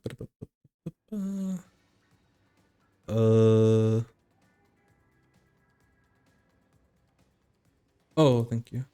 Okay, I think I can actually just find your message with the code. Yeah. Although I can't do it on OBS, because actually, no, I can do it. Okay, we're chilling. Again, I appreciate your patience on this. Also, if you have some time while I'm typing in this code, if you like, if this is like solo queue or competitive, or you know, if you have anything specific that you want to look at, or if there's anything specific you have questions about with your playstyle or a certain play in the match that we're looking at, if you have those queued up and fired up, I'm happy to give very specific, detailed answers about them. But Otherwise, we'll all go along for the ride together. But if it was solo queue, I'd just be interested in like, you know, just general rank and, you know, where you're trying to get, where you're at now. It helps kind of contextualize a lot of these matches because there's certain things that I would tell B rank or C rank people something different than like people just getting into X rank versus someone that's like, you know, 2400 in X rank versus 2800 and higher than me. Like there's different things I would kind of talk about. So sometimes having that little bit of context can help quite a bit. Reflux. Oh, I guess I can see it's a series match, but Reflux, very spicy. Let's I'm a big fan of missiles, unironically, so I'm actually excited to hopefully see a little bit of missiles flying around the map. 2400? Congrats. Don't say only 2400, that's chilling. Oh shoot. That's like okay.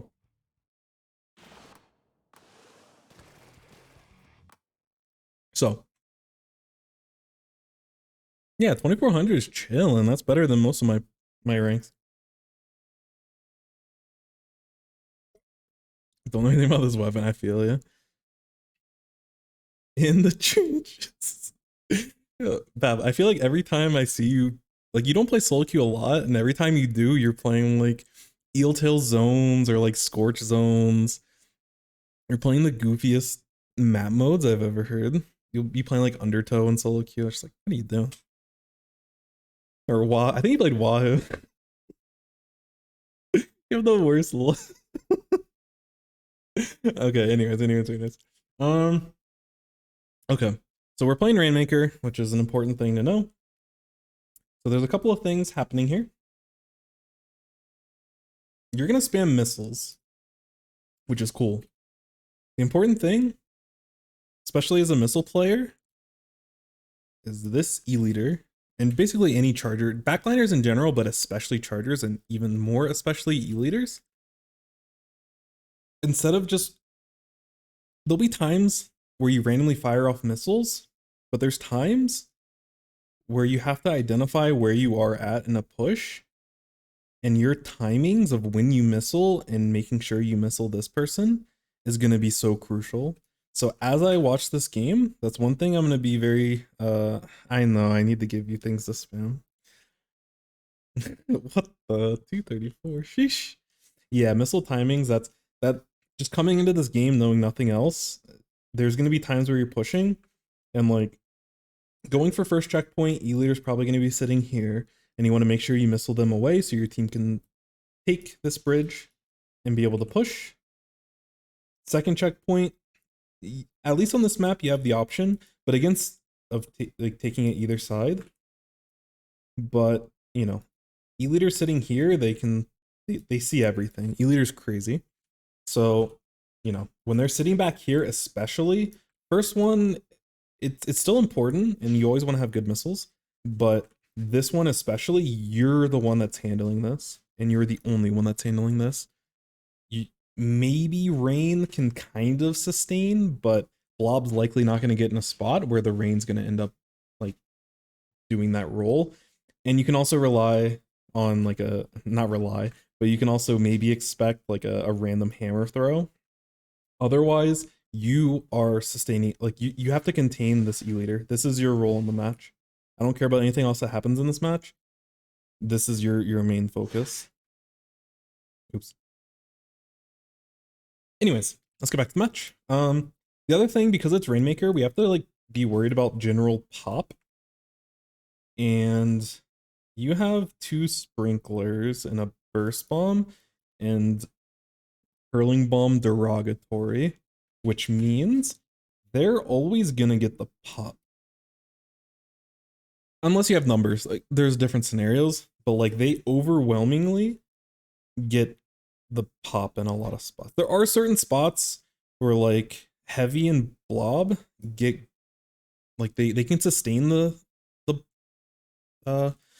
shield pretty well, but one thing you want to always look out for is the threat of just immediately dying if the Rainmaker, like if someone dies with the Rainmaker and then like it's ready for the pop, they're always going to have at least like 2 bombs, and if you don't have like a full setup ready, your team may potentially get wiped from that. So those are the two biggest things here. Otherwise, like, I don't know.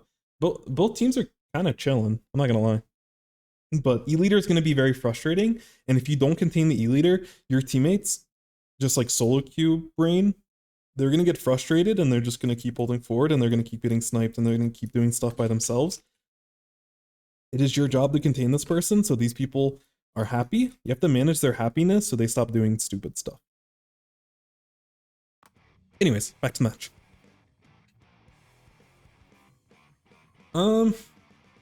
Honestly, if I were you, we'll let the opening play out and then I'll talk through it.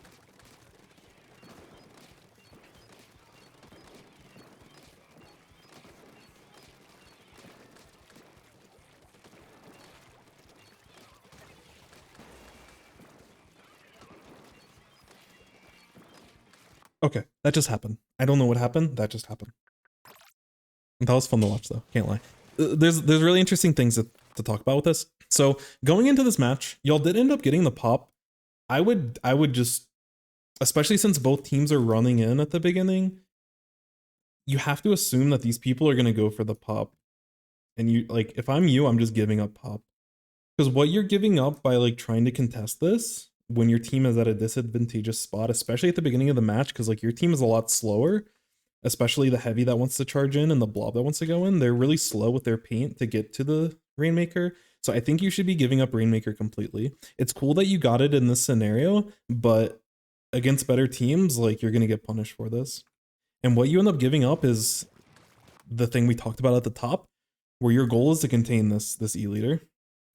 I would much rather you have missiles ready after the pop than the whatever value you get from contesting this pop, which there's also a lot of dangers that we'll go over, but that's the overall thing. I would rather, like, I want them to get pop. I want you to have missiles ready. You missile the E-Leader and potentially other people, and then y'all can like potentially look. Because like by the time they get the pop and everything and you have missiles ready, your heavy will finally be in position over here. And then they have to deal with an E-Leader and then they can't play the game. Until you have missiles ready, until something happens to this E-Leader, this heavy can't play the game. This blob, they're already crying, but now they're even more sad. So it's important for you to like get that stuff ready. Hoping for free special after pop. Yeah, it goes back to like, do you want to take this risk? Which if we analyze both comps, which you should be able to do over time, it's a skill that takes time to refine. So if you're not doing it, especially for Rainmaker, if you don't have an idea in your head, which this took me some time back in Splatoon 2, like you should go into the game and you also should be checking, like, I'm guessing they probably have Object Shredder. No, they don't have Object Shred, but like neither do you. I still really like their chances of getting the pop, but you should kind of just know which team is going to get the pop, and you have to assume that they're gonna get pop, because as you play with better people, your other teammates are going to be thinking the same thing, and your team should all be on the same page of like, oh yeah, we're letting them get the pop. We have missiles, we're chilling, we get our specials, this thing isn't just paints our base and we get missiles immediately. It's awesome. So like, even if you want to fight for it, a lot of times your teammates are not going to want to fight for it, which I don't know why these people didn't actually just like commit to it. I could be wrong, but yeah, they're just like really, I don't know why they're so slow. Yeah, they play it really slow, but like their zap is like painting over here. Like if they hard commit for it, you never get it. But oops. But yeah. So but I wouldn't expect this, especially when you're improving. I wouldn't expect this. It's okay. Like the amount of special they get from this, the amount of paint. Jim or like Squid School did a really good video on like like how much a pop, like what that gets you on each map. This doesn't give you a whole ton. It can potentially get you special, but I'd rather you just consistently, regardless of pop, just paint your base. Like you can kind of move forward as well, but like paint your base as a reflux and just get your missiles ready. Just, like you always have missiles regardless of what's going on here.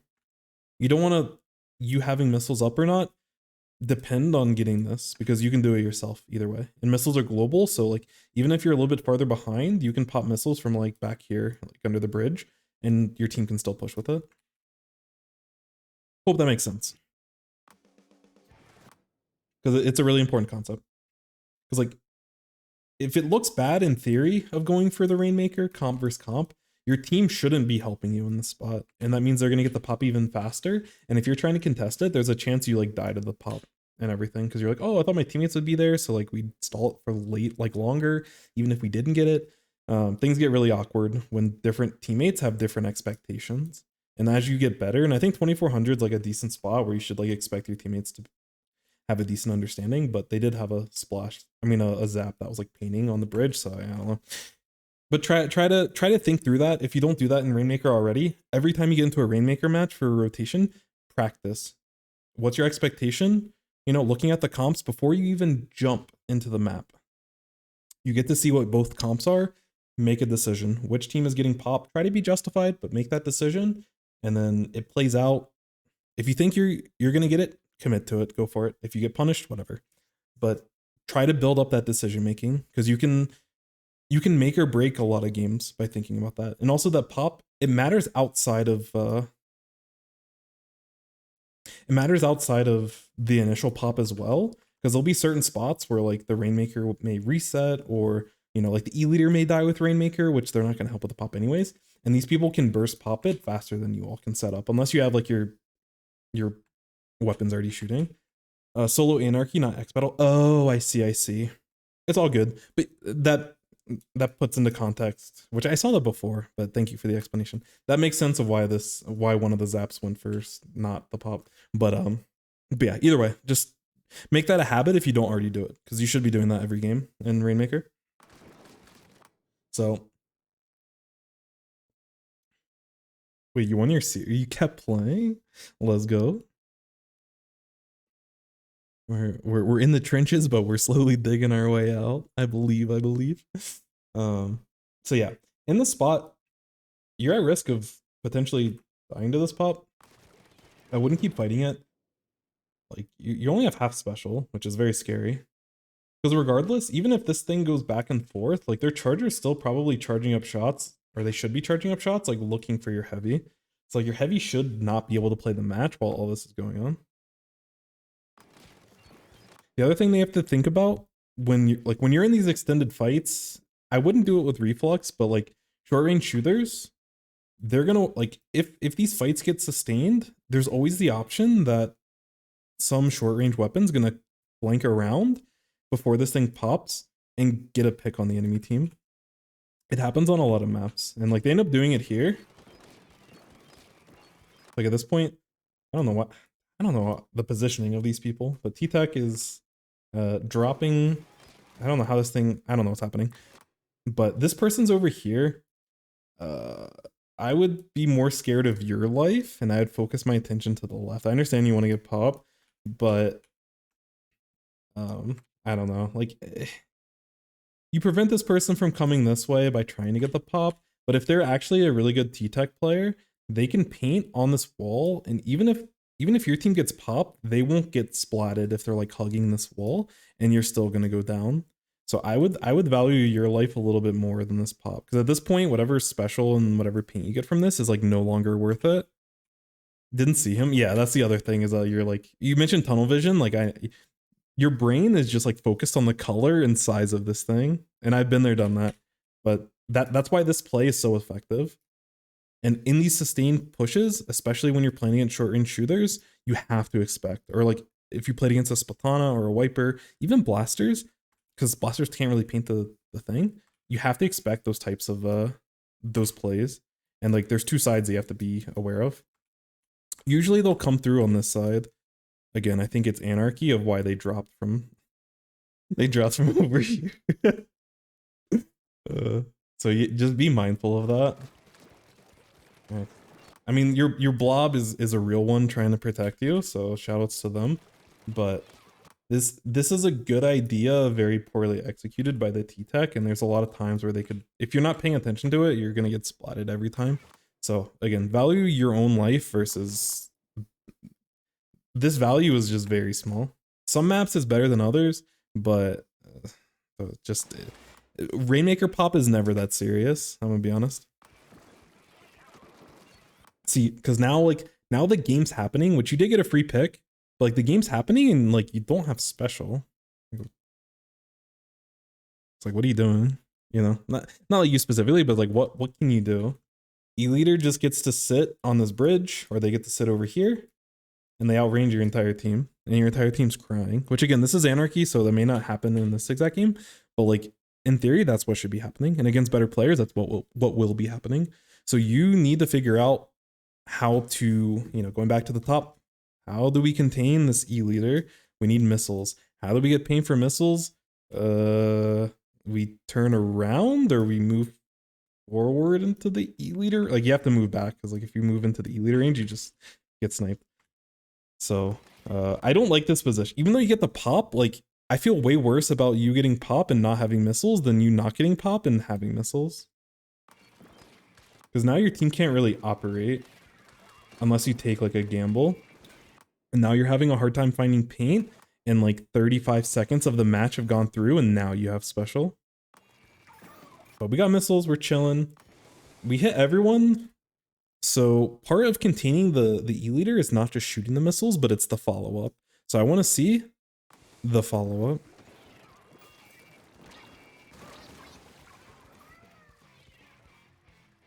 Wow, they had the suction bomb spam. Unfortunate. And they also had an E-Leader watching you, so you may have got sniped by the E-Leader you're trying to contain not too long after. So, a couple things.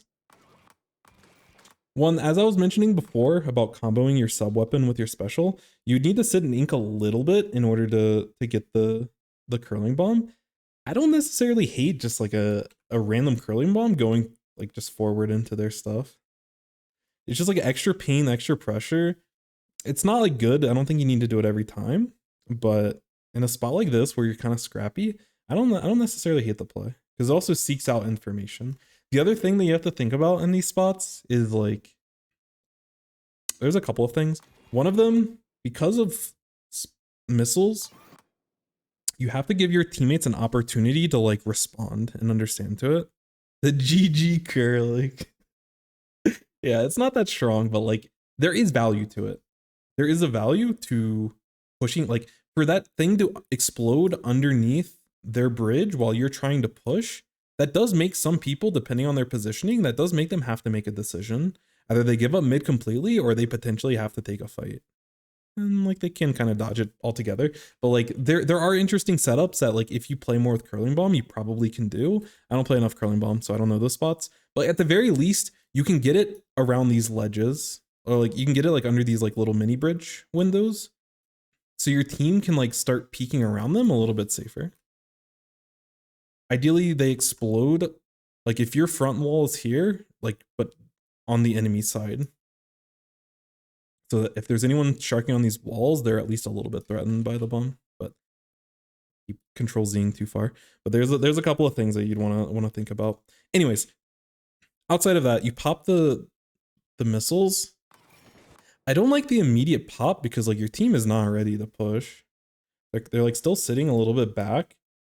And like this is a minor thing, but like if you hold missiles a little bit longer, it gives them a little bit more time to like react. Because if I'm your team, I don't know what just happened in the first 35 seconds to where you still haven't had missiles. So like at this point, I have no idea when to expect you getting missiles. So like you just like, you kind of rush them and it's just like, I don't know, it's weird. But like the longer that you don't, like the longer you're in missile form, like you can't paint. So it is a weird trade-off, but I'd be careful about immediately just popping missiles because like your team isn't ready to start climbing. Like you end up starting to climb and stuff, but if you're gonna immediately pop missiles, also why are you back here, you know? Like y'all got pop, y'all have space. If you want to immediately pop missiles, like you do get more of a vantage point, but like there's somewhere between this wall and where you're at.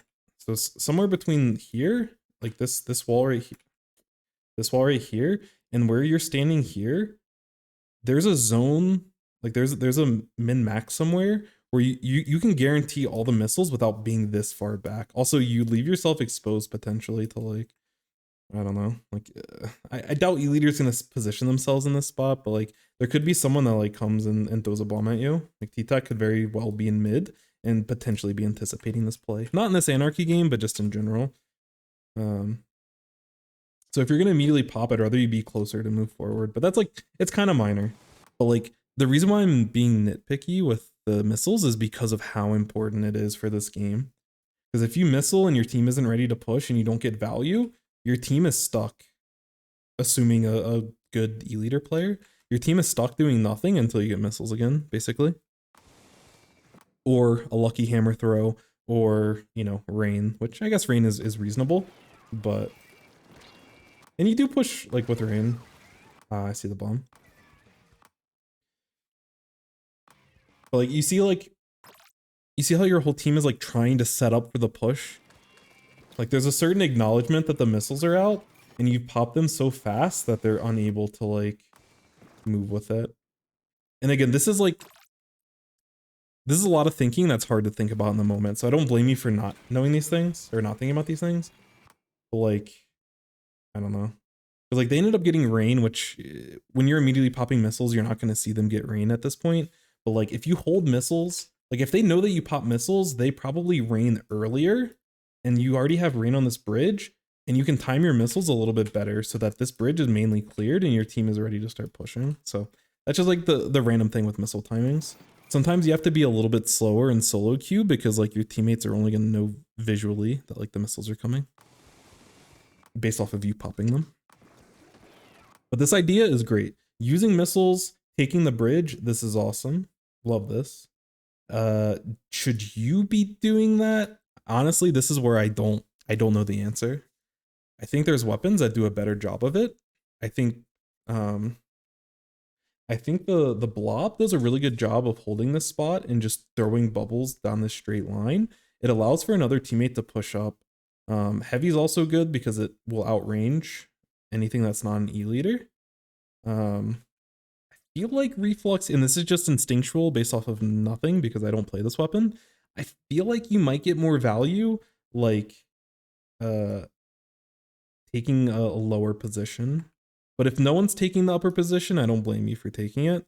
But just based off of the team comp, yeah, no, I can understand that. I can totally understand that. And like with the special like missiles, I think that's fair for you to take. So it's fine, but you know, again,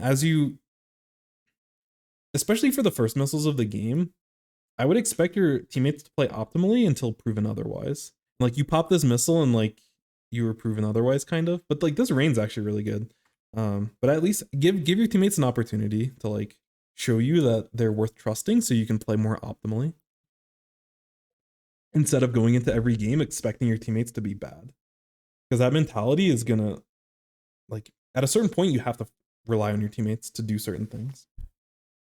Like if you didn't have good missiles this game, these teammates would be justified in saying, oh yeah, my reflux through, because they just never focused the E-Leader. So far you're chilling, and it's only been 30 seconds, 40 seconds. But you know, like there has to be a give and take with your teammates.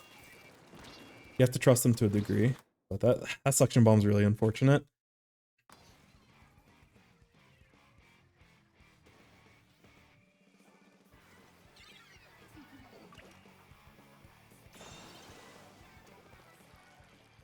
It's okay. So again, in these spots, I don't think you put enough pressure for you to just like swim for. Like, I don't think you put enough pressure with your reflux main weapon and curling bomb to justify you swimming forward. This is one special reflux. You end up dying again. This is a second free reflux special, and this is a third one. Like, or like, and a little bit of extra. You have to be selfish with this paint if you're playing reflux. And the best time to be selfish with paint in your base is when you're already in your base. So at the beginning of the map, and when you're respawning, again, time and place. Usually look at the map to jump. Yeah, no, I mean, that's a good habit to do. But part of that decision making should be this paint situation. How close am I to special? And like you just use your missiles, so you have no special. So how close am I to special, which very far away, and you know, like what type of situation is happening on the other side of the map, which you could probably safely jump. I don't know if you're wearing moon shoes. I can't find anything. Okay, you are running stealth jump. So yeah, I think jumping to your teammates on snipe is fine, but we come back to the same issue. You jump to your teammates, you have no special. You have to find paint, so you either, you know, you have to be aggressive and start moving into spots where leader's gonna start sniping you, which is like anywhere, like anywhere past this line, and even so anywhere past this line, the leader is gonna snipe you. So it's like, if you jump to your teammates, how are you impacting the game? Are you gonna go Hawkeye and like hit all of your main weapon shots? Again, I don't know enough about this weapon. I'd probably say generally not. So you have to go back and paint anyway. So you jump to your teammates and then you like paint here and you have to keep walking backwards to paint. And instead of having like either you swim to your teammates or jump to your teammates and you're without special for another 30 seconds, or you have to jump to your teammates, which takes time. You have to swim back and you're probably like back here when you've painted for your special fully. And I don't like that play. And I don't like you not having missiles, but I also don't use the main weapon enough. So if you think that you can get value outranging a leader and a bunch of bombs and a bunch of paint, then you can teach me something here. Anyways. Oh, you like torpedo painting. Okay. Because like even that paint over here is like risky. Against a good leader, they'll snipe you in those spots. Against good leaders, even if you're sitting right here and you peek just for a second, they will absolutely blast you. So you have to be careful. You have to respect, like, again, in series and anarchy and stuff, you're probably not going to be playing against the best leaders. No offense. There's a lot of good leaders, but you know, you don't have to respect them as much. But as you continue to climb, this space that you painted for here is very dangerous. So just be mindful, because you don't have teammates really like pressuring. No one else in your team can apply pressure to the leader. So they're just like, it's open season for them. They're just looking for something to shoot at. And like when you go over here on the right side to paint, you should be their target. Okay. Oh wait, this is the beginning of the match. I'm an idiot. Okay, sorry. I went too far back. I thought this was the play after. I'm like, wait, how'd you get special so fast? But even then, even at the beginning, that paint is like, it's dangerous waters. The advice is still good, but I was lost in the sauce. Anyways, you swim in. Should be able to pop in. And like, this is like a good visual of like why E-Leader is just really bad. Yo, what's up, Brick? Also, congrats. What was it? Shoot. It was that Friday night tournament that you won recently, right? What was it? What was the tournament? Congrats. But I also hope you're doing well. I saw that on Twitter. I'm sad I didn't get to watch. Yeah, FTIU. I was like so hype. I saw that. I'm like, tactic fuelers. Wait, don't I know someone on that team? And then I looked at the list. I'm like, let's go. Super hype. Congrats. I hope you're doing well. Hope you're having a good night. We're almost to the weekend. But yeah, this is like perfect representation of like how annoying leader is. They get these angles. They get to see like under this bridge. They see that spot where your teammate is right here. They're in dead zone. Got your first Sindhu NFT. Let's go. I keep controlling too far. Alright, I can respect the YOLO hammer when the leader's looking at something else. Honestly, that's a Giga Chad mood. I love that. Anyways.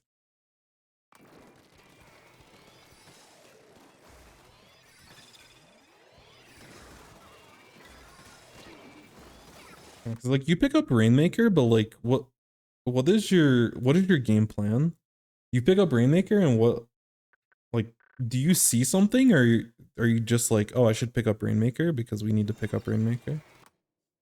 Because like you have it, and I can potentially see some ideas, but like when you pick up Rainmaker in this spot, Jay Bambers, is there something specific that you're is there something that you're looking for?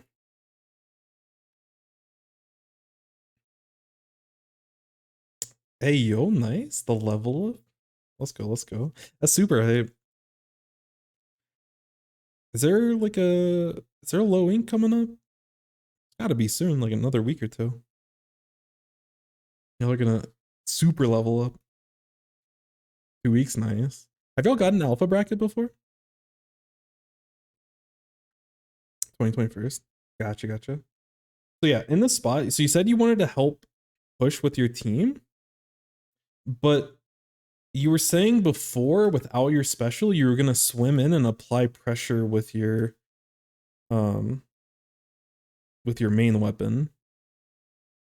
Epsilon while back. Let's go. I'm feeling something special for y'all this low ink. Hopefully y'all get on stream so I can spam your team. But good luck. Keep up the grind. This might be the one. I'm feeling it.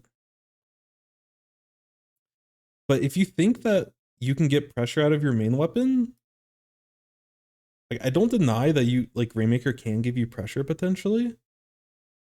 Problem with this scenario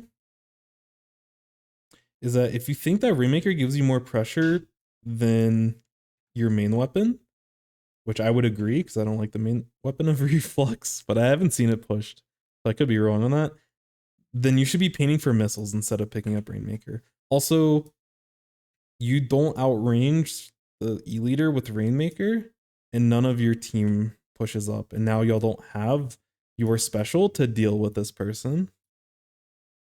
You have like a Rain and a hammer throw potentially, which is you should rely on like 2% of the time. Yo, Juan, thank you for the raid, my friend. So kind. A wonderful boomer raid. How's the stream, Juan? How are things? We're just doing some VOD reviews over here. Hope things are going well. I've been good. I've been busy, but today's been a good day, and for the first time in a little bit, we're chilling. We're comfy. But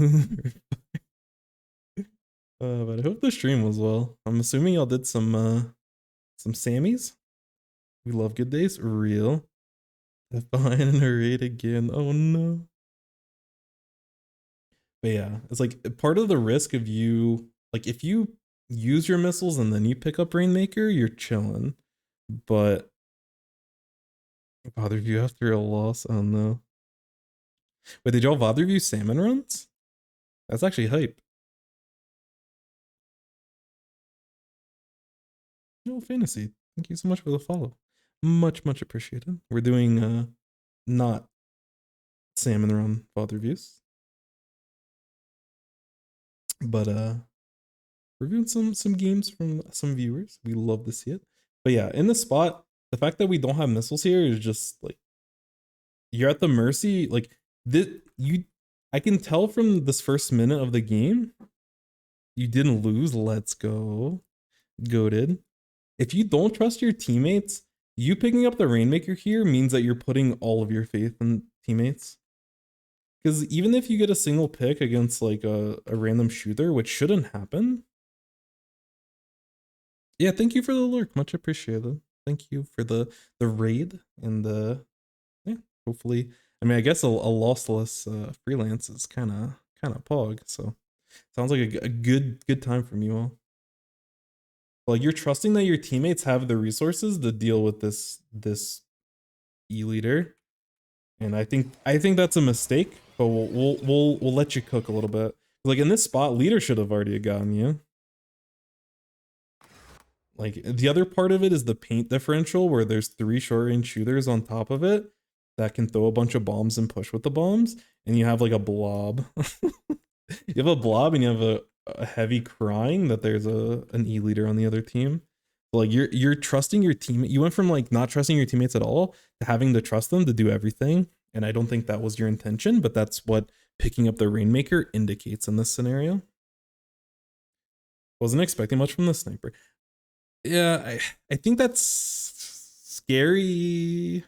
Like so far you've been proven right, but I think we were too quick to jump to that conclusion, if that makes sense. And I think you have to also convince your teammates with solid pushes. So even if I didn't respect the leader, I would still be focusing on my missile game plan personally.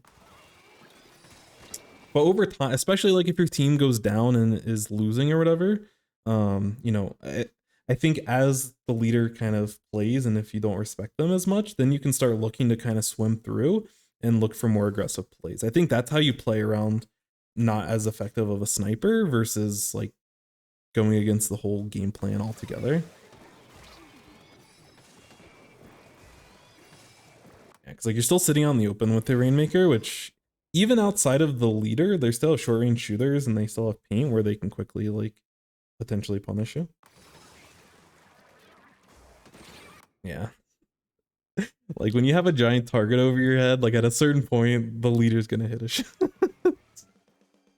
If you slowed it down a little, like when y'all get the initial pick, I think you can actually like have a play there, but you can't be the first one pushing through. You have to, someone else has to be taking the attention of the of that leader before you start pushing. Because you can also get like shots in somewhat safer positions, but I think you're a little bit too comfortable sitting out in the open against leader. Which even if they're only gonna hit like 20% of their shots, like you're giving them more than 5 shots to you know land one. And they finally got theirs. Even if they're only hitting like, you know, 15-20%, like you gave them enough opportunities to where that stops your push effectively. Helping with pop's good, but again, like your base is not painted and it's so easy. Even if you wanted to jump, you could literally spawn here, shoot like 3 or 4 times, get special, and then jump to your team, which is slow. It's slow enough to where you're not helping with the pop and everything. So it's maybe not the best play. Like it goes against your intentions of what you're trying to do with the jump, but I really want you to have special. I really, especially as you play against better people, you're actually throwing if you don't make an attempt for this. Because even if I'm playing crab, every crab, like if this was me as a splash player instead of you as a reflux, every crab, I don't care how much I respect the leader, every crab is on high ground and I'm focusing on this leader. It's just that important. I can trust my heavy. I can trust the heavy dealing with 3 short range shooters. I can even deal with blob potentially like staying alive in high ground and dealing with these short range shooters. But like this person, like your heavy actually cannot play the game until this person's been dealt with.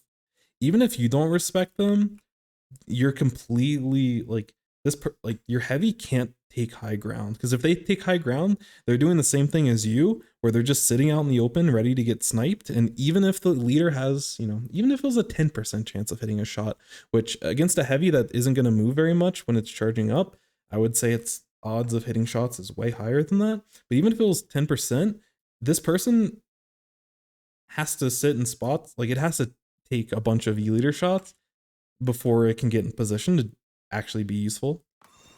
And like you're denying your teammates an opportunity to play the game. And this kind of goes back to what I was saying before, where like, and you're not this person. We all are this person so far, but like, or we all are this person at some points, but like this is the problem with like, oh, my teammates are the problem. Because like I don't know how this exact like I don't know how this game turns out, but let's say even if you went like 25, so like let's say you got like 25 splats. You know, let's say you had like you popped off and then your heavy got 3 splats and went like 3 and 15 or something, you know. Is like you would post the screen, not you, but like there'd be people that would post the screenshot and say, oh my god, like what can I do? Solo queue teammates are so bad. Like I got 25 splats, my heavy didn't do anything. Like my teammates are holding me back. But the reason why the heavy can't play this game, and the reason why they should not get a lot of picks, is like the heavy can pop off. If once you deal with this, heavy is insane value. But until then, heavy is just crying. So if you don't try to enable your teammates, it's expected for them to have, you know, low splats or whatever. Like again, I don't know the result of this. I'm not trying to say you are this person. At a certain point, we all get frustrated and we're all these people. some people post it on social media and are kind of cringy, but you know, I should have spammed E-liter. I want all of your pushes as a team to be focused around you timing your missiles really well. I don't really care about you hitting shots or, you know, curling bombs being like the most tricky. Like all those things would be cool. Like, you know, I think you're doing a decent job of painting safely where you can. But in order to enable a big push, and in order to win the game, you either have to expect this E-liter to whiff every single shot, which, you know, isn't really feasible, or you need a game plan to deal with it. You don't have an opposing E-liter, so this thing outranges everything except for your missiles. Missiles are realistically, unless, you know, you have a 5% chance that there's a hammer that gets thrown one time into the leader. Your L3 throws a funny hammer and gets a pick. Yeah, sorry, I'm not trying to throw this on you. I just get like, this is like a perfect example of you could have the best stats in the world, but I still don't like the way that you played this game. Even if you hit every single shot and played it perfectly. Yeah, no, sorry. I wasn't trying to throw that perception onto you as a person. It's just this is a reason why someone could have really bad stats in a game and someone else, you know, it could be anyone else, but someone else could have really good stats and it doesn't matter because there was a bigger problem that wasn't dealt with and wasn't thought about. But no, you're chilling. Sorry. I wasn't trying to put it onto you. It was just, that's why raw numbers don't always tell the story of a game. Which again, I know you're not trying to do, but it's an important point for not you, basically. Yo, Cherry, hello. Thank you so much for the raid. How was the stream? Yo, new one, hello. Welcome back. I am so bad at twitching right now. Yo, Night, hello. Hope y'all had a good, fun stream. Check out all of these fantastic gamers.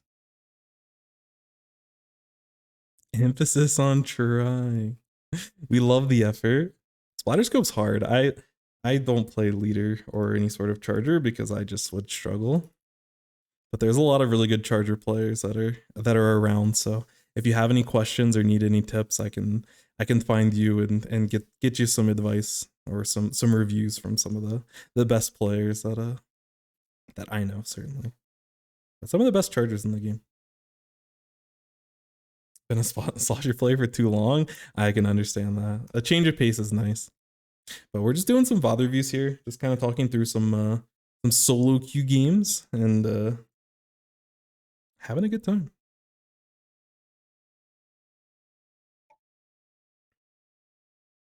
Can ask us this. Yeah. There's so many, like one of my teammates' son, like he doesn't play as much scope, but he's like a godlike charger. But yeah, there's a lot of people in the community, even like non-competitive players like Marluxia, which Marluxia would be so good and competitive if they ever attempted to play. But that's another story for another day. Anyways, there's a lot of really good charger players that can hook you up. But I hope you had a good time. I wanna. Are you gonna make a YouTube video potentially for it? Otherwise, I'll have to go back. It's always fun watching people play. People play different weapons, but also charger specifically. Because I can always relate to people that pick up charger for the first time. Because I always feel like a feeling of despair every time. Every time. But thank you so much for the raid. I really appreciate it.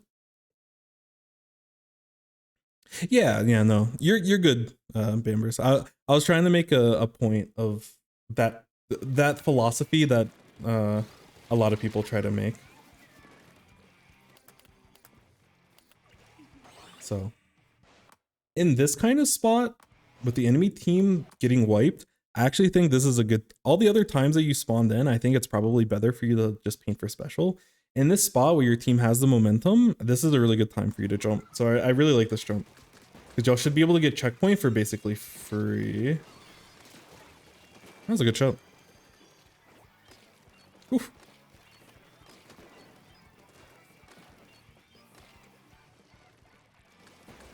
Yeah. Nice shots. So we'll let this play. Okay. Push stops here. So a couple things I want to mention in this spot. Making a video on the big swig? Yo, let's go. I feel like that weapon has to have some hidden potential. Maybe one more buff and we're chilling with it, but yeah, it's underrated. That's another problem. I'm not gonna go on a rant, but like as a community, we don't talk about how to push a weapon a lot.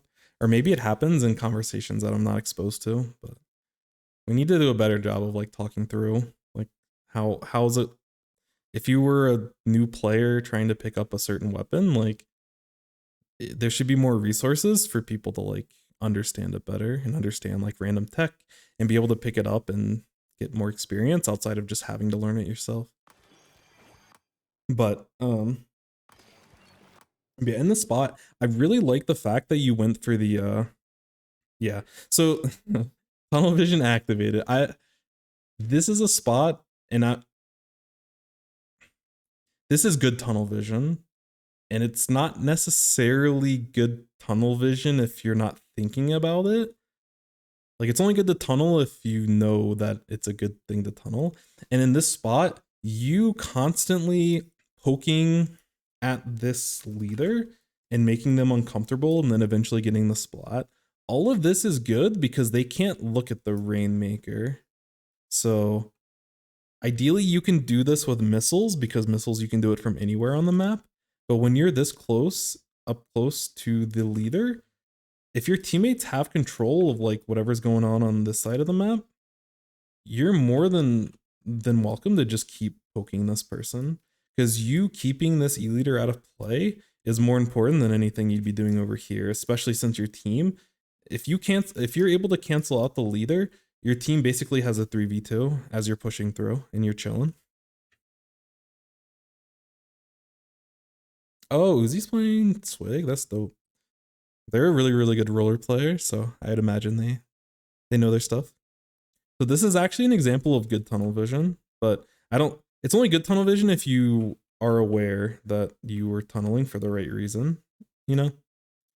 So I don't want you to just tunnel on things because it's gotten you into problems this game, but this is an example where you can put your full attention on this leader and like you're chilling.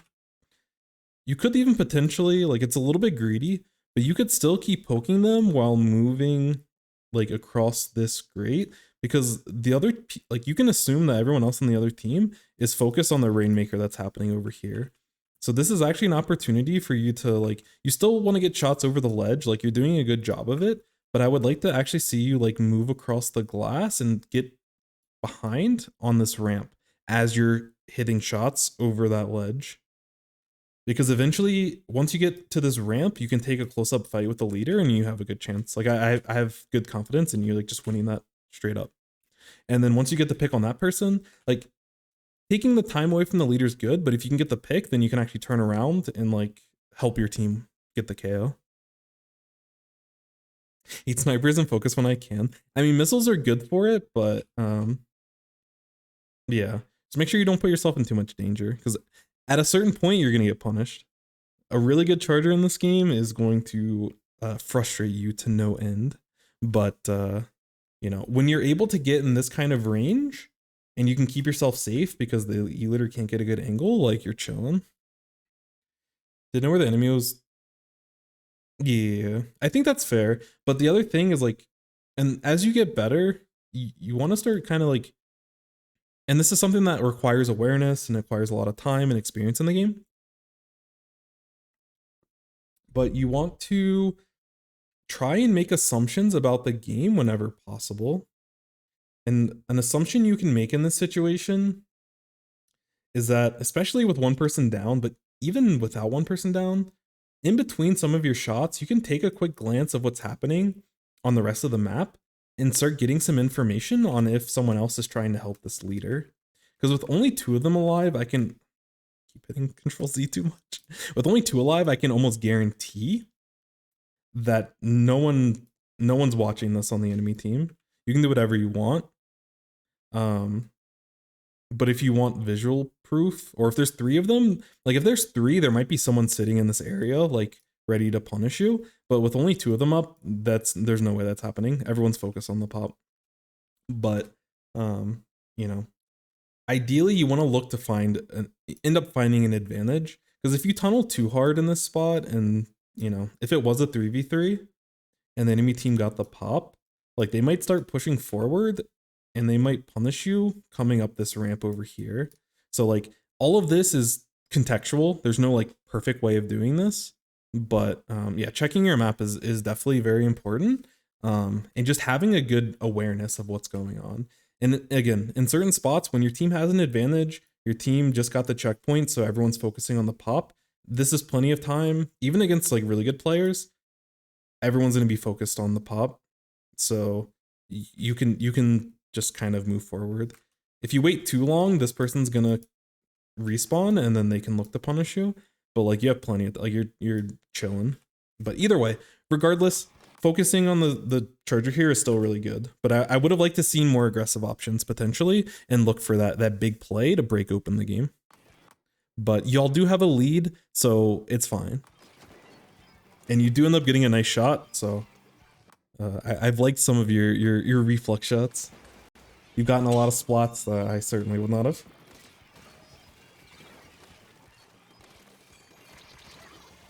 Yeah, I like your attempt to move back here. And this is really minor. I don't want to go too much in depth with a lot of the stuff because I think it's just like, it's not the main focus that you should be worried about. But in this kind of spot, you can sit right here. You can paint this area and you can take direct fire shots on this person. Like Reflux should be able to hit these people from this kind of range. I want you to keep this type of position. Like there's no reason for you to drop into low ground to get closer. You should have confidence that you can like hit this type of shot. And if you can't hit it, like just practice it. Fake it till you make it kind of thing. And eventually you'll hit those shots. Because these people are not looking at you. And I don't want you to get into a position where like they're dropping on you and they're in your range. I'd rather you sit up here. And if they end up pushing you, you know, like if this person goes down, which is very likely, this is still a really solid push. But this person goes down and then they start pushing you. I'd rather you be able to safely back up and stay alive. And then the person that died, they can like jump back to you and you can keep this push going. Because y'all are still in a good spot. And most importantly, your special is almost up. So even if this person goes down, you can still get a push ready, especially with this pick. This pick is so massive.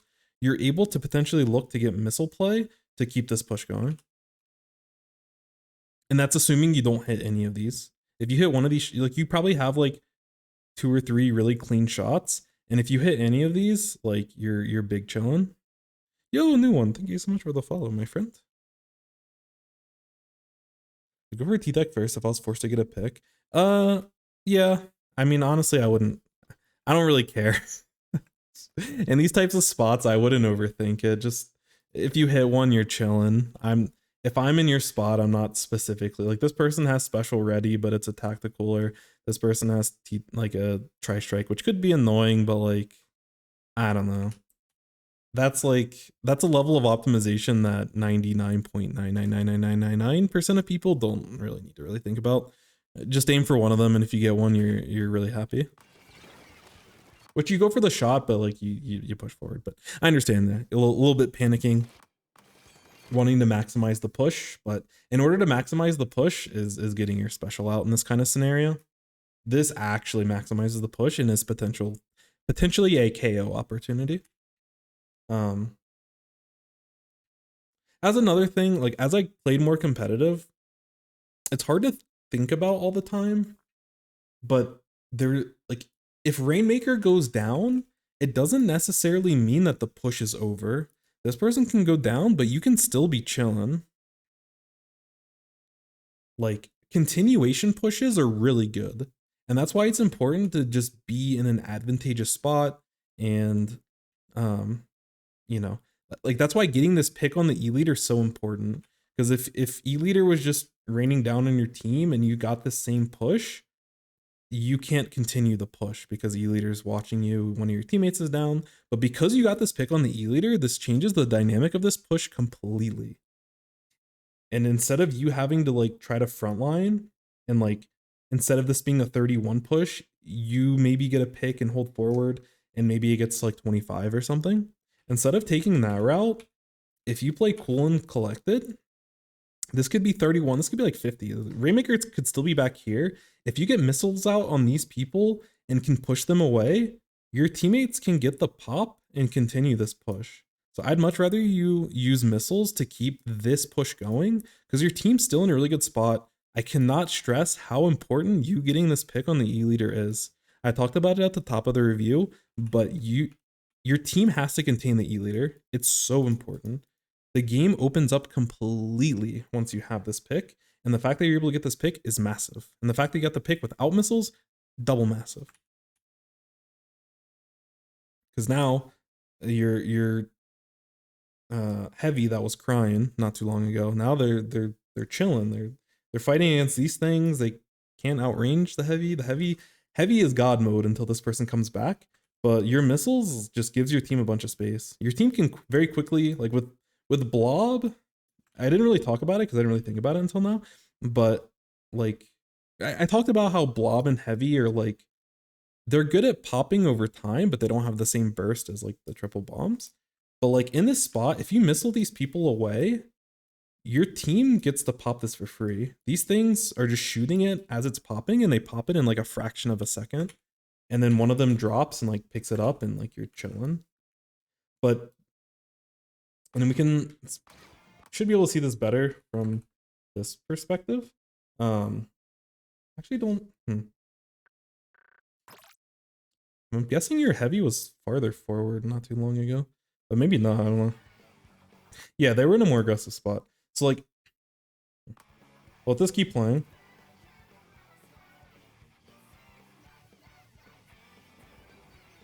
So just to kind of visualize this in an overhead, you get this pick. I don't know, like your heavy shouldn't have pushed back as fast as they did, but if you get missiles on these people, like you can back up to like right here, get missiles on these people, then your two teammates here can push forward, just shoot this for free, get the pop. You may not get the KO completely, but you're getting it to single digits, almost certainly. Think you got too aggressive? Yeah, and I think it's understanding when to be aggressive and when not to be aggressive. So when you're underneath a ledge to an E-Leader and it's basically a 1v1, you being aggressive is really good. But you have to identify why it's good to be aggressive here. And it's good because E-Leader doesn't have a good angle on you. These people are worried about this Rainmaker push, and your team is like keeping the rest of the enemy team occupied with this push on the right side. So that allows you to take this fight for free. But again, if Rainmaker was still in middle, if more of your teammates were down, then the dynamic of this pick changes completely. And part of you being a better player is identifying these scenarios when it's safe for you to go for these picks, obviously executing. And I think when you get in good spots, I think your execution is solid.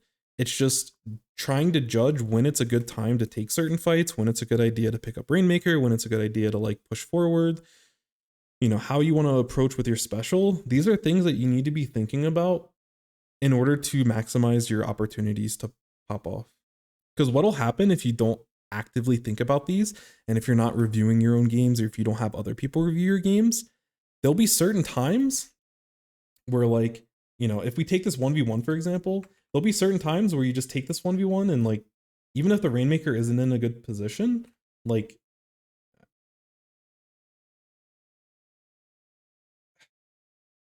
it's basically a coin flip on if someone actually pushes you or not. And, you know, depending on the coin flip, you know, 50% of the time, someone pushes this way and you die. And 50% of the time, you know, maybe no one pushes and you still get this 1v1 and you get the pick. And you want to be able to rationalize why things were successful and why they weren't. Because if you get, result oriented in your thinking of like, oh, this works, so this must have been good, or this, you know, this didn't work, so it wasn't a good play. If you get into that kind of logic, it's gonna develop bad habits that you're gonna have to not break later on in order to like continue to be a better player. The problem is, or the fun, depending on like your perspective, is like it's hard. It takes time. It takes a lot of experience, and it takes you thinking critically. You know, you have to think after a loss and be like, you know, this was a good play, even though it didn't work out. I really like this, or okay, you know, was like we were able to get this push, but like, you know, I kind of just stood out in the open, and the E-leader missed me like 4 times. Like maybe I shouldn't do that in the future, kind of thing. And it's tough. Like there's a lot to unpack with that, and there's a lot of smaller details that you have to think about with that. So it's not something where like, oh, like I understand now. You know, you don't just like understand Splatoon over time. It takes time to kind of think about all these different pieces and how they come together. And that's what, you know, that's the depth of like learning the game. I think your main problem, you don't really think about your team, you focus on the push. Yeah. You're on the trajectory of like a lot of people have traveled the same path as you had. You know, you become aware of these things, you figure out, you know, you try to break down the parts of a push, because you're not wrong when it's like you want to focus on the push, but you have to break down what a push even means, you know. And that you know, that's like paint differential and how the paint looks on the map. That's position of different people on the team, you know, numbers advantage, specials advantage, and like where you can use your specials. There's a lot that goes into that. And, you know, again, it's something, definitely be patient with yourself, because once you figure that out, you're like a top player. It takes a lot of time to, you know, figure all that out. But the more you can identify this, the more you'll be able to catch yourself when you're playing, you know, because you don't want to, like, I'm always happy to do VOD reviews and stuff. So like, you know, if and I would definitely encourage it, like, you know, in a week or two, come back with some more games. I would love to go through another review, and we can kind of, you know, see how far you've come in that time. And you're not going to like fix everything, because it's impossible. But you know, I'd be happy to help you with your progress to become a better player, if that's like what you're trying to do. You know, but just try to work on it. And between this review and any future review you do with me or anyone else, you want to be able to build the tools in order for you to catch yourself while you're playing solo queue. So when you're in, you know, if you're playing a 2-hour rotation, also thank you for the follow, I really appreciate it. When you're in like a 2-hour rotation, you're able to catch yourself, so you're not playing, you know, that rotation and like 10 more rotations before your next review, and you haven't like caught these things. You know, you can't fix it, and like there's a lot of fuzziness and gray area to decision making in this game. And again, that's what makes it tough. That's what makes it fun. You know, Splatoon isn't a flowchart. A lot of competitive games aren't really flowcharts, truly. And you have to be able to analyze decisions considering a ton of different variables. Anyways, we'll keep it going. But either way, good push. Again, I can't stress how good that pick was on the leader.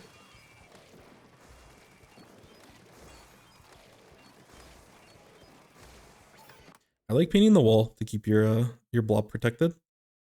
It's something like your what am I trying to say? Your advantage as a reflux is being able to like vomit paint all over. And so if you can get a lot of paint in an area and restrict what the enemy's trying to do, like climbing up that wall and everything, like that's just, even if you don't get the pick, it's still really good value, because your blob is alive and chilling. So we'll let this play out. Wait, they're cooking. Wait, the triple.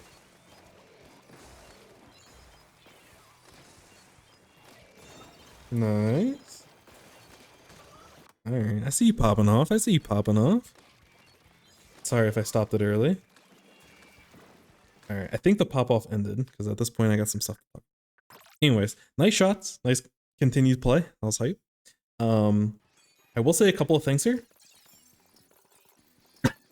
The most important thing, and again, I also want to mention, we are 2 minutes and 30 seconds into the game, and you have 3 to 4 free missiles in your base that you have not painted for, that take literally as a reflux only like 2 or 3 seconds to paint for a special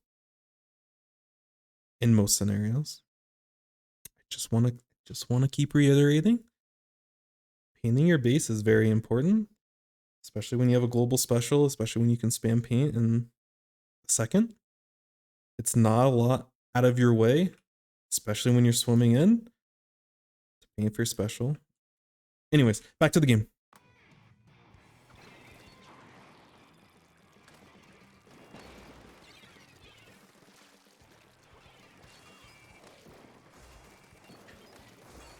So again, we talked about at the beginning of this, tunnel vision. Yep, and that's something we need to work on.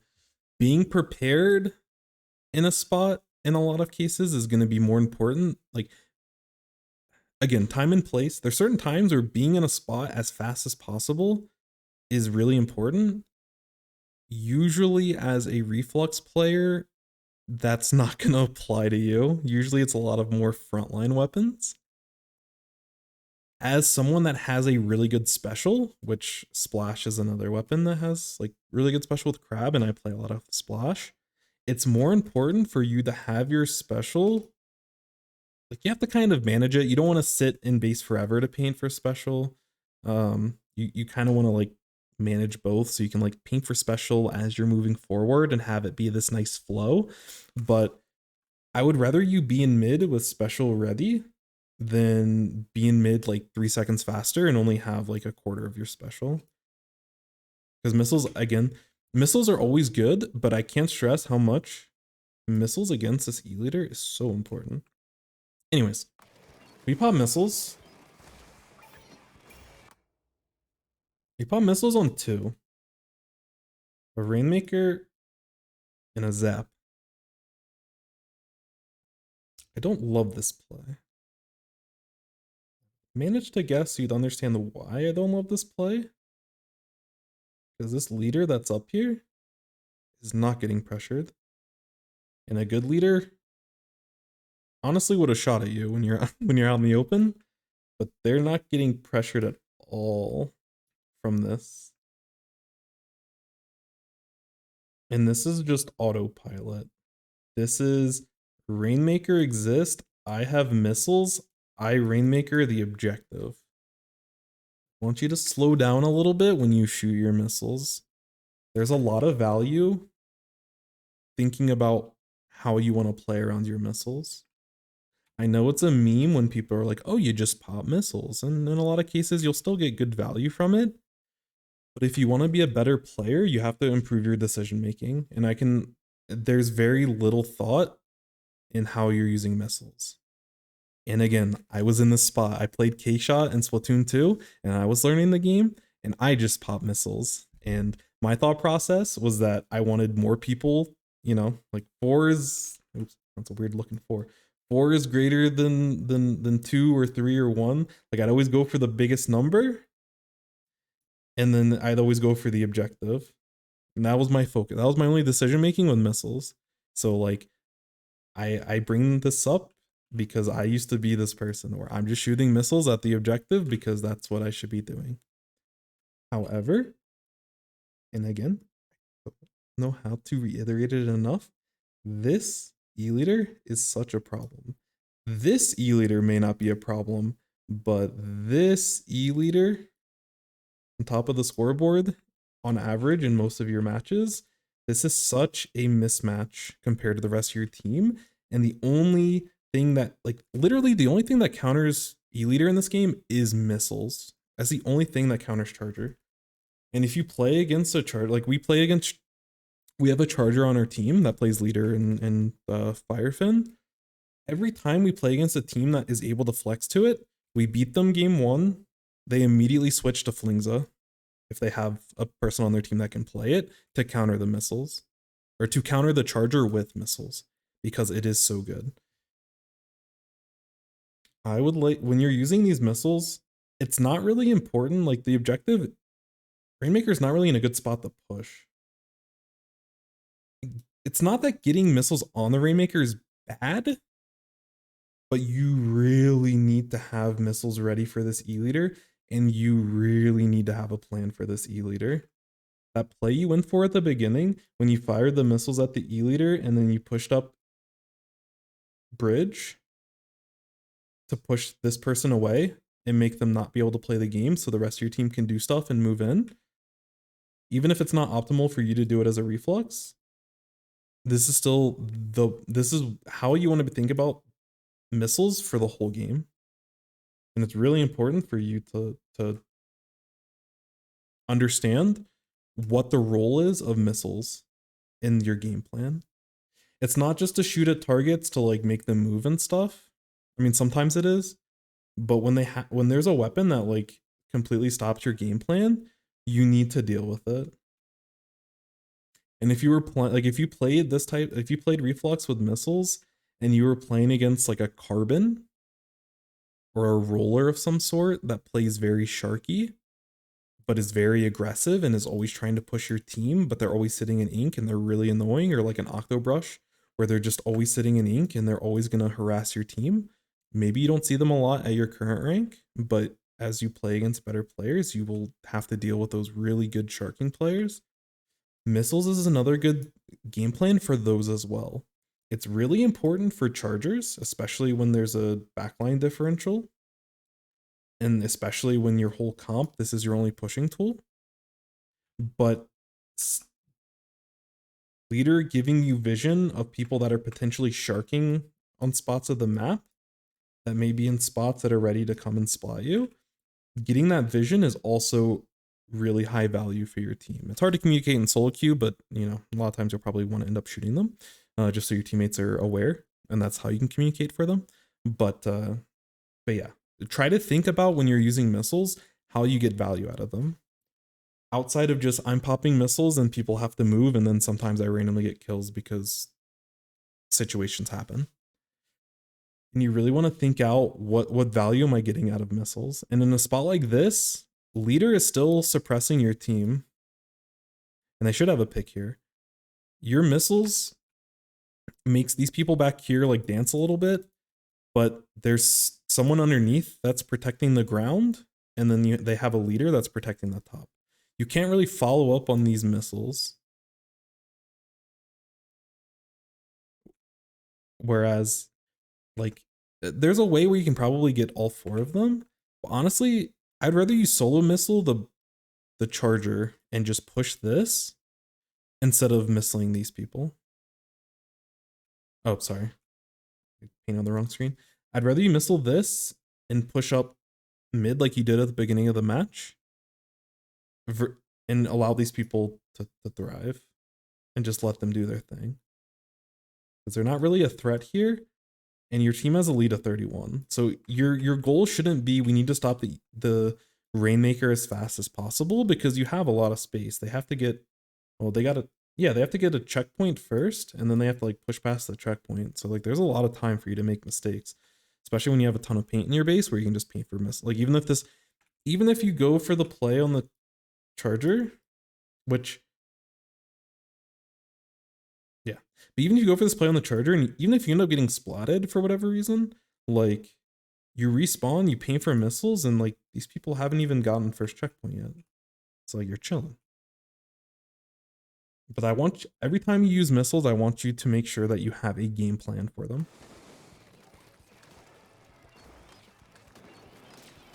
Yeah, this person dropping is kind of a mistake. And by kind of, I mean a massive mistake.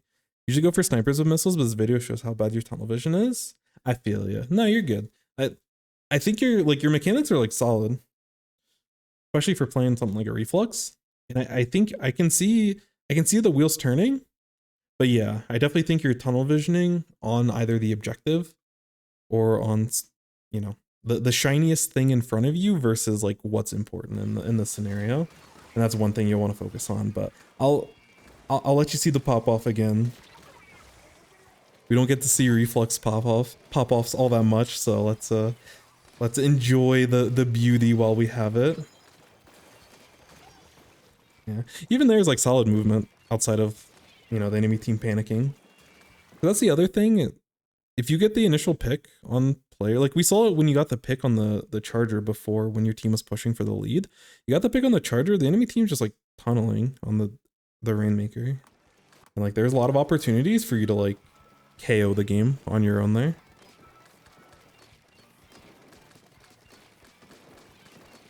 I think this plays fine, but I'd also like you to paint for missiles.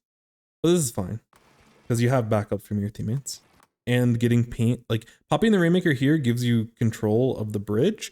But again, we go back to the thing that I'm stressing here.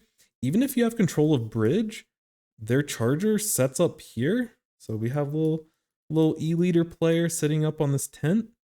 You have no answer until you have missiles. There's nothing you can do to stop this person. Even if you have, which like you've identified that control of this bridge is important, which it is. But against an E-leader that's watching it, you can't do anything. You shouldn't be able to push it. The E-leader should be able to stuff you. And the only tool that you have are your missiles. So I just want to reiterate why missiles are so important in this spot. But I'm okay with this pop here, but you need to have a plan for missiles so that you can deal with the leader once your team's ready to push. That's your role in this game. You don't need to look for picks here. Like getting paint for your team is chill, but you're vulnerable right here. Leader still alive and has an opportunity to potentially like just splat you from a lot of different spots, from up here, from right here, from over on the right side. There's a lot of spots where you can get punished for this type of play. But I don't mind the paint, but you probably can get a curling bomb and like throw a curling bomb forward to keep this area painted and keep your blob safe and keep your heavy kind of safe from moving forward. And then you need to build missiles and pop missiles. And once your teammates are safe around the bridge and they can start moving forward because you missiled the leader, then your team is cooking. Then you can start moving forward and do like some crazy stuff. You can have another pop off moment.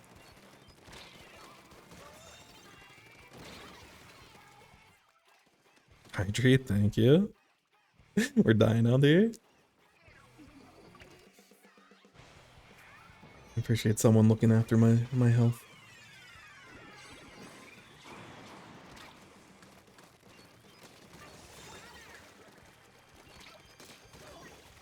We're chilling. Okay. I don't know if you're here for the which game was it again? Yeah, I think you were here for the last it was the last review. I don't know if you were here for it, but when Lucy ended up getting the triple on Hagglefish, I wanted them to take space. I want you to take space. That's the leader, right? Yeah. Okay, I'm gonna be honest. I don't know what the leader's doing, but in a lot of cases, like y'all got 3 down. This person, like the Zap just respawned, but they're effectively 3 down. A better leader is gonna be sitting back. Like they're gonna be sitting back either on their ramp, or they might be sitting back here. Like they're gonna be somewhere on this bridge. Instead of popping Rainmaker in this spot, I want you to run this person down. I want you to find them, and I want you to get into that same short range battle that you had when you were taking the fight over here. I want you to get into close quarters, because this time that you're wasting popping this Rainmaker, this person's setting up, and then now you're in the same predicament. You get 3 down, but you can't do anything because leaders still exist. So when there's an opportunity when their entire team is down for you to find this Rainmaker, or find the E-leader and just run at them, that should be your goal.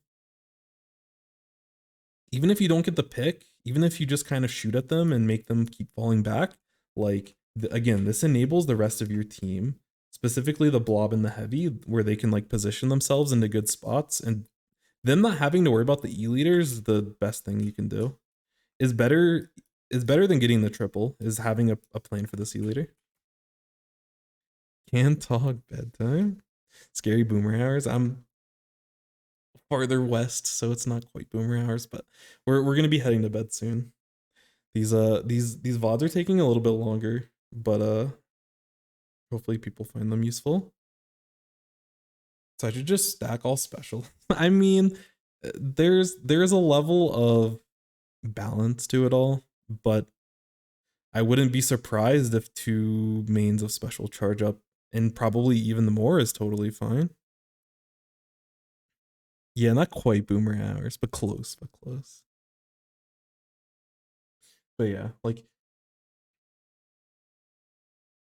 when people say like reflux is just a missile spamming weapon, it's not necessarily a problem that the reflux itself is like really bad and you can't do anything with it. I don't think that's necessarily true. I think it's a skill issue. And I think as a community, we need to get better with reflux in order to make it like to find its strengths. I do think it's kind of weak and it needs a buff, but the reason why people say it's a like missile spamming weapon is because this is so important and no one else in your games almost always is not going to have this missile.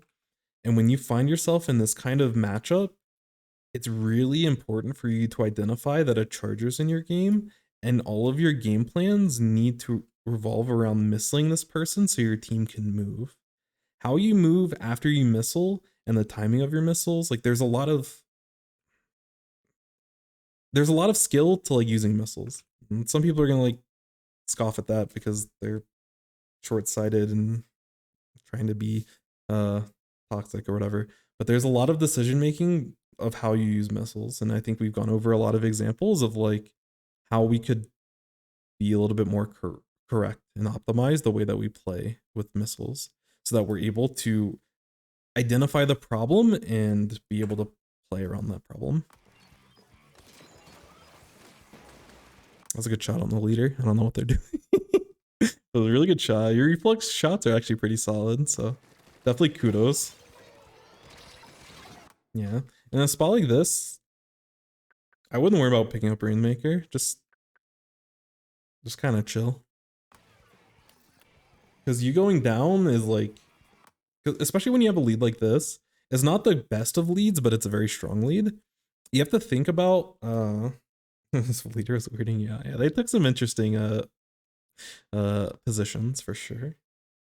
You have to think about in these types of spots, how do we lose the game? And not having missiles when E-leader can potentially get into position is one way for us to lose the game. So even if you want to push the Rainmaker up more, it's more important for you to play solid. Keep paint in your immediate area, which you've done well all game. You know, and just enable the rest of your team to have an opportunity to play. Because like Heavy is such an interesting matchup in this game because they cry. They're really sad about the leader. But the rest of the team, they're like, let's go. Get me on high ground and I'm unstoppable.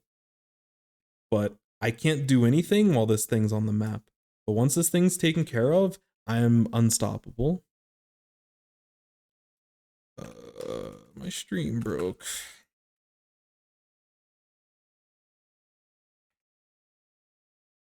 Hello?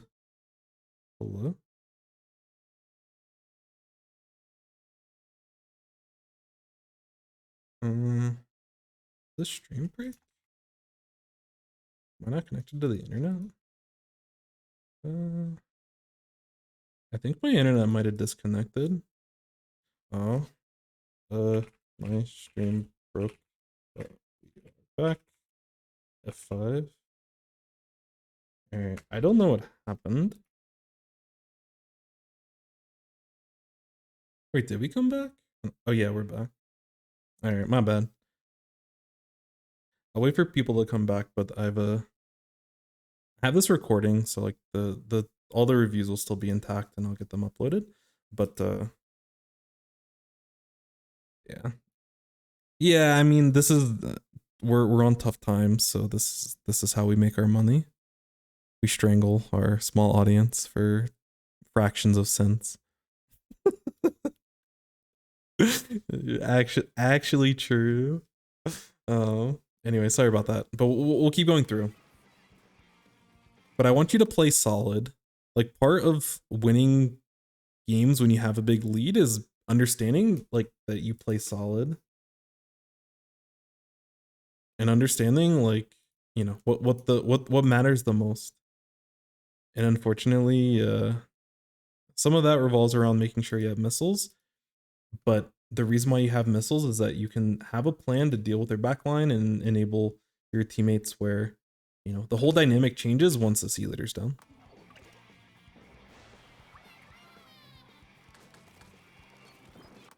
You can see in your vid where your priorities are and how you ignore your team. Been noticing a lot lately, so the tips are helpful. Thank you. Yeah, and as you become more comfortable with a lot of this decision making, like when it comes to working with teammates, it doesn't necessarily mean you have to like, you know, hold their hand or like be side by side with them, or like you don't have to always focus your mental energy on what they're doing. But a lot of it is identifying, you know, where my need is in this game. And instead of a leader, let's say they had like I don't know, you could give them a splash or something, but if they had like something short range as their fourth weapon, it says short with an O, then like the way you want to play with missiles is like way different, because you need to just keep paint coverage and you kind of just want to move the enemy team in that spot when they don't have a leader. And like the way you've been missling is like totally fine, because your heavy is going to be in positions to like pop off in a lot of spots. So you don't have to like, you don't have to worry as much about something like a leader. But when you do find these like really problematic weapons in your game, you know, in terms of long range, it's the chargers. In terms of short range, it's going to be like carbon. It's going to be in certain spots, it could be like blaster. But brushes for sure, especially the octo brush, because they get a lot of value out of being very sharky, and they sit in ink and play very patient and wait for like their goal is to like catch you off guard. And if you're playing against any weapon that gets value out of catching you off guard, then like missiles are a good recon tool for you to get information and vision of where people are. And instead of focusing all of your attention on this E leader, you're now focusing your attention on really solid paint and everything. Like the dynamic changes depending on the comp, and you're not going to be perfect. Yo, have a good night, Celeste. Good luck. You're almost at chill time, so hopefully you're able to breathe easy after tomorrow. But yeah, in a spot like this, it's not important that you're able to perfectly identify what the problem is and how you use missiles. That is an end goal of where you want to be, but your goal now is to go into a match, look at every enemy team comp when you go into a match, and kind of say to yourself, are my missiles necessary for certain parts, you know, either to play around the special, to play around the weapon. Something like E-Leader, your missiles are necessary. And I would say for something like a carbon, necessary.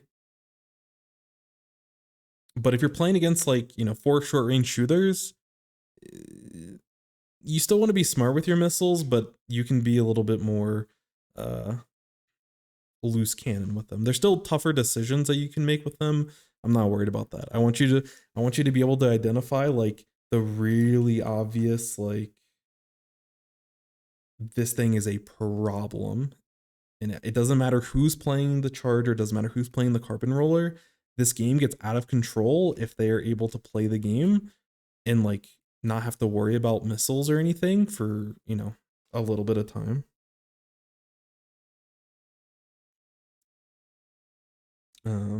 Yeah, carbon rollers are your worst. Go like 3 and 12 with those. Yeah, carbons in a lot of those short range sharky weapons like Octobrush, it's important to just, you have to keep solid paint. And like unironically, like Reflux does a really good job at painting, and it does a really good job at like missling. So you just like, as a Reflux, you'd want to play really safe against something like a carbon and just try to like make sure you have missiles ready. And when your team's like ready to push, or if your team's getting pushed, you need to always have missiles at the right time so that the carbon doesn't just like eat up your entire team. It's like the timing's important, and just making sure you stay alive is important. You don't have, like, you don't want to run at them directly. You want to keep a nice buffer of paint between you and them. Anyways, we're getting to the end. I know it's getting late. Let's push through.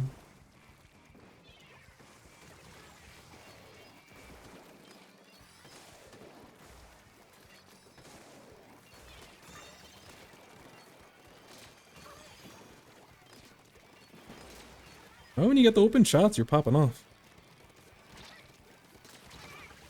Nice. Yeah, I think in matches where you don't have to worry specifically about very specific weapons, I feel like you're probably cooking a little bit with the reflux. But, you know, when you have to play very specific, and you have to play a very linear game plan because that's what's needed of you to win, you have to make sure that you're disciplined enough and you can identify those situations and are able to execute. Which it's part of the reason why people complain a lot about E-liter and chargers as a whole, is because they make you really have to play a very specific kind of line in a certain way of playing. I think there's a pretty good video, I think it was today, that what's it called?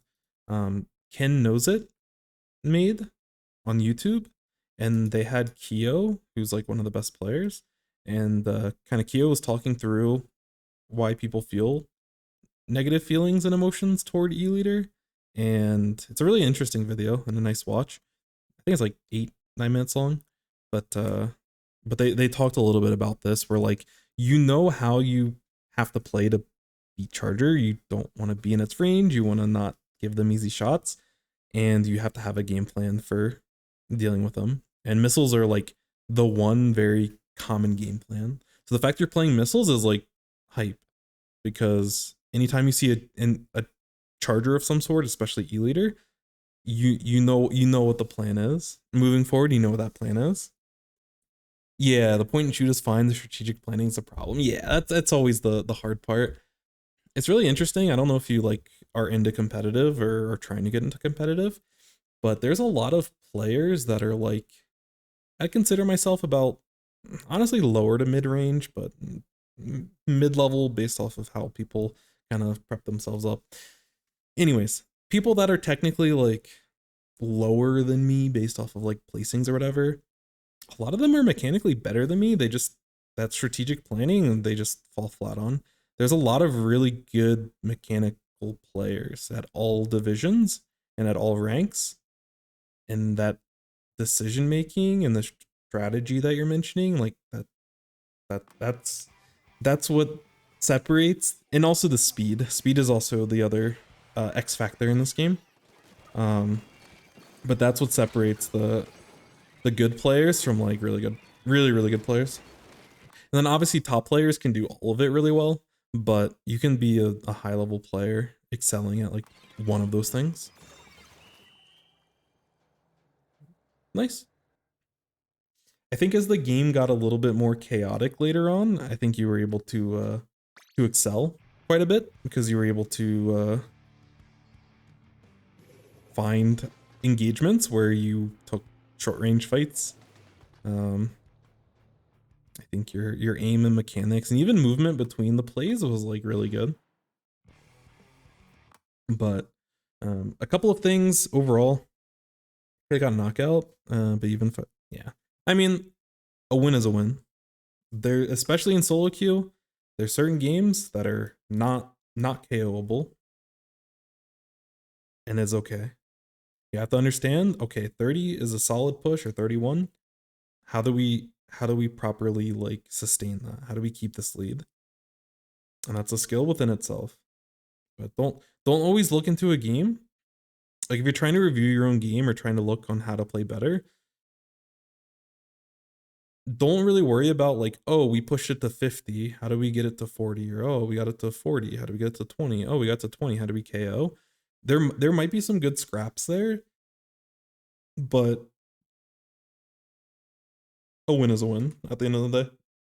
If you have a lead, or if the enemy team has a lead, you have to understand how deep of a push it is and what's expected of you to be able to take lead. Obviously, KOing is nice, but you know, there's a lot of stuff in between. So, anyways, couple of things. This has been a common theme throughout a lot of this, but understand your role. Understand what is expected of you in order for your team to succeed. And this game is like a super prime example, but you need to deal with the leader. You have missiles. And every play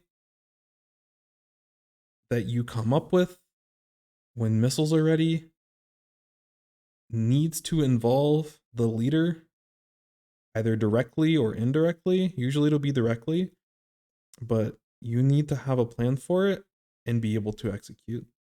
At the beginning, you pop missiles here, you ended up pushing here, and you were looking to go up and push the leader when they were getting missiled. Unfortunately, you died to a suction bomb, but this idea is great.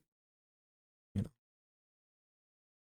as a reflux, you probably want to go a little bit lower so a teammate goes on top, but I'm not worried about those details. And sometimes you have to take like suboptimal plays because like your teammates aren't going for those plays, and you understand that you need to take this bridge in order for you all to win. So like this idea is like perfect. But every time they use missiles, I want this level of thinking and this level of isolation for whatever that problem weapon is. Again, as a missile player, it's going to be like your sole responsibility to deal with chargers, and you can make like you can single-handedly win or lose a game with your painting and missile usage against the short range sharky weapons that are looking to catch you off guard. So again, I mentioned carbon, I mentioned I mean, certain blasters like Luna blasters can be problematic. But you know, I mean, normal roller, anything that can camp under like to a certain degree, like sloshing machine, there's like anything that like is gonna be a problem if they go unaccounted for. And in certain matches, that may change throughout the match. There might be a thing on paper where it's like, oh, they have a machine, but like we have certain weapons that can deal with it. But like if that machine's getting under your ledges consistently and getting a bunch of picks, you have to be able to adapt your game plan and say, hey, this person is a problem. Or like, you know, if you're in like a match and it's like, okay, these three people like aren't really playing that well, but this person is like carrying the team. Missiles are also a good way to stop the carry, and you can just focus your missiles on whoever's carrying the match, just try to slow them down. Because there's a lot of teams, especially in solo queue, where you if you get the initial pick on the one person that's carrying the team, the rest of their team just like falls apart. So, you know, that kind of decision making you have to figure out on the fly. But that's really important. So understand your role. I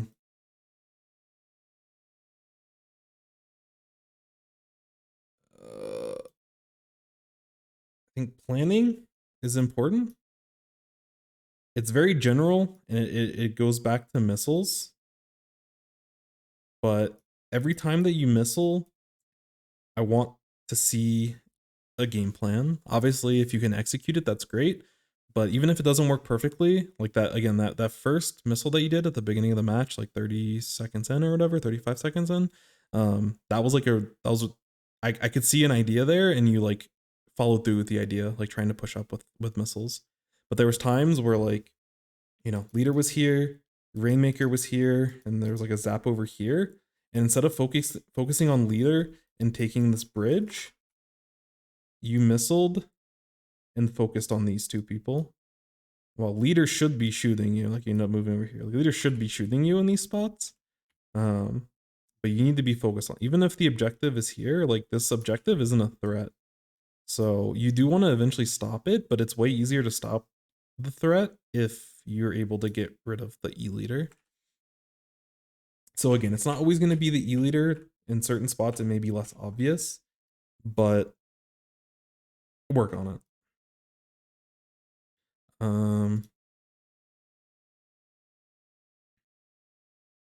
Honestly, those are probably the biggest things, because I like this takes a lot of I'll kind of add to it. So 3, 1. I just want to go to the start so there's not like stuff in the way. Paint base. And specifically paint the base when you're coming out of spawn. So if you get splatted, there's certain times like 2 of your teammates are forward. I think the Rainmaker was like right here. And like y'all got a splat and you were able to like jump to your teammate and get the checkpoint, and that ended up getting you your 31 push. There's certain times where you don't need to paint in your base if like there's a good play that's time sensitive for you to jump to, and you're able to do that. So like, you know, make the accurate call, but make sure you're making a decision about that.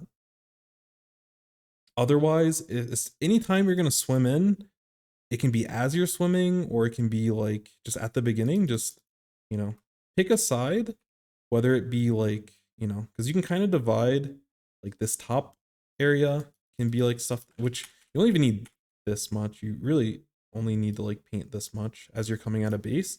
You can paint this as you're swimming forward, and then you can keep moving forward, and it only adds maybe a couple seconds to you getting in.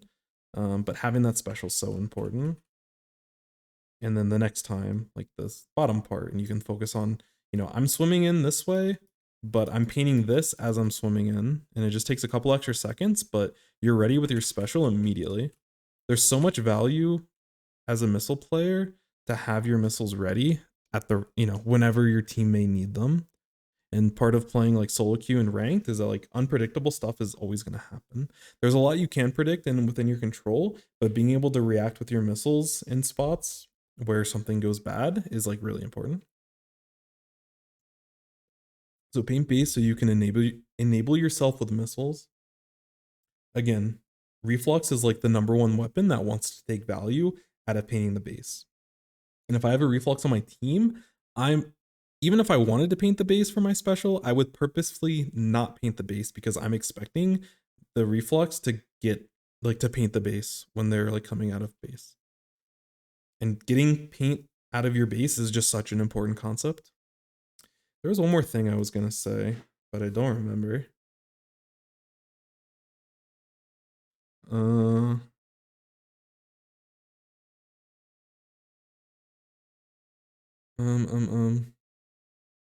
Honestly, I would focus on this. I don't want to put like I don't want to overwhelm. I think this is like if we can start doing this consistently, there's a lot more that we can kind of expand, but I don't want to throw like 17 different things at you so that you're able to like and overwhelm you. I'd rather you do these things really well in every game, make sure like your base has been painted and you have like free missiles from your base.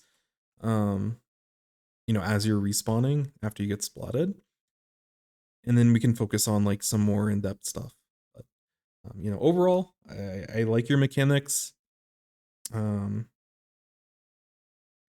Oh, I guess I don't know. This does relate back to missiles and stuff, but don't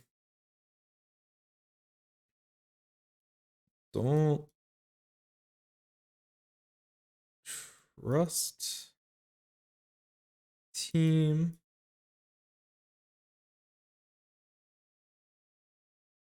enable team.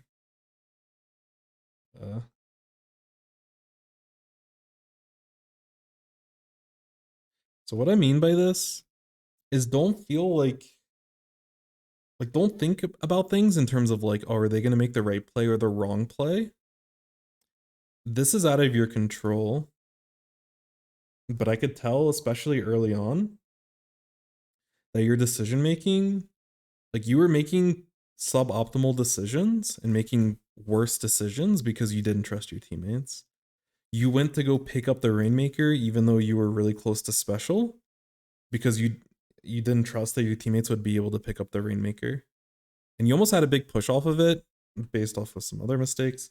But like I didn't like the play because you were like, you know, I don't trust anyone doing anything, so I have to do it all myself. And that makes you a worse player. So when you're trying to think about how you fit into the team, when you try to think about teamwork, when you think about coordination, you don't think about like, you know, can they be trusted? But how can you enable them? Depending on the weapon you play, sometimes you have to think about like how can they enable you? Like if I was playing Carbon, I'd think about like how can my team enable me? But you're not like you're a selfless weapon, I feel like.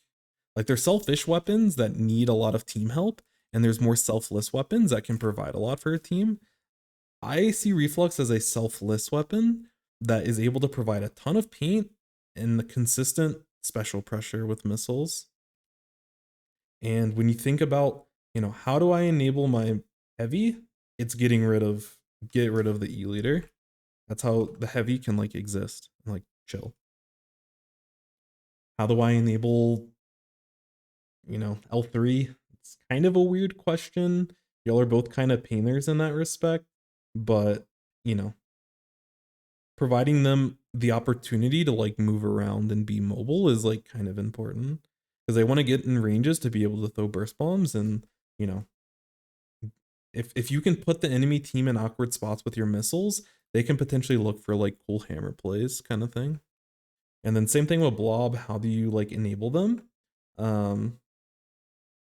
I mean, again, getting rid of the E leader allows them to position more comfortably on high ground, which is where they're comfortable.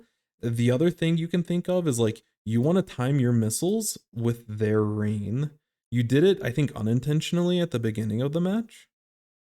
But if you can get missiles down and move the enemy team, and then your blob is raining, then like it's a really effective combo where y'all are like working together. And you can't trust, like you don't trust that they're gonna rain in combo with your missiles every time because it's just not feasible, especially in solo queue, and especially with the paint differential between the two of you. Like you're just gonna paint for specials and get them more often. But you know, you have to look out for these things. If you're getting close to your missiles, instead of like immediate, like there'll be times where you need to immediately pop them, but if you don't need to immediately pop them, give yourself a second. Think about what are we trying to do with these missiles? What's the game plan? You know, is there another special that I can work with? Like missiles plus wave breaker can help, especially when you're trying to push to a certain spot. Missiles can like you can combo with hammer, like I was saying before. You make, you know, you push the enemy into a wall and you kind of paint them out and make them uncomfortable. This get, you know, all that extra paint and room to maneuver with the missiles and the chaos that's happening with the missiles gives your L3 an opportunity to get in and potentially, you know, break open the game with a hammer and not just a lottery hammer because, oh, you know, missiles aren't dealing with the leader, so I guess I have to use my hammer to do so. You know, that's how you enable the team. If they understand that you know what to do with your missiles and stopping the main threat, then they can play a little bit more comfortable. So, so yeah, that's kind of the main points here. But I think really focusing on why you're missling and understanding what you should be missling is going to get you far. And it's not just like a missile thing. If you decide to play another weapon or if Reflux gets another kit, this is something that's universal for all weapons.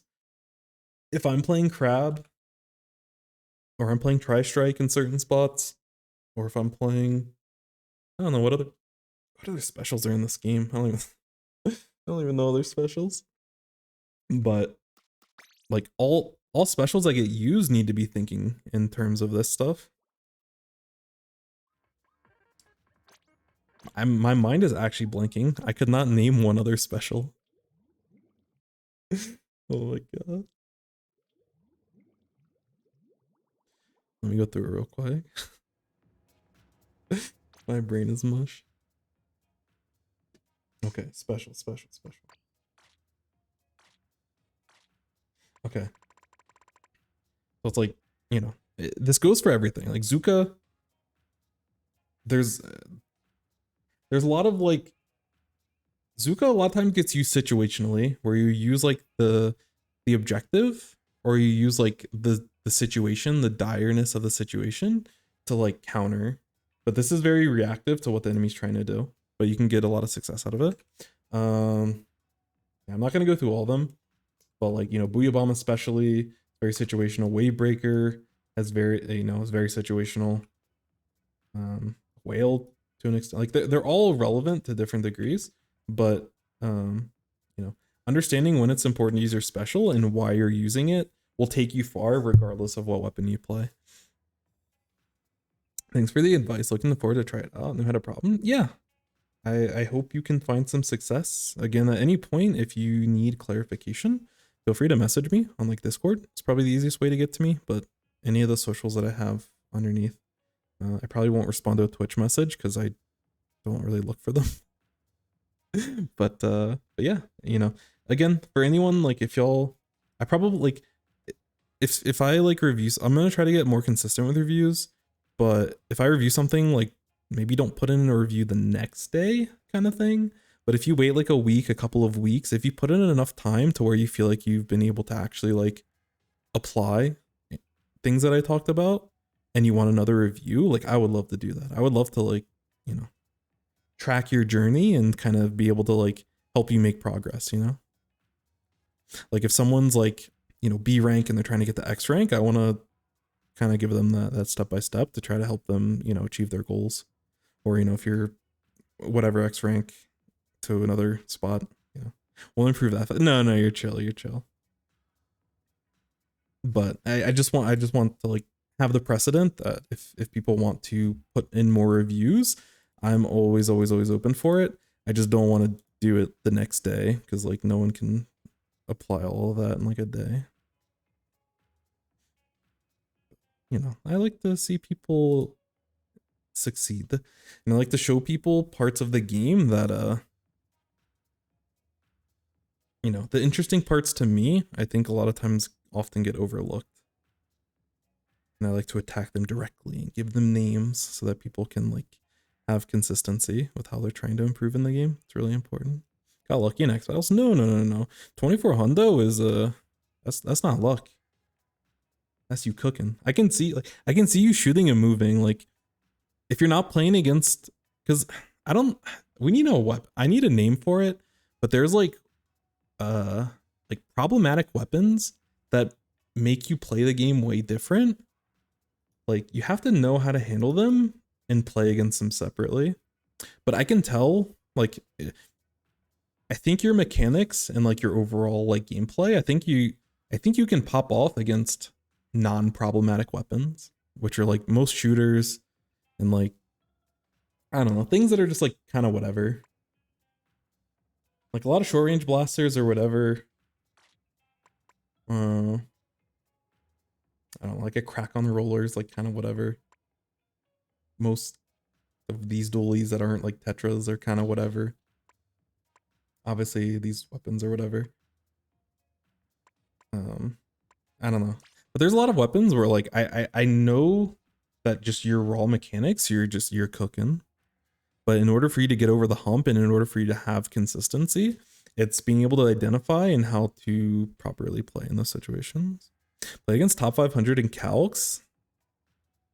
I mean, you had to win some games to get up there.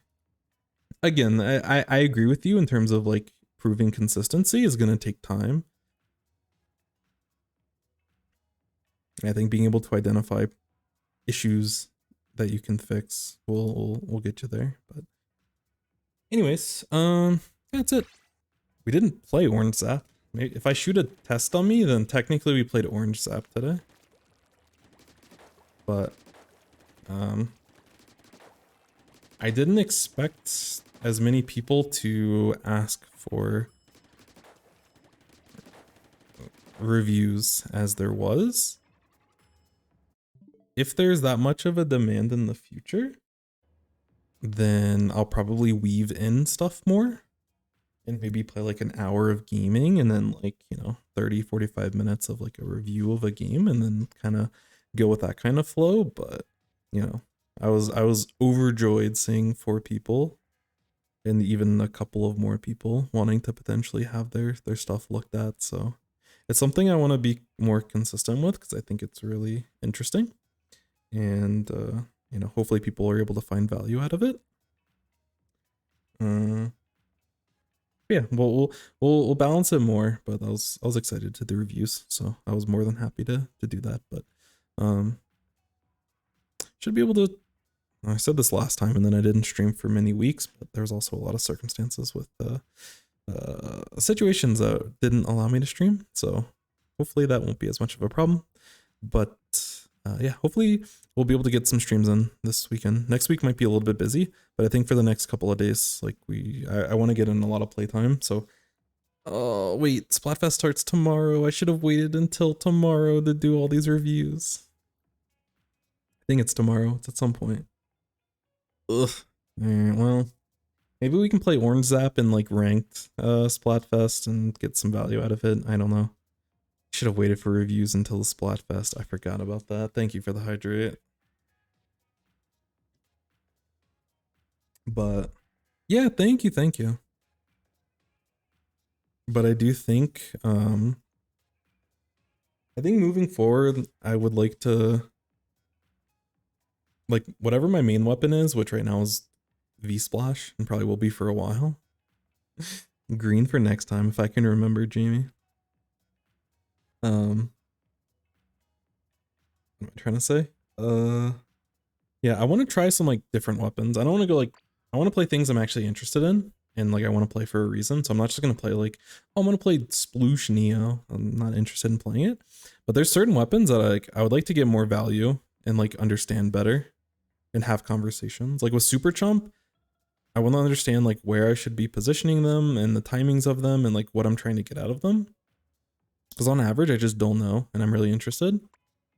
I kind of want to mess with one of the arrow sprays, but I probably won't do that for too long.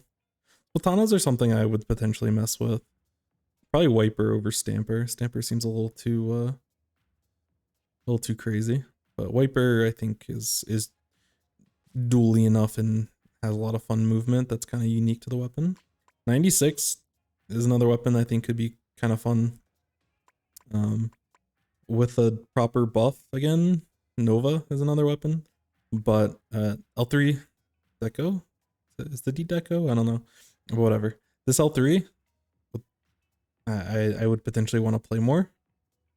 But there's a lot of different weapons. Squeezer to a certain extent I may want to mess with, but there's some weapons that I want to give a little bit more effort. So I like what I was thinking. Maybe some dualies, I don't know. Honestly, probably not, but maybe. But probably not. It's probably mostly going to be shooters, but Splatanas are really interesting. Specifically the Wiper. But I want to give a little, definitely the juniors, both juniors, honestly. I want to play some of these weapons and just like, I don't know. I just feel like as a community, we just have, there's a lot of specials and a lot of weapons that we just haven't explored fully. Not that like they're gonna, I don't think there's any top tiers that are missing, but I hate the idea that there's a lot of like,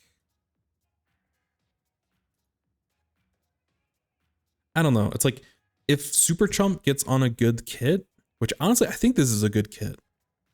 They may buff it at some point, which I think would put it over the top. But I honestly think like this is I think this weapon's like sleeper right now. I don't know why, but it's just a hunch. Which when the game first came out, I thought both Splatanas were sleepers, and I was proven right. I thought Tri-Stringer and Reflux, a little bit less Reflux, but definitely Tri-Stringer I thought was sleeper, which it's still not completely wrong. Reflux is something I may potentially want to push. I don't like one-shot aimer weapons. It's not my thing, both because I'm not mechanically good and it just doesn't interest me. But the paint and the missiles on Reflux, I could maybe mess with. But yeah, I've been off on some, but I do think there's something there with Super Chump. I don't think people like, it's the same problem with Tri-Strike, but different. Where like the overall power level isn't great, but as a community, we aren't squeezing all the value that we can out of these specials. I don't think, or at least I haven't seen it. But I also don't like, people don't play these things, so I don't. People are like practicing them in silos, and we're not able to like get all that information condensed. So I'd at least like to have a platform, which this is all I really have, to like play games, talk through it, you know, talk about very specific situations of where, you know, this is my goal. Like I use Super Chump, and it's like, because like I was playing it yesterday, and it's like there's a lot of times where if I chump behind them, like there's really interesting scenarios that happen. It kind of prompted me to just like want to test more and be very specific about what I'm trying to test and what I'm trying to accomplish. Versus like, oh yeah, like I'm just, you know, spamming Super Chump and just kind of using it. I feel like a lot of times we just kind of like use stuff and we're not as deliberate, and I think that's why we don't get as much value out of it. And I'm sure people have done plenty of work and more work than I'll do, and they're smarter than me with these weapons, but I think it's a good I think it's a good learning lesson for me, and I hope there's something I can provide to the community. That's my ultimate goal. But yeah, for splat zones, I really like just I want to be hyper competitive with splat zones. So I want to play like V Splash for that, but for all the other modes, I don't care as much, honestly. So I think this would be a good idea for me to like, you know, I'm still gonna super sweat with whatever weapon I play, but I want to give a couple of weeks, and like, you know, for Zap I might give a month and a half. Certain weapons that maybe I'm not as interested but are still kind of interested, like 96 Deco. Maybe that's something that I play for like you know, a week and a half, couple weeks of like really grinding it in solo and trying to, you know, have some interesting conclusions. So I think it'd be a fun experiment. Plus I get to learn things, which I'm always happy for. So anyways, yeah, appreciate everyone. Really appreciate everyone sharing review codes and stuff. I know it's not always the most comfortable thing of like sharing reviews, but you know, I try to be pretty blunt and to the point about stuff, and so far everyone seemed like good sports about it. You know, I don't want to like dance around stuff too much, so you know, I also don't want to be like an ass about it. Like I want to be constructive, and I want to give you actual feedback that will be worthwhile. But everyone was a really good sport about it, especially being kind of put on the spot. So hopefully things continue to kind of go well, and hopefully you all are able to find something interesting about it, because I think there were some good nuggets there. So anyways, not gonna bother with a raid because the stream kind of broke and then like everything kind of scattered. But before I go, yeah, I'm about to get off, Bob. But before I go, I do want to give just a thank you to just all the kindness, just throughout the whole stream, all the new viewers, all, you know, people that are coming back after me just being on hiatus and streaming for a day and then being on a more of a hiatus. You know, I really do want to be more consistent, and I think we're close to being just like stable.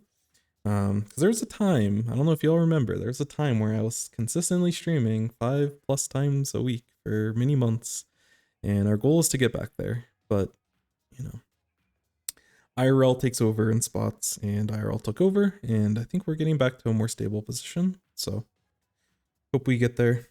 But anyways, I appreciate all of y'all for hanging out, for, you know, being patient, and you know, all the raids that went through. Hyper, the raid, Juan, Cherry, y'all are all fantastic.